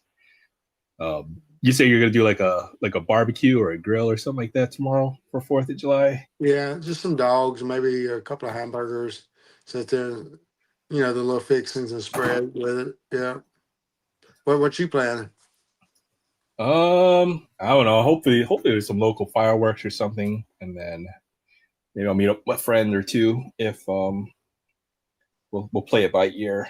Otherwise, I'll just have a nice quiet evening. Man, I'm hoping to catch a baseball game tomorrow on TV.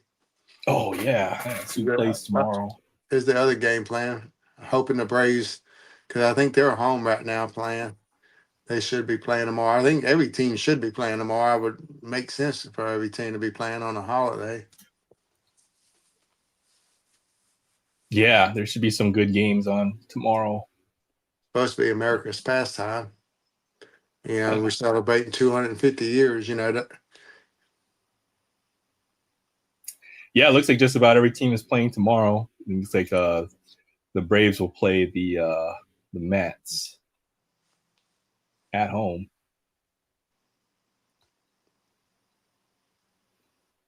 Yeah, there's a lot of good sports on too tomorrow. We've got World Cup still and all that stuff too. First game starts at 5 a.m. my time. No, won't wake up for that one, I'm sure. Which is that, World Cup or is that baseball? Oh, baseball. So things start real early in the morning for us for sports. Like football starts at 7:30 or 8 o'clock, depending on Pirates and the Nationals. 5 o'clock. Not probably was that 9 or 10 o'clock your time, I'm guessing. What time does it show at Eastern to be? I live in the Central Time Zone. Central, yeah. So what time is it over there right now? 2? 2 o'clock, yeah. Yeah. So it'd be 10 o'clock for you. 10 a.m. 10:05. Yeah, I might be getting out of bed about that time in the morning. Yeah. I usually sleep about 11 o'clock on Saturdays. But I'll probably get up about 10 tomorrow just because, once again, I want to be at that card shop when the doors open because they said they got a card sale and they just got a mean sick lot where they look like they bought 5 big old 5-row boxes of vintage.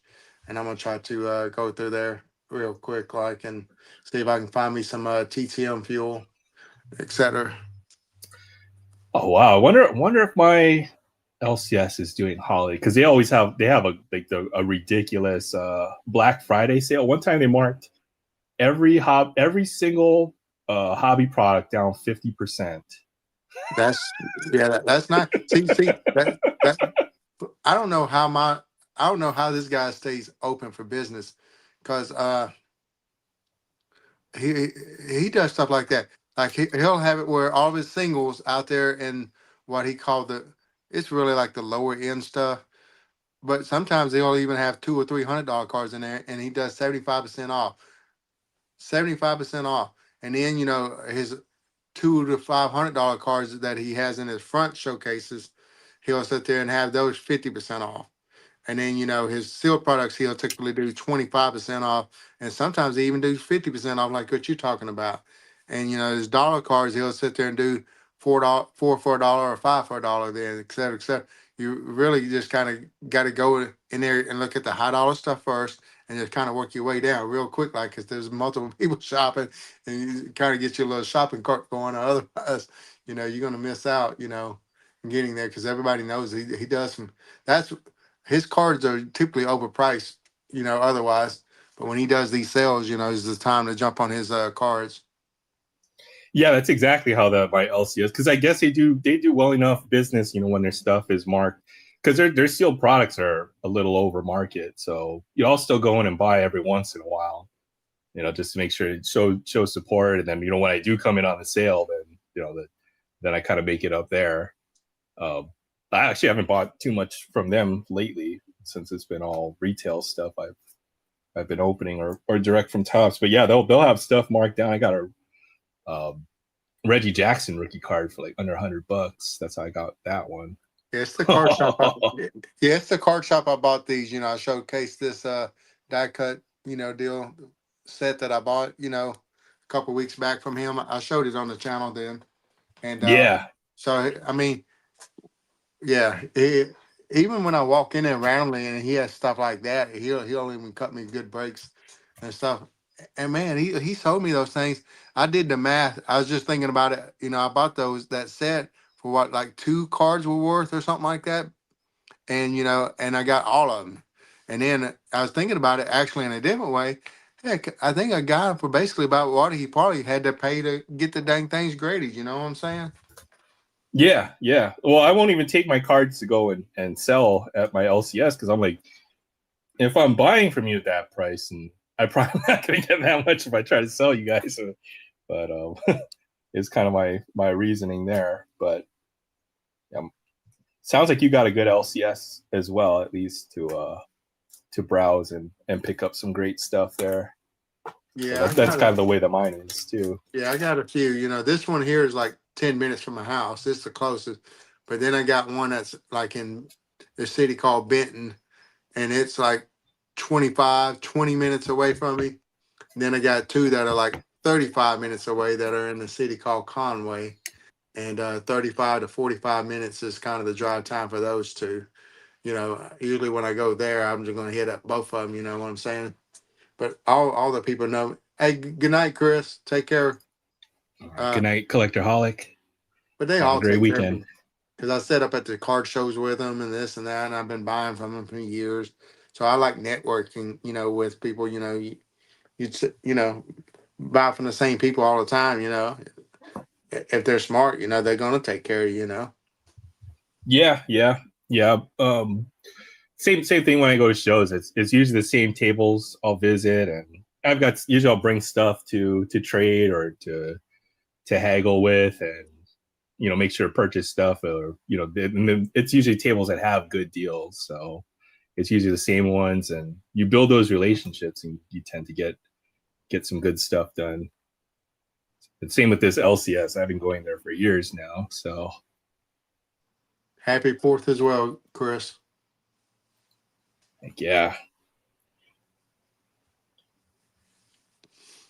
Well, Mr. Aaron, I think I'm about to put a fork in it myself, since an old man like myself needs 8 hours worth of sleep. If I get in bed right now, I can make that happen, and I'll be fresh as a daisy tomorrow and take care of all the things I want to do for the holiday. I appreciate you letting me hang out with you, everybody in the chat. We wish y'all a very chipper and a happy and safe 4th of July on this 250th celebration of our country. Let's go. And go. God bless America. Amen. Take care, everybody. I'm gone. Good night, Adam. Have a great weekend. Later, Mr. Aaron. Bye, everybody. All right. We'll probably close it out, too. I'll probably shut it down a bit here with this last blaster Bowman. We'll call it a night, I think. But yeah, thanks for everybody for stopping by. I can't even see the number, but I know we've had a lot of people in here, anywhere between 10 and 15 or so. So show me the list of 22 Topps Platinum. I've got pretty much doubles to be able to fill a set. These are the only cards I'm missing, I think, from a third set. So probably get this over or send you a screenshot or get this into a more readable format. But I've already got 2 sets, so I figure at this time, I don't know, maybe I'll put this aside and then, the rest will be up for, if you've got other sets that you're trying to finish up as well, then I can send you all this stuff in pictures and stuff like that. Yeah, I got to get this into a more readable format. So, once I put this all into like a Excel spreadsheet, I'll compare it against the either TCDB or like the Beckett checklist, and then get some names next to this or something like that, and then we'll know which cards we need from, or which ones I have to trade or for doubles or triples or whatever, and then I should be able to help you fill out a set if you need some extras from there. And then I'll get the same for the 23 and 25 checklists. And I showed you the screenshot or a picture of the 25 checklist I had. It was in a non-human readable format right there, but it all fit on one page of paper, and I'll be able to fill out a real checklist with whatever I had on that paper. So. We'll do this Bowman's last and we'll dip out for the night. But yeah, it's been fun. Seen some good stuff for Bowman. I haven't had much autograph luck. I swear, I think I've only pulled like 2 or 3 autos out of here, but there's been some other nice stuff, so I can't really complain. And Bowman's been. If I sell that Paul Skeens, might actually be positive on this set. Yeah, the alien hieroglyphic set. Yeah, that checklist was pretty stupid. I was like, you know what? I'm going to try and put it out like this and see how it works. I mean, it fits on one piece of paper. Like I got on graph paper. It was basically a grid, right? So 100 cards on the grid, and then any card that I didn't have, I just put the number in the box, so I know exactly which cards I didn't have. And it's faster than checking it off the other way, where you check off all the ones that you do have. So. Like it only took me about 10 minutes to build that whatever I was missing. So you go Sal Stewart on the rookie, Bryce Matthews, my Roldy Brito, number 86. The Rockies prospect. Carlos Gutierrez. There you go, Merrick Houston. That's a pretty good one. Braden Nett. Jorge Quintana.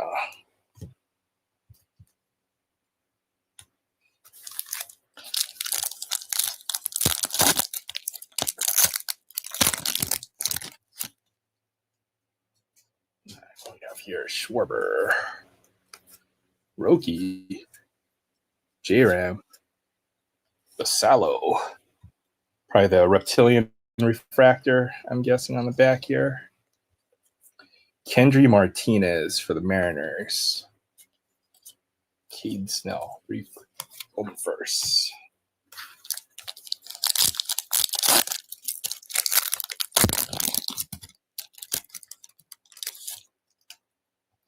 There you go, Nick Kurtz. Aaron Judge. Basallo. DeLauder. There's a Miz. Those Bowman Sterlings, those are nice. Probably pretty close to finishing that set. Wilder, Dallas. There you go, Wehiwa Aloy. And he's actually from Hawaii. Born 2404 Wailuku, Hawaii. So he's a Maui boy. Produces his name Vehiwa. Okay, yeah, okay, that's the right Hawaiian pronunciation. Vehiwa Aloy. First Bowman. Truett Madonna. Yeah, if I can pick up an auto of that guy, I'm gonna see if I can fit that into the billing. But yeah, ooh, got a little color in there. Purple Wave. Sproat. Hunter Goodman. This guy's got like 25 home runs. He plays for the Rockies. Elmer Rodriguez Cruz, number 98. Ooh. All right, let's see. Well, it is a prospect. It is a first for the White Sox. Matthias Lacombe, Purple Wave to 250. Number 28, Sox prospect. 12 strikeouts per 9 over 2 levels, promoted to single A. Sweeper. 12th round for the White Sox. Bazana Dickinson.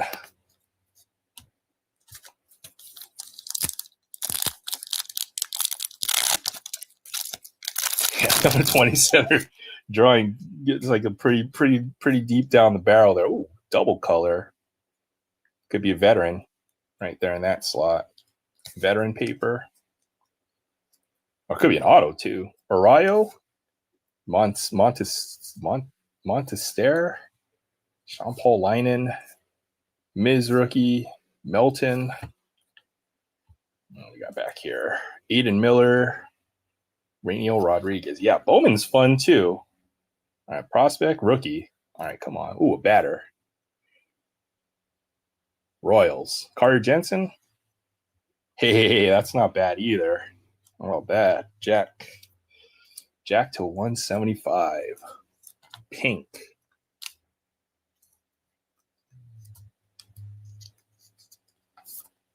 Oh, that's a nice pull right there.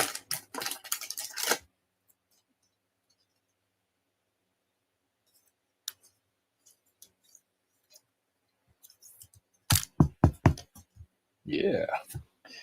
That's like the first numbered parallel at Jack I think I've pulled so far this year. So finally got something of these. All right. Auto, and we can go home right here. All right.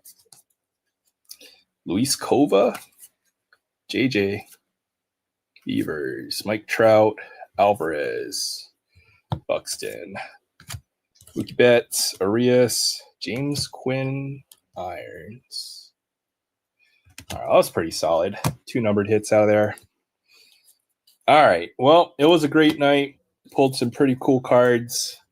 That jumbo box was fire. 2 autos, 2 relics. I think there was like 5 or 6 numbered cards total out of that jumbo. So probably one of the better jumbos I've seen, that's for sure. Nick Kurtz auto, big pull of the night. So, all right, everyone appreciate everyone stopping by. Still have 10 people in here. You guys are great. Happy 4th of July. I hope you guys have some great times over the weekend. Relax, take care, and we'll do it again next week probably. Until then, see you guys later. Catch you guys later. Night, everyone. Yeah, I'll hit you up on the Facebook. All right, take care, everyone.